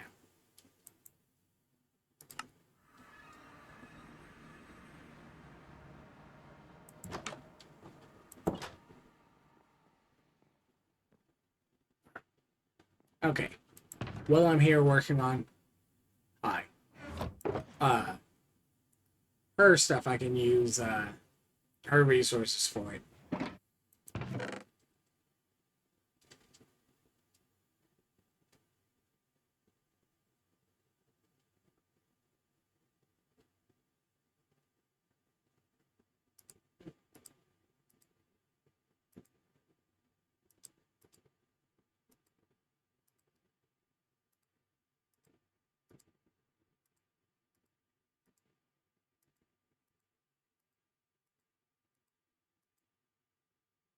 No, I don't know why she puts them in that order, but she has apparently organized it in that order, so I'm going to respect that order, no matter how much it slightly pains me.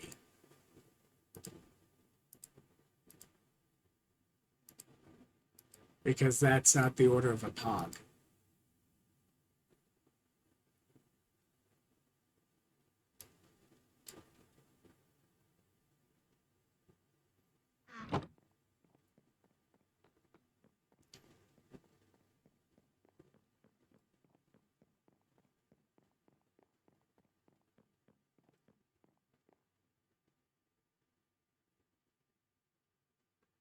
Okay.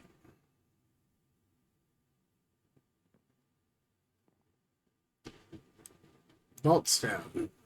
Vaultstone. Vaultstone. And then she said,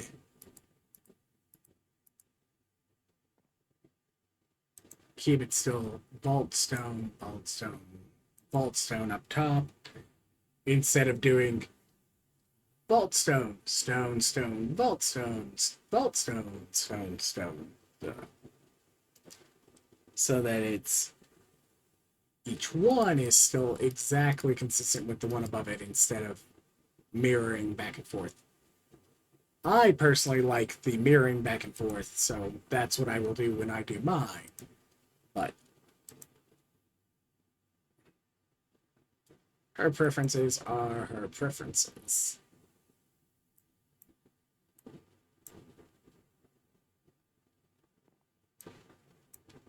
Echo. And then it's Painite is the more common of Painite and Alexandrite, so it gets to be lined up with Larry. And there we go.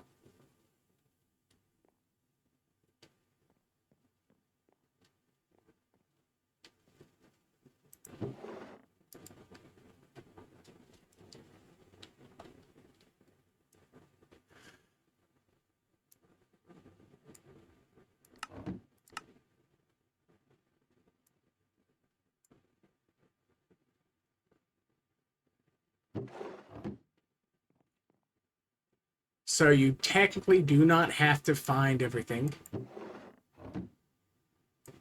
to already set in your index if you need to. You do have to come in here and do this, but you can set whatever.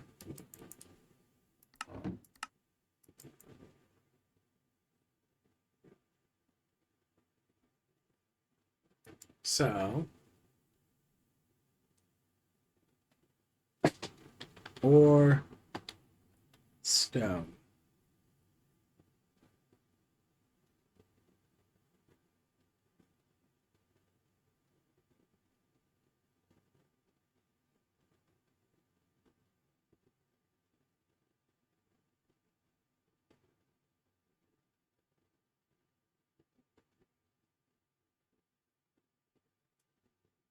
But I can come in here and go like this. Back in the drawers day, you couldn't set memory like this. But because of the fact this is a that's actually the fun thing is you can save the drawers, so you could technically have a big old list of these saved on your account and like load in each of them.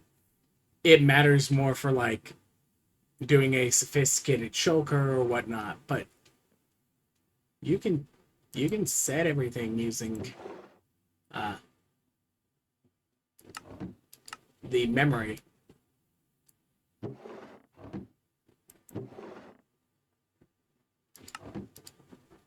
Because this is also a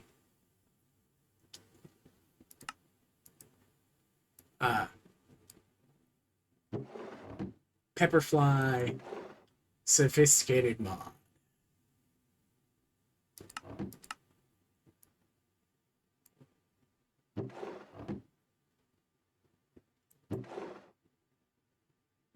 it's still easier to set things just by actually having the items and putting them in.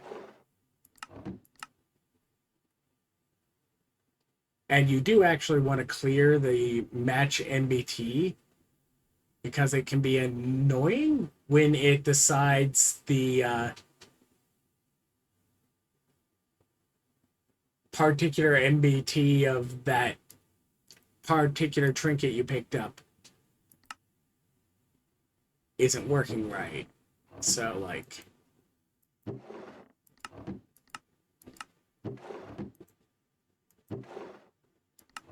Now, is this an easy thing to go in and do? Not really. But the reason why you also want to put the ignore the MBT is like if you ever do anything that you get from a rune boss in those complex datas can accidentally end up with an extra NBT tag. Same with like when bought from a vendor,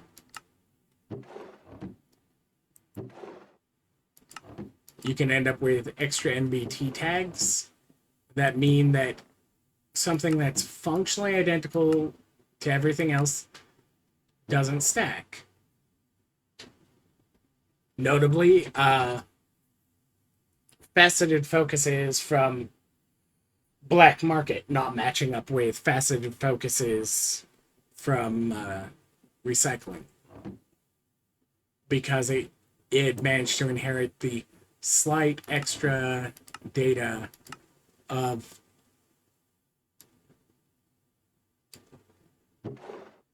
being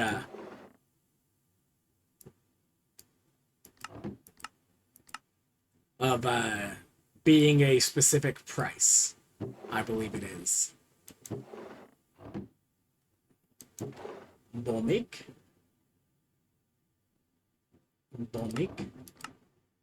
But yeah, back in the day, and this is one of the reasons why we've been keeping some of these, is for the long-term index, because you did have to do this. You wanted to have Echo, Stone Echo, somewhere on your wall for the aesthetic. You had to keep a Stone Echo intact and come over here and put it in your drawer and set it.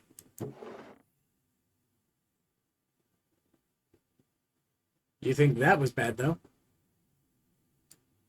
Diorite Echo. Only available for a limited time. To be fair, the one diorite one I didn't get during the one update where the trolley one was out there was Sparkle Tea. So I have an array that included all the diorite ores too.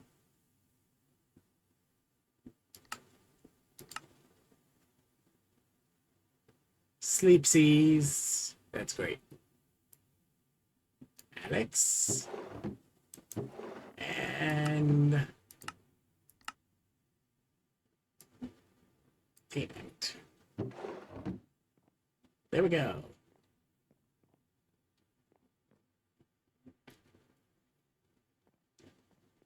Now the next step. Ado-do-do. Ado-do-do. Ado-do-do-do-do-do-do-do.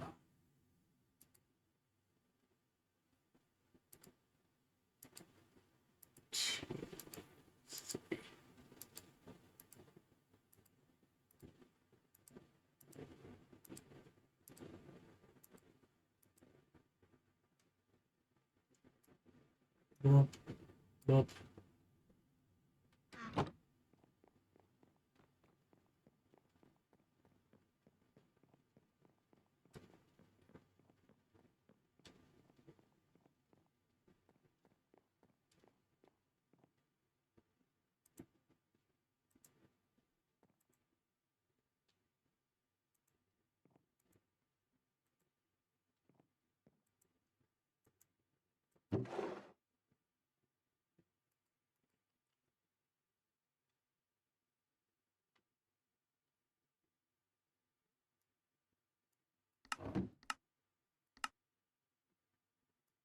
Okay, I don't think there's any way to end up with the gemstones with extra MBT, so I'm not going to worry about that.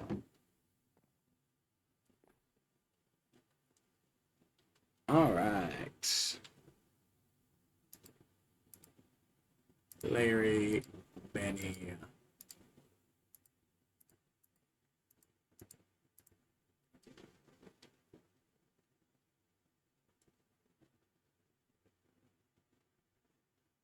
Have a good night.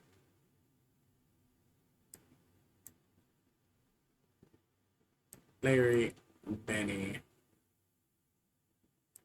Payne, Alex, Opal, Echo.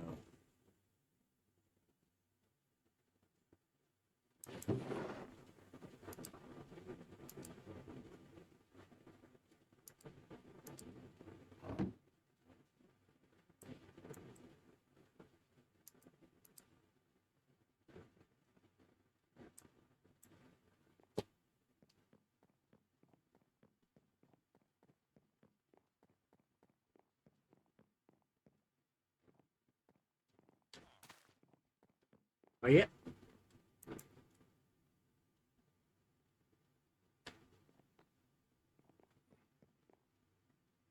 Uh,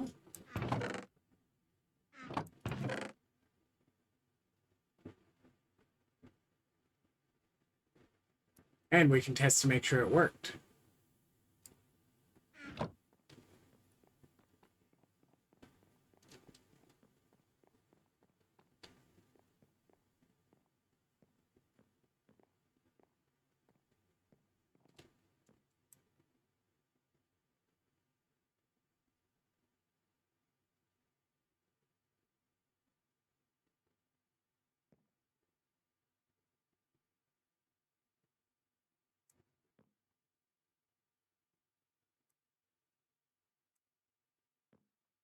Yay!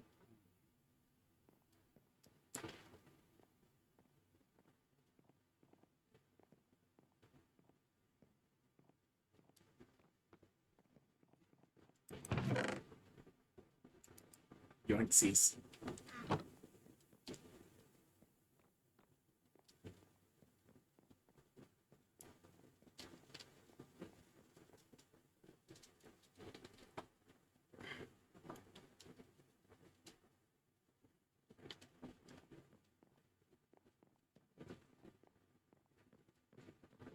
Yep, 60s.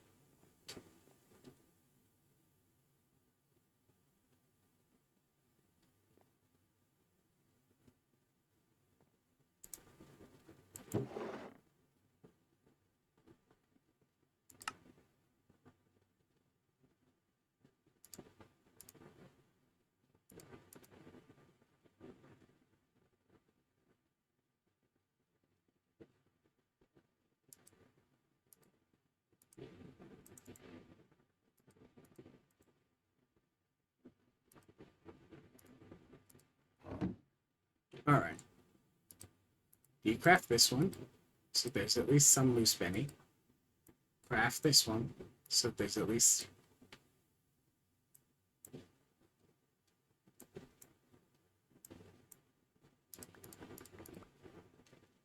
And Good morning. Oh, no. Well, just for me, good morning. yeah, it's morning for you. Yeah, that's true. Guess yesterday I was thinking about I should stop playing. Did you know what's happened for me last night? I lost my coin pouch in a vault. Oof. Yeah, it was over 600 gold in it, and now I have nothing. So now I have exactly the same amount of gold like you. Yep.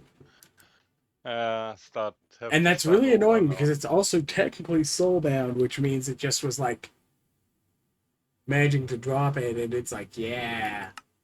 Yeah, I don't understand why there is not a slot besides the magnet or something where you can put your comb pouch.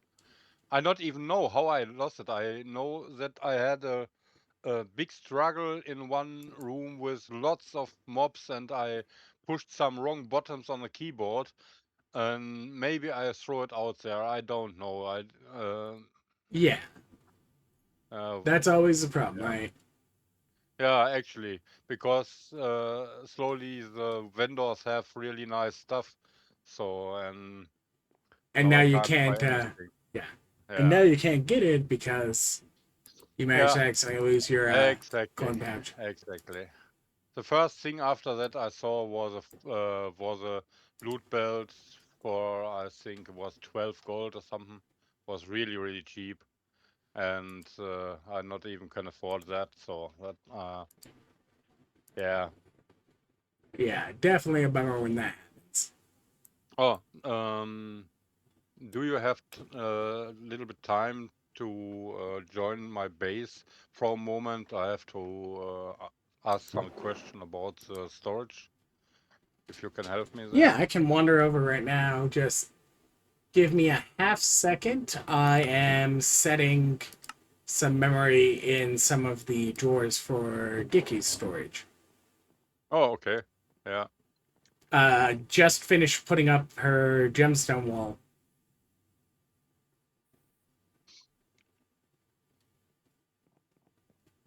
Now, she knows where that's supposed to be, but it still might be walks into her base and wonders where all of her gems have gone for a half second.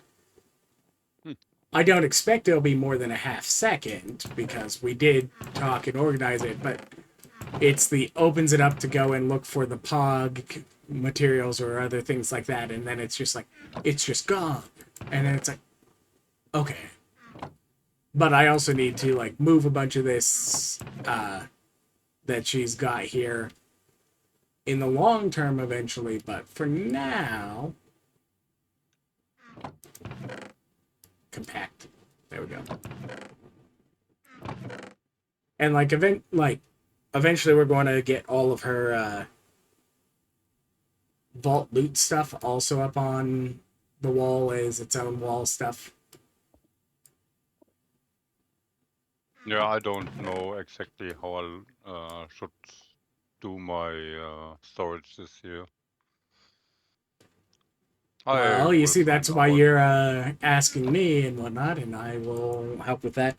Given the fact, I've been the primary storage person for 9 seasons for a lot of, like like I've never had somebody else doing the main part of the storage.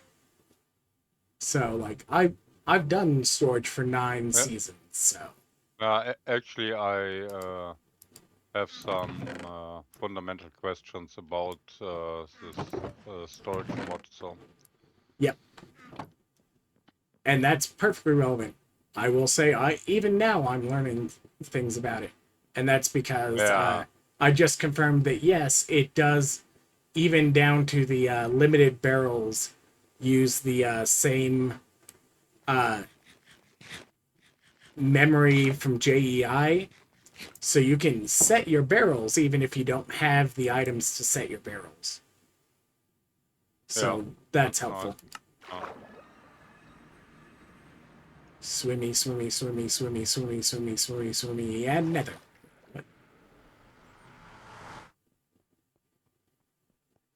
All right.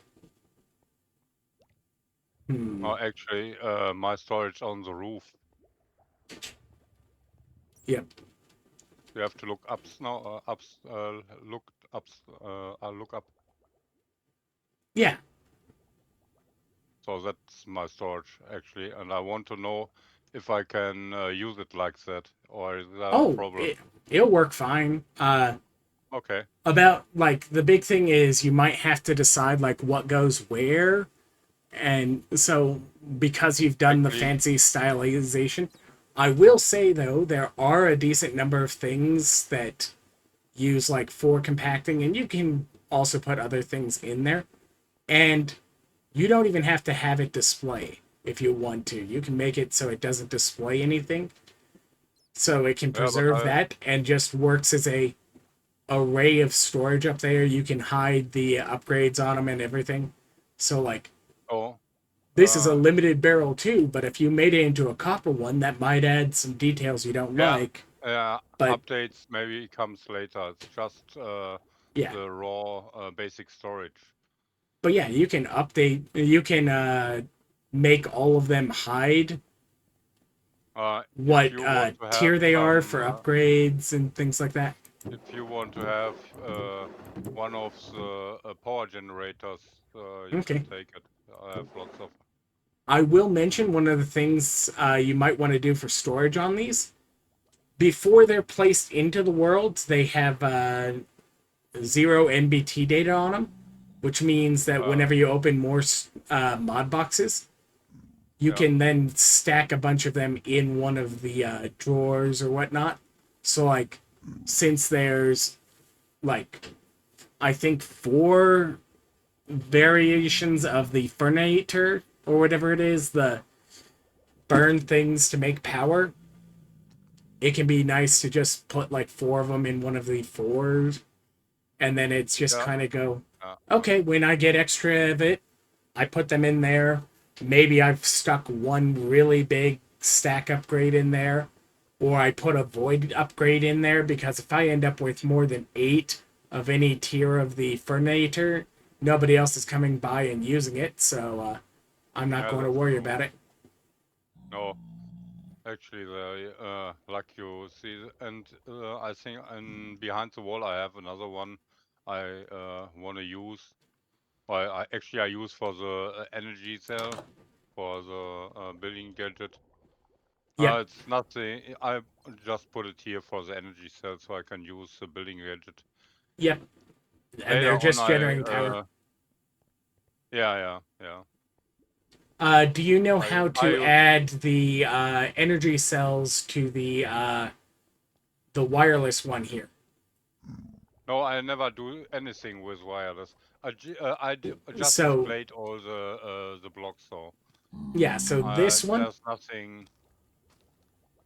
Hey, So if wait. you want to know how you can add the capacity to this,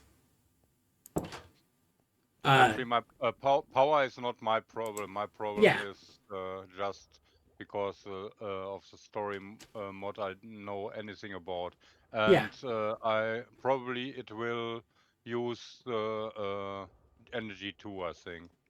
So, do you that thing up here? It says modular router. Is yeah. this that's from what mod is it?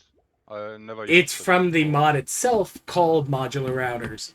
The Okay. key is it has one buffer space that it could have an item in, which in some cases might be the item it uses. Like you can So use the water bucket, and a certain module can place the water bucket in the world. You can also use sender modules to send it so it's to the it's nearest inventory in a so distance, or a specific modular inventory, or a so modular specific inventory router any place. so So modular it's router a actually is to move items around and most commonly short it's to move items around. It can also be yeah used as an auto attacker, block placer, and is a that block the mod breaker in different ways. where you have the player killing plates for the mob spawner and stuff? That's dark utilities. For Oh, that's dark this, utilities. you can use the activator module to have it attack if you stick a sword or an axe in the buffer. Of course, with the vault swords and things like that, you might also have to make it pretend to be a specific player using the security upgrades, which whenever you craft a Oh, security upgrade, you can then make it wait a pretend to be you, and then it uses your stats. wait a moment. I have a present for you if you want to have it. Well, where I have it. I say if you want to take 3 of these.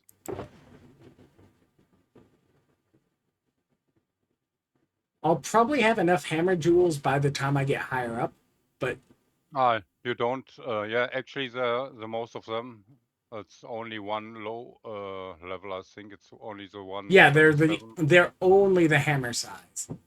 And I Yeah, will yeah, note the lowest one there is actually the 37, but most of them yeah, I can't use until mid 50s. But I will also say that with how I tend to run jewels, I will almost certainly have all of the ones I need by the time I make a okay. hammer, because I usually don't make the hammer until echoing at 80. Ah, So, okay, okay, okay.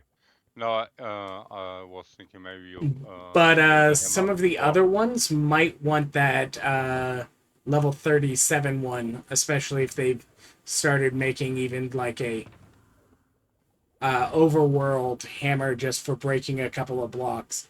So Yeah, I might say just mention that you do have a level 37 hammer jewel. yeah, that's true, but just one. Yeah, But yeah, I used lots of Wild West rooms yesterday. So I had finally I find a second gilded chest. I don't know what it's called. Let's yeah. have a look. Yeah, gilded chest scroll, and I could make the first Wild West room, and with that one I get 10 more gilded chest scrolls, and I made 5 more. So that was quite funny. In one vault, I put one inscription with a Wild West room on it, and it was back to back a second one. So I called Kiki to help me looting the 600 on H's. Yep, I That was was funny. watching your stream at the time, so I Oh, saw you okay, guys yeah, yeah, that was looting it, funny. and the fact like Yeah, you guys did not have the storage for sure, that yeah, on sure. your Well, players. But yeah, uh, I did the next mod yesterday, Kagirium, for all. Kagirium, which is the Yeah, yeah. uh, mob equivalent of botany pots. Yeah, yeah, exactly. I like that mod really much because it's so easy and it's really small. So, do you have a mod you would like to use right now? We don't have uh, researched. Not right off the top of my head. Although, like, I personally, when I like making things with, I'm not a create person. I like the thermal ones because the thermal in the big mods, because it is relatively straightforward and self-contained blocks. It's a little less powerful than mechanism, but it does have a lot of the it will do basically all of the things that mechanism does at kind of the basic level. So I like that one a little bit better, and it has slightly less kind of like really annoying steps for making its different things, but it's a long way off before I would really need access to it. So, and I think some of the other Oh, people might ask after create for some of their yeah, create farms sooner than that. yeah. I think Kiki don't want to make something with Create. I know. I don't know Amanda, and Yep. kind of. I always forget his name. He not even responds on my requests, and I don't know if he don't like me or what. So Some people just don't tend to respond to people too much, and some people yeah, like really like talking. Like, hey, the guy who's deciding to stream 100% of all of his playtime might like talking to people, yeah, especially if he is the one who personally made sure to go, hey, we should try and go on this server together. By the way, your soul shards are backing up. yeah. I know. Tons of, yeah. I have to take them out. But doesn't matter, it's unlimited space in the Soul Harvester, so... Yeah. One thing you can actually do is make one of the wooden backed stack upgrades. So you've got a base over here, and you can craft. Do you want me to make one into one of the stack upgrades? Because I've got it unlocked, so I can use your materials and add a stack upgrade to it, so that it will store the stuff better. Which one? That barrel. Like, yes, you're not doing too much with that barrel long term, but you might as well. Yeah, but what it's different to the stack update because there are stacks inside, so... Well, And you see, each of those slots actually, can have like 256 or more in it, so it's just kind of like... Okay, yeah. But no, actually, if I have a pick like that and I want to take out the stuff, it needs longer, so better not. I have to take them out soon, so... Okay. So... I can also make you a modular router that will just throw the soul shards at you when you flip a lever and are standing in front of it. It's not perfectly fast, but it's still like 10 stacks every second at least. That's not priority. Oh, yeah. Over here I grow your brown mushrooms. Probably needs a little bit. Well, that's one way to do it. My thought process was since you've got botany pots, if you set it in there for even just a little while, you'll generate a decent amount of botany pots. I not even think about that. I want to make some botany pots today anyway, so... But yeah, I've got a few brown mushrooms in this, but yes, I do very much like the vanilla farm for it, and that's great. Not to mention the vanilla farm here too. Yeah, that's true. If you want to have something unlocked in the research group, you don't only just need to let you know. Yep. Have a look in here. So we have some. Yeah, we might have a decent amount of knowledge shards, and we might be able to afford the vault diamonds for that. I also look at that and I'm like, why is the Larimar compacted in there instead of the Beniotite? It's just 14 Beniotite, so yeah. it's only one compact one. So that's my that's the problem. That's your current bottleneck is you haven't. Yeah. You've got 4 more Benny gems up here right now in this one I'm looking at. I know. But like, yeah. Normally I put them in there. If I have more than a stack, I compact them and put them in the shulker boxes. Yeah. And that's one of the reasons why also getting like the barrels going might be helpful. I love how you have like some like low level crystals still from who knows when. One thing I will mention, if you aren't, is you don't necessarily have to use those directly. Oh. You also have the option of crafting them into dolls, which don't care about what level the crystal is. It just cares that it's your crystal and it's still modifiable. So you could craft a couple of dolls if you ever wanted to throw dolls at somebody else so that you get some loot off of their vaults or whatever. I gave Amanda and Kiki a totem to do a doll, but they didn't make it till now. I don't know. They haven't gotten sent back yet. They'll get around to it eventually. They tend. Yeah, it can take a while. I like dolls pretty much in if you run ore rooms or ore walls. So you get, if you put together for a knowledge or something, you got double amount of ores. That's quite nice. If they didn't change the doors, it's 1.5 year I used them last time, so.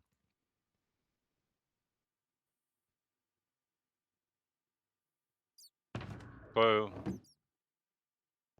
yeah. We have yesterday who is the Wild West rooms and oh yeah. Oh, hey, that's quite nice. Thanks. This is the de-looting trick that you're I always don't supposed to even learn know. early, which I is don't. that you kind of throw it on the ground. Anyways, you might have gotten just some loose dust that How isn't do you compacted yet. throw out whole stacks? I That's press control at the same time as the G whatever cube. button you use for your Yeah, throwing stuff it's out. cube. You use Oh, it's Q. I've stuck that's cube. mine on semicolon, which is like on the far side of the keyboard from the rest of it. So like I'm never accidentally dropping things. Although I will say I have dropped at least a little bit of the soul dust instead of the soul shards, and you might just need to Yeah. stick it back in the barrel to get it to compact into your soul shards. But that's I also the quick way of unloading it from that. yeah. Don't look at that chest. It's my working chest. That's all the stuff inside what I have over and I'm still using, and that's Yeah, it's your current work projects, which like yeah. project chests are project chests. They're perfectly reasonable to have. Wand. That's true. Uh, How do you like the inside of the monument now from the spacing? definitely like having the conduit like visible in the ceiling. It's always nice to have that for the style. And it's high Nice enough big to grow open. trees here. Yeah. Yep. The one I grow nether trees, and I was crimson tree, and I grow a crimson tree, and the stem goes up to the ceiling, and And then all the stick some of the stuff out in the water. Yep.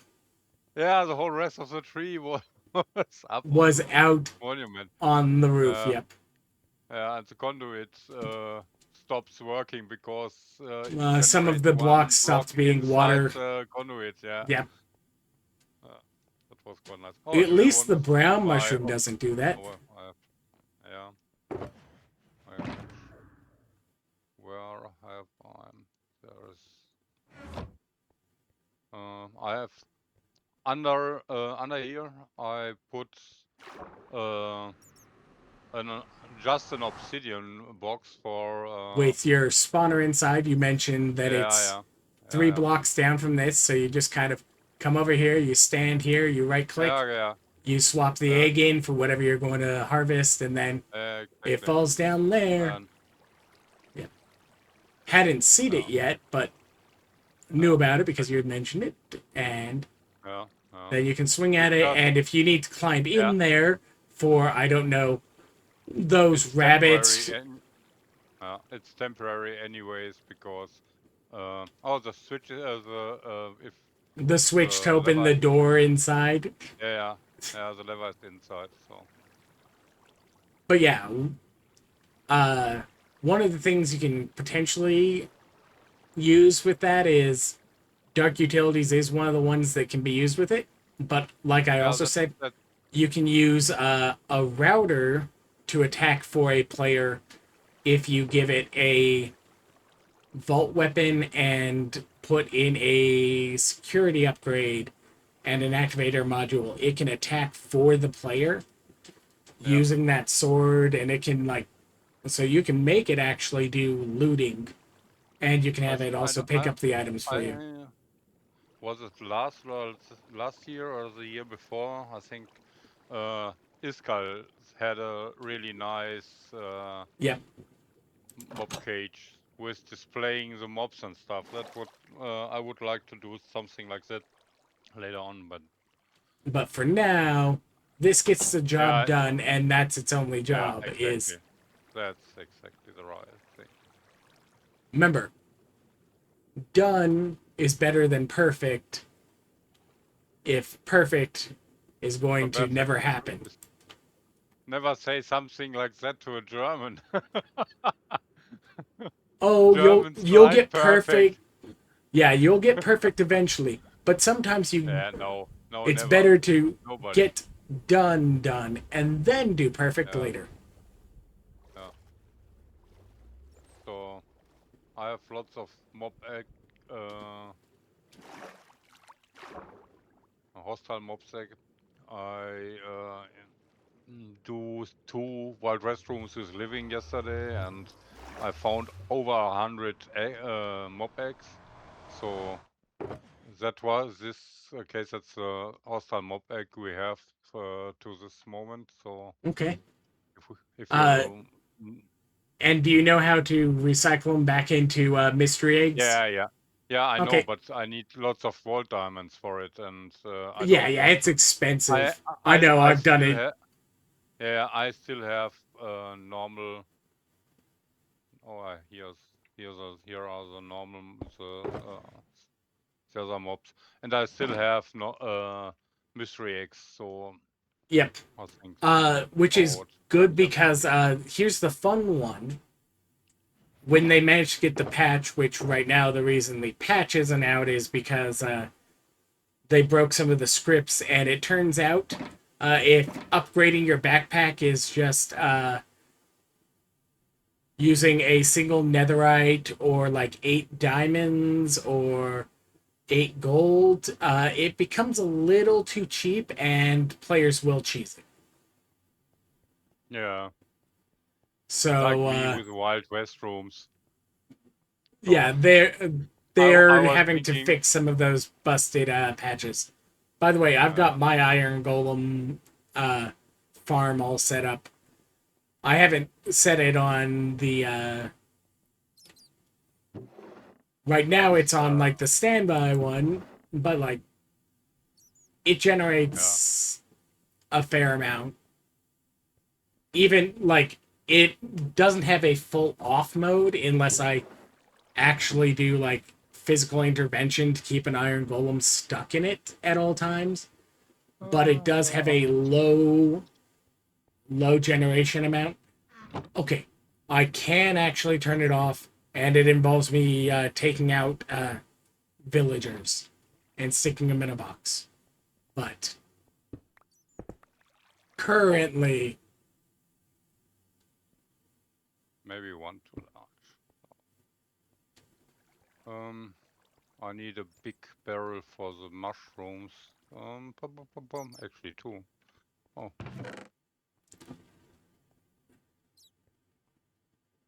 I have 2 of these ones left.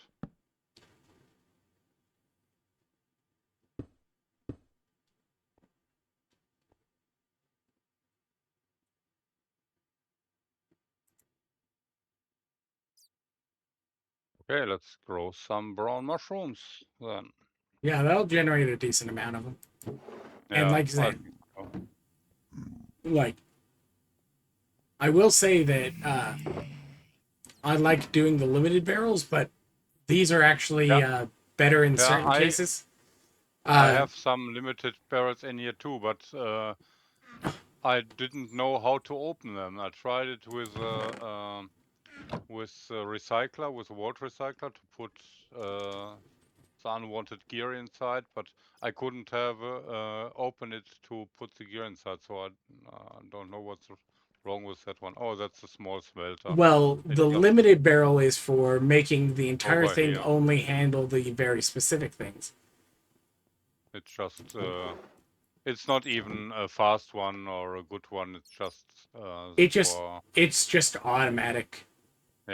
Hey, I It's just mean, you've got automatic put lava production, which is still useful. yeah yeah. It's for the actually it's for the furnaces. So Hey, I mean, we've had cases where we had to generate extra lava for things that we needed. on my real world, my private one, my other first world, I have a fully no, it's fully automatic, but you have to stand there to take the lava out. But it Yep. has 72 cauldrons of lava, and they're circling around. So you stand on one place. And it Can be cycles the entire array. yeah, Yep. actually with AFK, so you get three new buckets, and the full buckets falling down and would put in Yep. a shulker loader and stuff like that. I was really proud because I find out all that stuff without any tutorials or something. So Yep. um, they are moving around the cauldrons over two storages, so that was quite nice. Yep. So Uh, that's going to make roughly one mushroom every minute. That's the Yeah, I'm timing for here that. and Which, I mean, anyway, so in this case, two of them. It's 1,700. Okay, it's not actually like 1,700. I think. Let's see. 60 an hour, 120 an hour by Yeah. 24, it's 2,640 Yeah. Like a I, day. Yeah. it'll be like 3 hours should be more than enough. So like, We will if find that out. runs for like 3 hours, it will be more than enough Oh, for the farm. well, I don't know how many do you need. But I have some in here already. Yeah, it's not that much. Well, the big thing is it's a matter of it's filling up all the spaces in an area, and I can't remember whether or not the room itself ends up being like two chunks on each side or like three chunks, but it has to do So you with need how far away a slime can spot an iron golem. 48 by 48. That's not that So that many. might even be close Just to enough already. So 2,000. Yeah, so maximum one shulker full of mushroom should be enough. Huh? yeah, Yeah, we will probably won't even uh, need that check much. it soon. And that's if I decided to like 5 layers on the farm. I don't need 5 layers on the farm because it's going Is to it be. possible to use a companion from another player? Unfortunately, no. They're locked to the player. Actually, Oh they're yeah. locked to the player based on who puts it in the incubator now, which is kind of a Okay. bummer Yeah. because the very first update that came out, they were locked to the player who pulled them out of the incubator. But if you looked at them, Okay. you could mouse over them and see what Yeah. legendary they would have. So you could go, Yeah. Yeah. I've already got my I, glued or whatever. Hey, Gicky, come over here and grab this glued because I know you said you yeah. didn't have a Yeah. glued one yet. But now you Yeah. can't, so it's like, That's it's a bummer. bad. But like you see, you get companion X all the time. Yeah, I you think get them it's fairly. 25% chance to get one. Yeah, one But fourth. And if you, I I mostly get loot goblin, loot goblin, and loot goblin. So I have I mean, it's not a bad oh, one, and it's oh, absolutely one of those ones where you want like 3 or 4 of them by the end of the season because oh, they end up with like the hour or 2 hour cooldown yeah. timer. So if you Did wanted to do like 4 vaults in a row, you would have to have four, and then maybe the first one's refreshed at that point once they're at their highest level because the longer in the vault they can give you loot goblin, the longer it takes for them to refresh. Noting that it's like level 10 from level 9 is like 10 levels after 100 worth of yeah, EXP, so that uh, takes a while. uh, that's true. Uh, I forgot. Oh, do you remember that you told me that there was this thing that if you die in the vault, your companion uh is Refreshes immediately yeah in and casual. yeah Yep. yeah it's still working. Yep. Uh, Uh, It's not something most people are going to know because casual most is people don't want still to a die. low, yeah, casual is still a low amount, and whenever you die in casual, for the longest time it was durability damage and you lost the XP. So even the casual players want to avoid dying. Once they Yeah. reduced it to only you lose the EXP, it becomes a little bit better. But because people aren't dying usually, and because the companions don't lose a heart in casual, uh, you end up with very few people might ever be in a case where they die with a companion on them to know that it leaves it usable immediately afterwards. I don't have any. Especially because even more so, players don't want to die with a companion in the regular anymore because to do the treats for healing them is prohibitively expensive right now because you have to make the entirety of a relic, which requires 20 of the relic fragments. Yeah, Which, that's yeah, the thing I don't like, that they change it that hard. And they overtuned back against the things because they were so common before.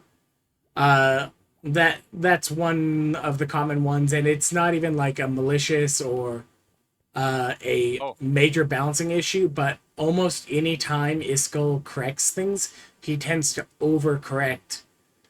So yeah, like uh, he takes away something, and instead of doing it in a light-handed, let's take 5 or 10% off the spawn rate, it might be something like, oh, we're going to take 98% off fundamental focuses or things like that. And like, okay, yes, arguably there was too many fundamental focuses and things like that. And okay, yes, too many of them and having the crafting recipe is a problem. Getting rid of the crafting recipe and maybe putting it at like 8% instead of 4% of the old count might have worked okay. Or leaving the expensive crafting recipe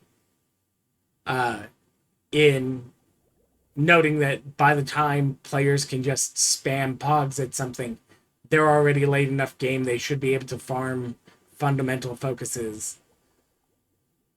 They yeah. probably could have still left in the crafting recipe that required a pog. You could have made it potentially like 4 pogs and 5 of the negates if you wanted to make it expensive. But yeah, Uh, Maybe you can tell me your opinion. What do you think about this floor here I made here in the corner?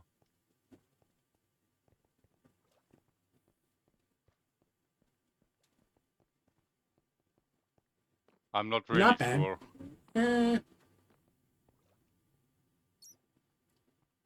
like it's not horrible. Like it's a strong set of Yeah, colors, but it's not like a that's really true. like Uh, it's not a I was really strong this is a really no. good iconic color combination sort of thing. It's not bad because it is the high contrast, but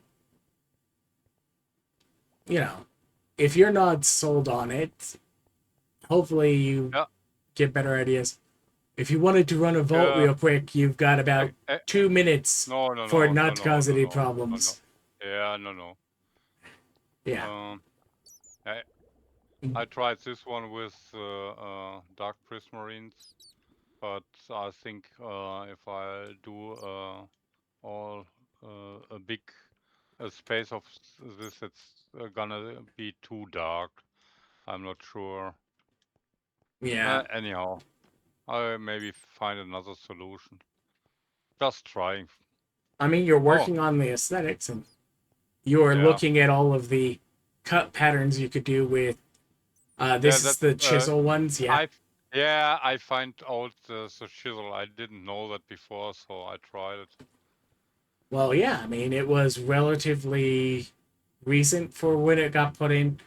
Like, okay, it's always been in remastered, but it got added in when they did Yeah. buildscapes and did the hard changeover of buildscapes instead of what was that other one? Uh, the other old block one that was generating extra lag because it was like having to render each block as a model Oh, okay. as opposed to Yeah, actually having proper that's dedicated that's blocks. probably terrible for a server. Yep. Yeah. Which is No, why I they did the normally I buildscape and swapped it out. the thing is, as I say, I just have a computer for 1.5 years now, and I like to figure out most of the stuff by myself. So I not even used most of the mods. I don't know anything about the mods we have. So, but Well, I'm have problems to learn anyways. So I have a little bit problems with my brain.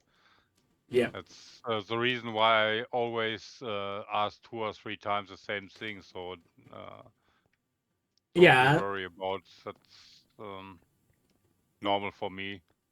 I had a working accident some years ago where 2 ton storage, what is it called? These doors where the trucks drive through. You know, I don't know the English word for them. Like shutters for Oh, windows, like but the garage all doors, the big garage yeah, doors yeah for for storage for big one commercial of the storages, big truck commercial yeah, where you hangar can doors or drive through the whatever yeah rolled for down on big you, and stuff like that. No, it falls down on me. It was on fell the down. Yeah. Okay. yeah, it falls down and hit right off my head. Yep. So Leaving you with a traumatic brain injury, which those are always no, no, fun. They funny thing, it's I didn't get a brain injury. I not even had a skull huh. injury. I had a had a bloody wound. So it was bleeding really hard, but uh, the doctors say, yeah, it's everything all right, and your headaches will probably will away in some months, and yeah, now it's 20 years. No, it's not even 20. It was in, when was it? 2011, I think. So it's 14 years ago. But since then, I have little problems to put informations from my present thinking in my remembering. So, yeah. Yep. Which is also why you end Uh, up with repeating the same stories again, but like, yeah, which is probably perfectly because I, fine. I mean, I uh, repeat uh, things constantly. I mean, uh, but it's annoying if you hear my story for the third, fourth, 7 times. eh. I mean, That's a problem because I can't actually. I now after you say it, I remember that you were in the live shot by Geeky, yep. and with the world restrooms. But I don't think on it But if you when I aren't tell thinking you, about it, yeah, it's not yeah, there in the because memory. yeah, there's the timeline is missing, you know. Yep. Uh, yeah, doesn't matter. But Think yeah, like, I'm old. yeah, if you need Actually, any help with some of these mods I've definitely worked out, like yeah, I do not sophisticated even know. storage, like the ones with the drives Uh, here. the thing I want I to know how have to do those. is is like a storage in like the versions before in combination of refined storage and the barrels. Yep. So like a real big storage, and I have one crafting grid, and I can use all the storage stored items in them with a crafting grid, and all my farms put all the stuff in the storage. That's everything I need. So, and it Yeah. can be really simple. It's no Okay. problem for me to put the storage barrels closer together if it's necessary for the controllers or something. Oh no, not Um, like this. Absolutely isn't even an issue. Now I counted it. It's exactly. Yeah. I want to put the controller on top. So,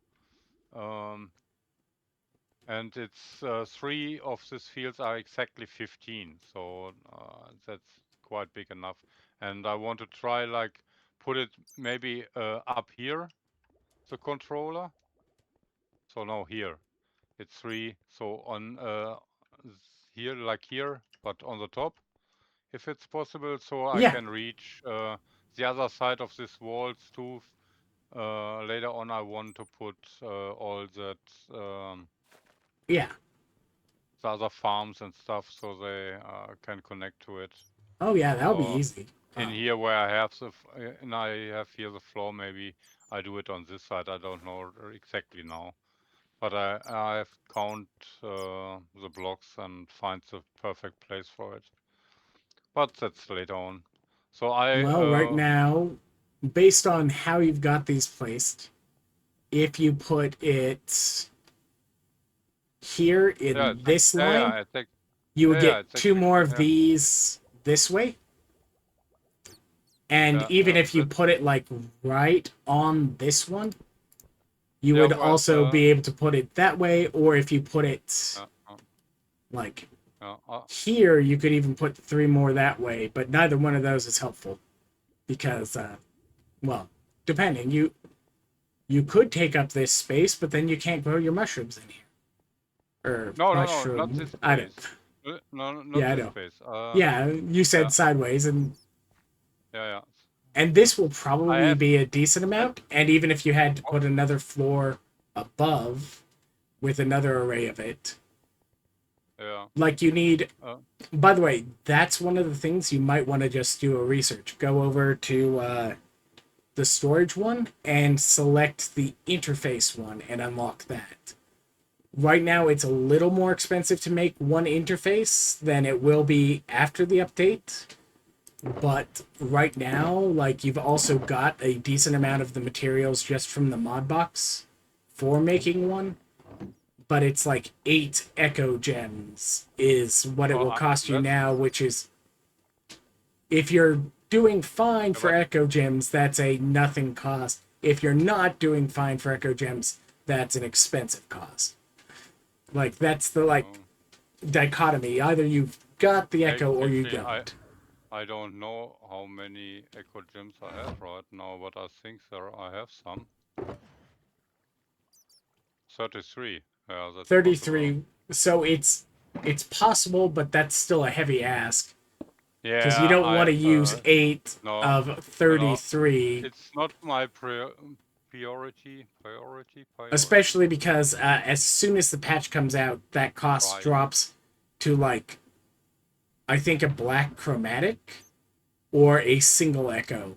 So like Yeah, yeah, that's true. 12% of the cost. Everyone loves a 12.5% sale, right? Yeah, that's true. That's why my Steam games have so many Steam games. Yeah. So I need But ice. I yeah, have to go to get some ice. but if you research the interface, that's all you would need to then hook up using the already rolled external storage you have over here.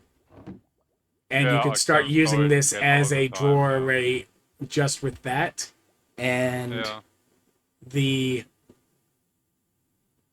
press shift and press the chat button, and you can share an item Yeah. in chat. And like this is vanilla resources to make the storage tool. And you can use that to lock these Is it? and Is it connect them. possible just to say, or other question, if I use external storage, did I have to put one on every barrel if I Mm, don't have a controller? If Or you did they if you don't have a choose a controller, whole cluster? you would have to connect every single one as a separate Okay. external. Oh no. Yeah, that's But unusual now. one interface can connect every single barrel to it. Yeah, that's And the same like RAWs. Yeah, no, too many external storages are I need power without, and so no. but the storage link for attached to the sophisticated interface mod, you can craft them entirely with vanilla resources, and those are the ones you would put on each one of the arrays if you don't have something else attaching the arrays. Like if you Yeah, just put another barrel between each one of these or whatever, like if you didn't yeah, actually have the prismarine separating them, it would yeah, be a single array. And yeah, and as yeah. That's but can otherwise I do it's it? Can I do it hidden on top? yeah, I mean, if you're only interacting with it from down below and you've got even one little space above, yeah, you can put just like there's one on the back of each one of these any place, and then the interface is running a single line to that little bit. And you can even Yeah, have the interface hidden. yeah. That's what I want to do. I want everything with the interface and stuff like that. I want put on the top, so I Yep, can't don't see anything from here. That yep, was my thinking about. I'm yeah. not sure, but it's probably I have to do another layer of blocks on top because I think there is water. I don't know Yeah, exactly, but this is it's immediately underneath the water up above at the moment. yeah. That's Something. I have yeah, the cheaty yeah, fly cam. How dare you look at things? But yes, you do have. Okay, yeah. not quite water I not immediately above, but you only have a single layer of blocks and not an air gap above it. yeah. That's So, the single layer is where the barrels are connected to. So yeah. I will find a way. That's not my Yeah, you'll figure concern. out what So you want to do for your aesthetic, yeah, even if it's like decides that you want to bring this entire ceiling down 1 point. yeah. To reach it better, I know. Oh, the reach But isn't a problem. Worst case no, for, scenario, you can put a reach beacon. yeah, but you can reach it from here, so Yeah, I can reach it because I have. I have accidentally put my sword up there. Let's get that back out. I said out. There we go. Hey, It mini happens. game, mini game, you got it. Well, I mean, it's because it's not logged that it's not remembering that it's now got that. Oh, yeah. Yeah,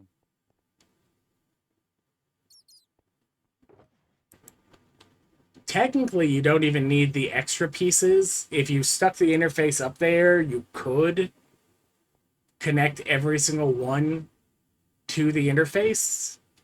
It just means that you're going to be like clicking on each one individually instead of clicking on one little thing you added to the back of each 16. So you could 100% preserve the appearance of this as it is if you wanted to. And you could put the interface either there or you could even hide it underneath everything. yeah. I was thinking about underneath the ground, hiding the interface underneath the ground, because I'm still have not decided if I want to drain out the space under the monument. Well, one of the So places you could potentially hide it because of your current array or your current setup is you could put it like immediately underneath your altar, underneath the lantern. Yeah, but then I think I can't reach the farms if I put them here where I tested the floor. This I this mean, oh it's that 15 blocks up, 15 blocks down, 15 blocks yeah yeah, but 15 this blocks way, is and 15 yeah. blocks that way. And that's if So if you I attach them all to a single interface. There's nothing saying oh you can't set the farms as a separate interface. oh you And can there's oh okay also not saying you couldn't say have the farms over here and have a router that moves all the stuff from them into the main array. yeah, that's the thing. That's my goal to I should have something like that. So I not even should be worry about the farms and all the stuff goes in the storage and I waits will to say upload something. with one router it's going to be like Yeah, 8 if you can vault take two, diamond it's fine for blocks and me. things like that, so like one stack of vault diamonds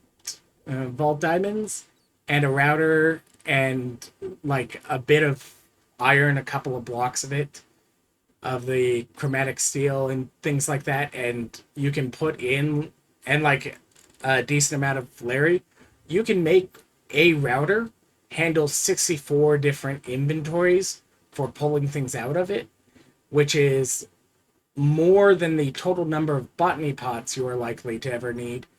And Yeah, between botany pots and Kagirium, probably you would only need one router to actually move all the stuff from, say, those to a farm, unless you're like absolute late game and you decide you want even extra variants. But, you know, that's me going, yeah, that what's the absolute most I can get out of the mod I've already learned, which is the modular routers. But, like, I can even help set those up for you if you need any help with that long term and you want to. yeah. I think I will need some help about that one because I don't have any idea how all this stuff works. So actually, I know the necessary things like I've figured out with refined storage and the drawer mod, and but like modular routers, dark utilities and things, it's more complicated for me because I Okay. not even have the knowledge about what's possible and how it's made the easy way. So, but I hope to figure out what shitty block is that up there. It's not nice.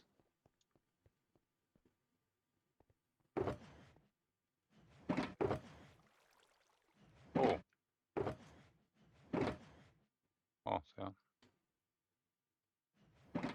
But yeah, like,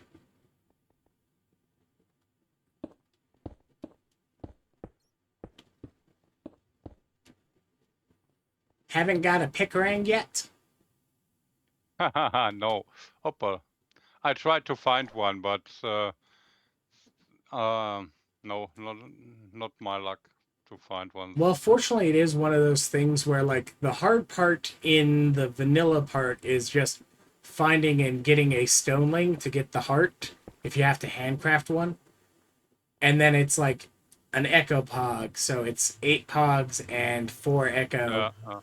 But, Normally I get my from the Enigma chest and yep, oh, Enigma chest.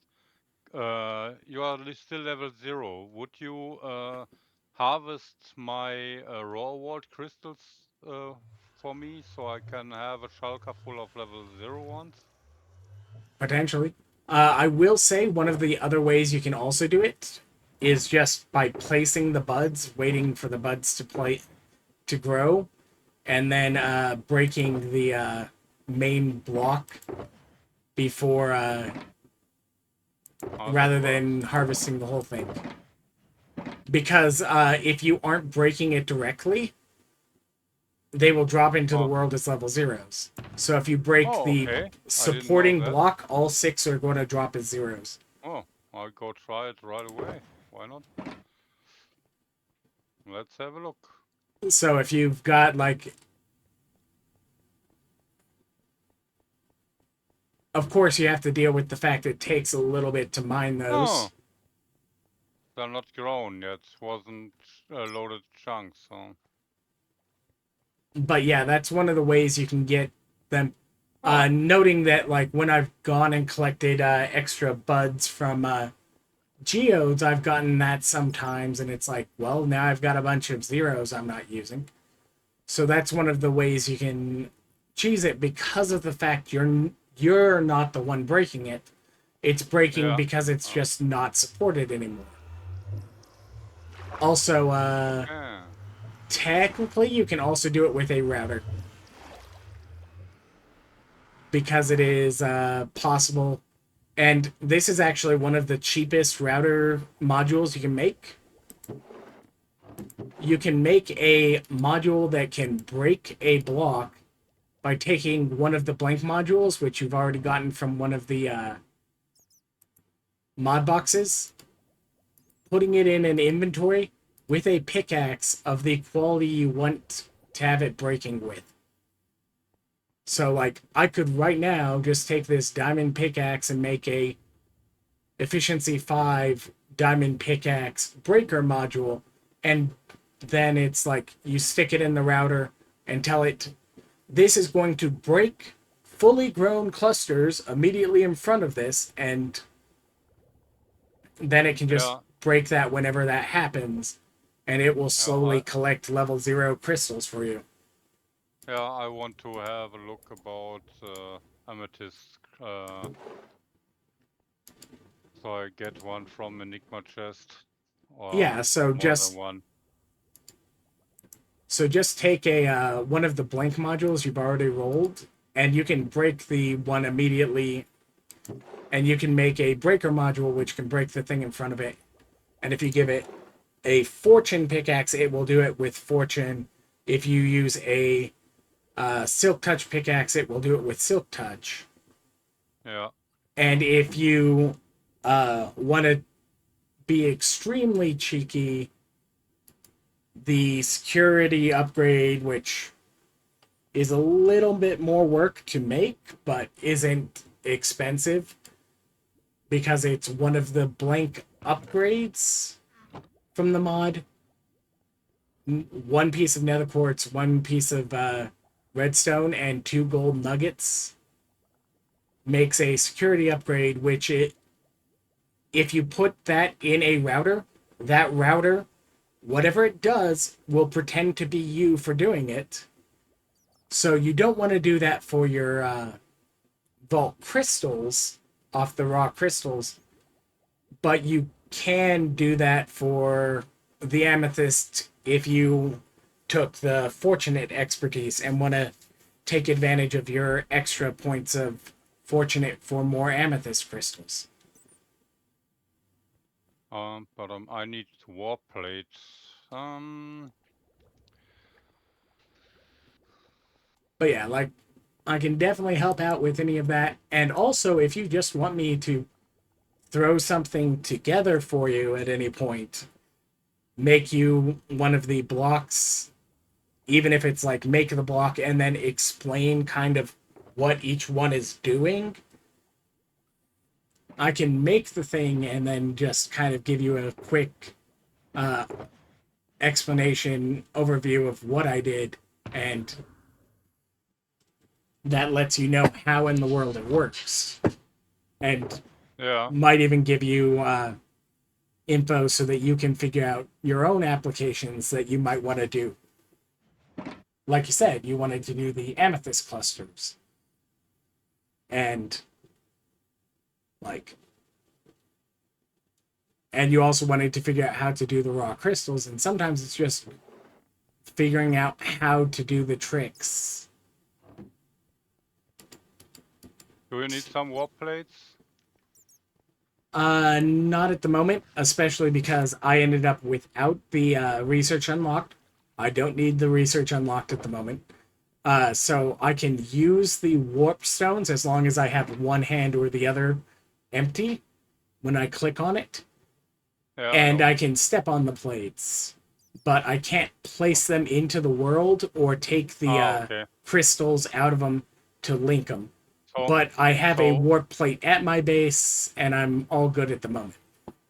are the ward plates are a different what to have to unlock for ward plates? They're part of the same mod. They just have a different recipe, and they're just essentially a teleporter pad. The Oh, so and you don't want to unlock click. it now? I would give you the stars if you want to. I have enough, so you can take some stars and unlock it right away. I'm not. So if it helps. I'm not worried about placing more into the world at the moment. I'm getting around Okay. relatively well, and I will like long term. I'll want to get caught up on knowledge, but the way I'm actually going to do that is by having somebody craft me a knowledge brew, which is 4 knowledge stars Yeah, I and know. 4 echo. I offered you if you want to have Yep. one. I have enough Because, resources. but So right now, every time you have me craft something or research something down in the production, I'm saving 8 knowledge. So, like, I'm uh, I'm helping out more than the amount of knowledge I'm going to need in the long run to catch up on those just every time I unlock things. Technically, I've already saved on the knowledge, not the echo, but the knowledge by the fact that I unlocked easy villagers. yeah, that's true. Which, like, also, if you need me to unlock anything more in that category, you can absolutely just stick some knowledge stars in a shulker box with a Yeah, paper I forget it. written note and just I kind of, forget that yesterday. So I yeah, probably have could save lots of knowledge stars on Kagirium, but it would have Kagirium. saved us eight knowledge, which is 1 stack of vault diamonds. Yeah, yeah. But given the fact you've currently got 27, let's see, that's 27 stacks plus another 9 stacks. Yeah. Oh, actually, that's not all I have. So Yeah, I know. it's Looks yeah. inside. Oh, wait, no, I can't see yours. I can just see high made out of the compressed stone that I'm not using. Oh, no, not that many. No, just 47 in here. So I mean, that's still what? yeah, that's true. 36 stacks of vault diamonds Uh, effectively compressed across and both of them. I was thinking about maybe I should run another Wild West room as long as possible. I can craft one. No, I can't craft any. I'm missing inscription pieces. Anyways, restart is Yeah. happening. Oh, okay. So I'm also going to be wrapping up for the day, but it was fun hanging out, getting to talk about this. I will Yeah. help you with Yeah, your I'll base be sure if you I need will any help. come to you Yep. with questions and But I'm going to ask get you for myself help. inside my door at my base to Yeah. log off. Okay. But yeah, uh, absolutely. Feel free to reach out to me, especially once the update is out, so we can get you an interface crafted up using the cheaper Yeah, yeah. recipe once the update is out. And Okay. then we'll get it all set up and connected. So, So hopefully, what time is it anyway? I must be 7 in the morning. Yeah, it's 7 in the morning. yep. And for me, it's 11 in the evening. Yeah, yeah.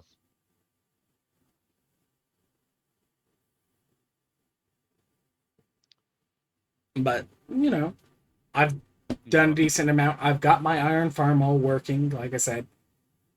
Currently, I have it set to low mode, so it's not bouncing the mob and scaring them. So they're only making golems every so often when they're like, we haven't seen a golem in a while. Let's make one just in case. Yeah, I was looking for redstone yesterday in my mine, and I hit a iron vein, a big one, with my hammer. Oh, yeah. So I get, Those are fun. yeah, that's true. Technically, I've had one of those found since I ended up in my swamp. So, Actually, I found two other one when I looked for chromatic iron on the first day, but I didn't you didn't took mark them it, so you because didn't. no, I not even took them because I only have one nearly dead iron pickaxe Yep. and no stone. So, and I was too lazy to took the long way back to smelt some more irons. And I was thinking about, I come back later if I need to, but then I not remember where it was. So, Yeah, I mean, and uh, there's going to be plenty in the world. Plus, at this yeah, point, lots now we've of got an iron farm. lots. So, And I have a 5x5 hammer right now, so that makes it and easy to go through it. yeah, it's no problem. So Kiki, some days ago, she needs some deep slate, and I put, I think, a full shulker, two or three full shulkers in under 2 minutes. So that's so easy. Yeah. Um, Yeah. I should probably wrap up for the night. I okay. will catch you later. That Yeah. was like, Have a good sleep. Good night, and be refreshed in the morning. may the bolts always be in your favor. Yeah. May the force be with you. That works too. Okay. But I'll talk to you See later. you. Yeah. Bye. Bye bye.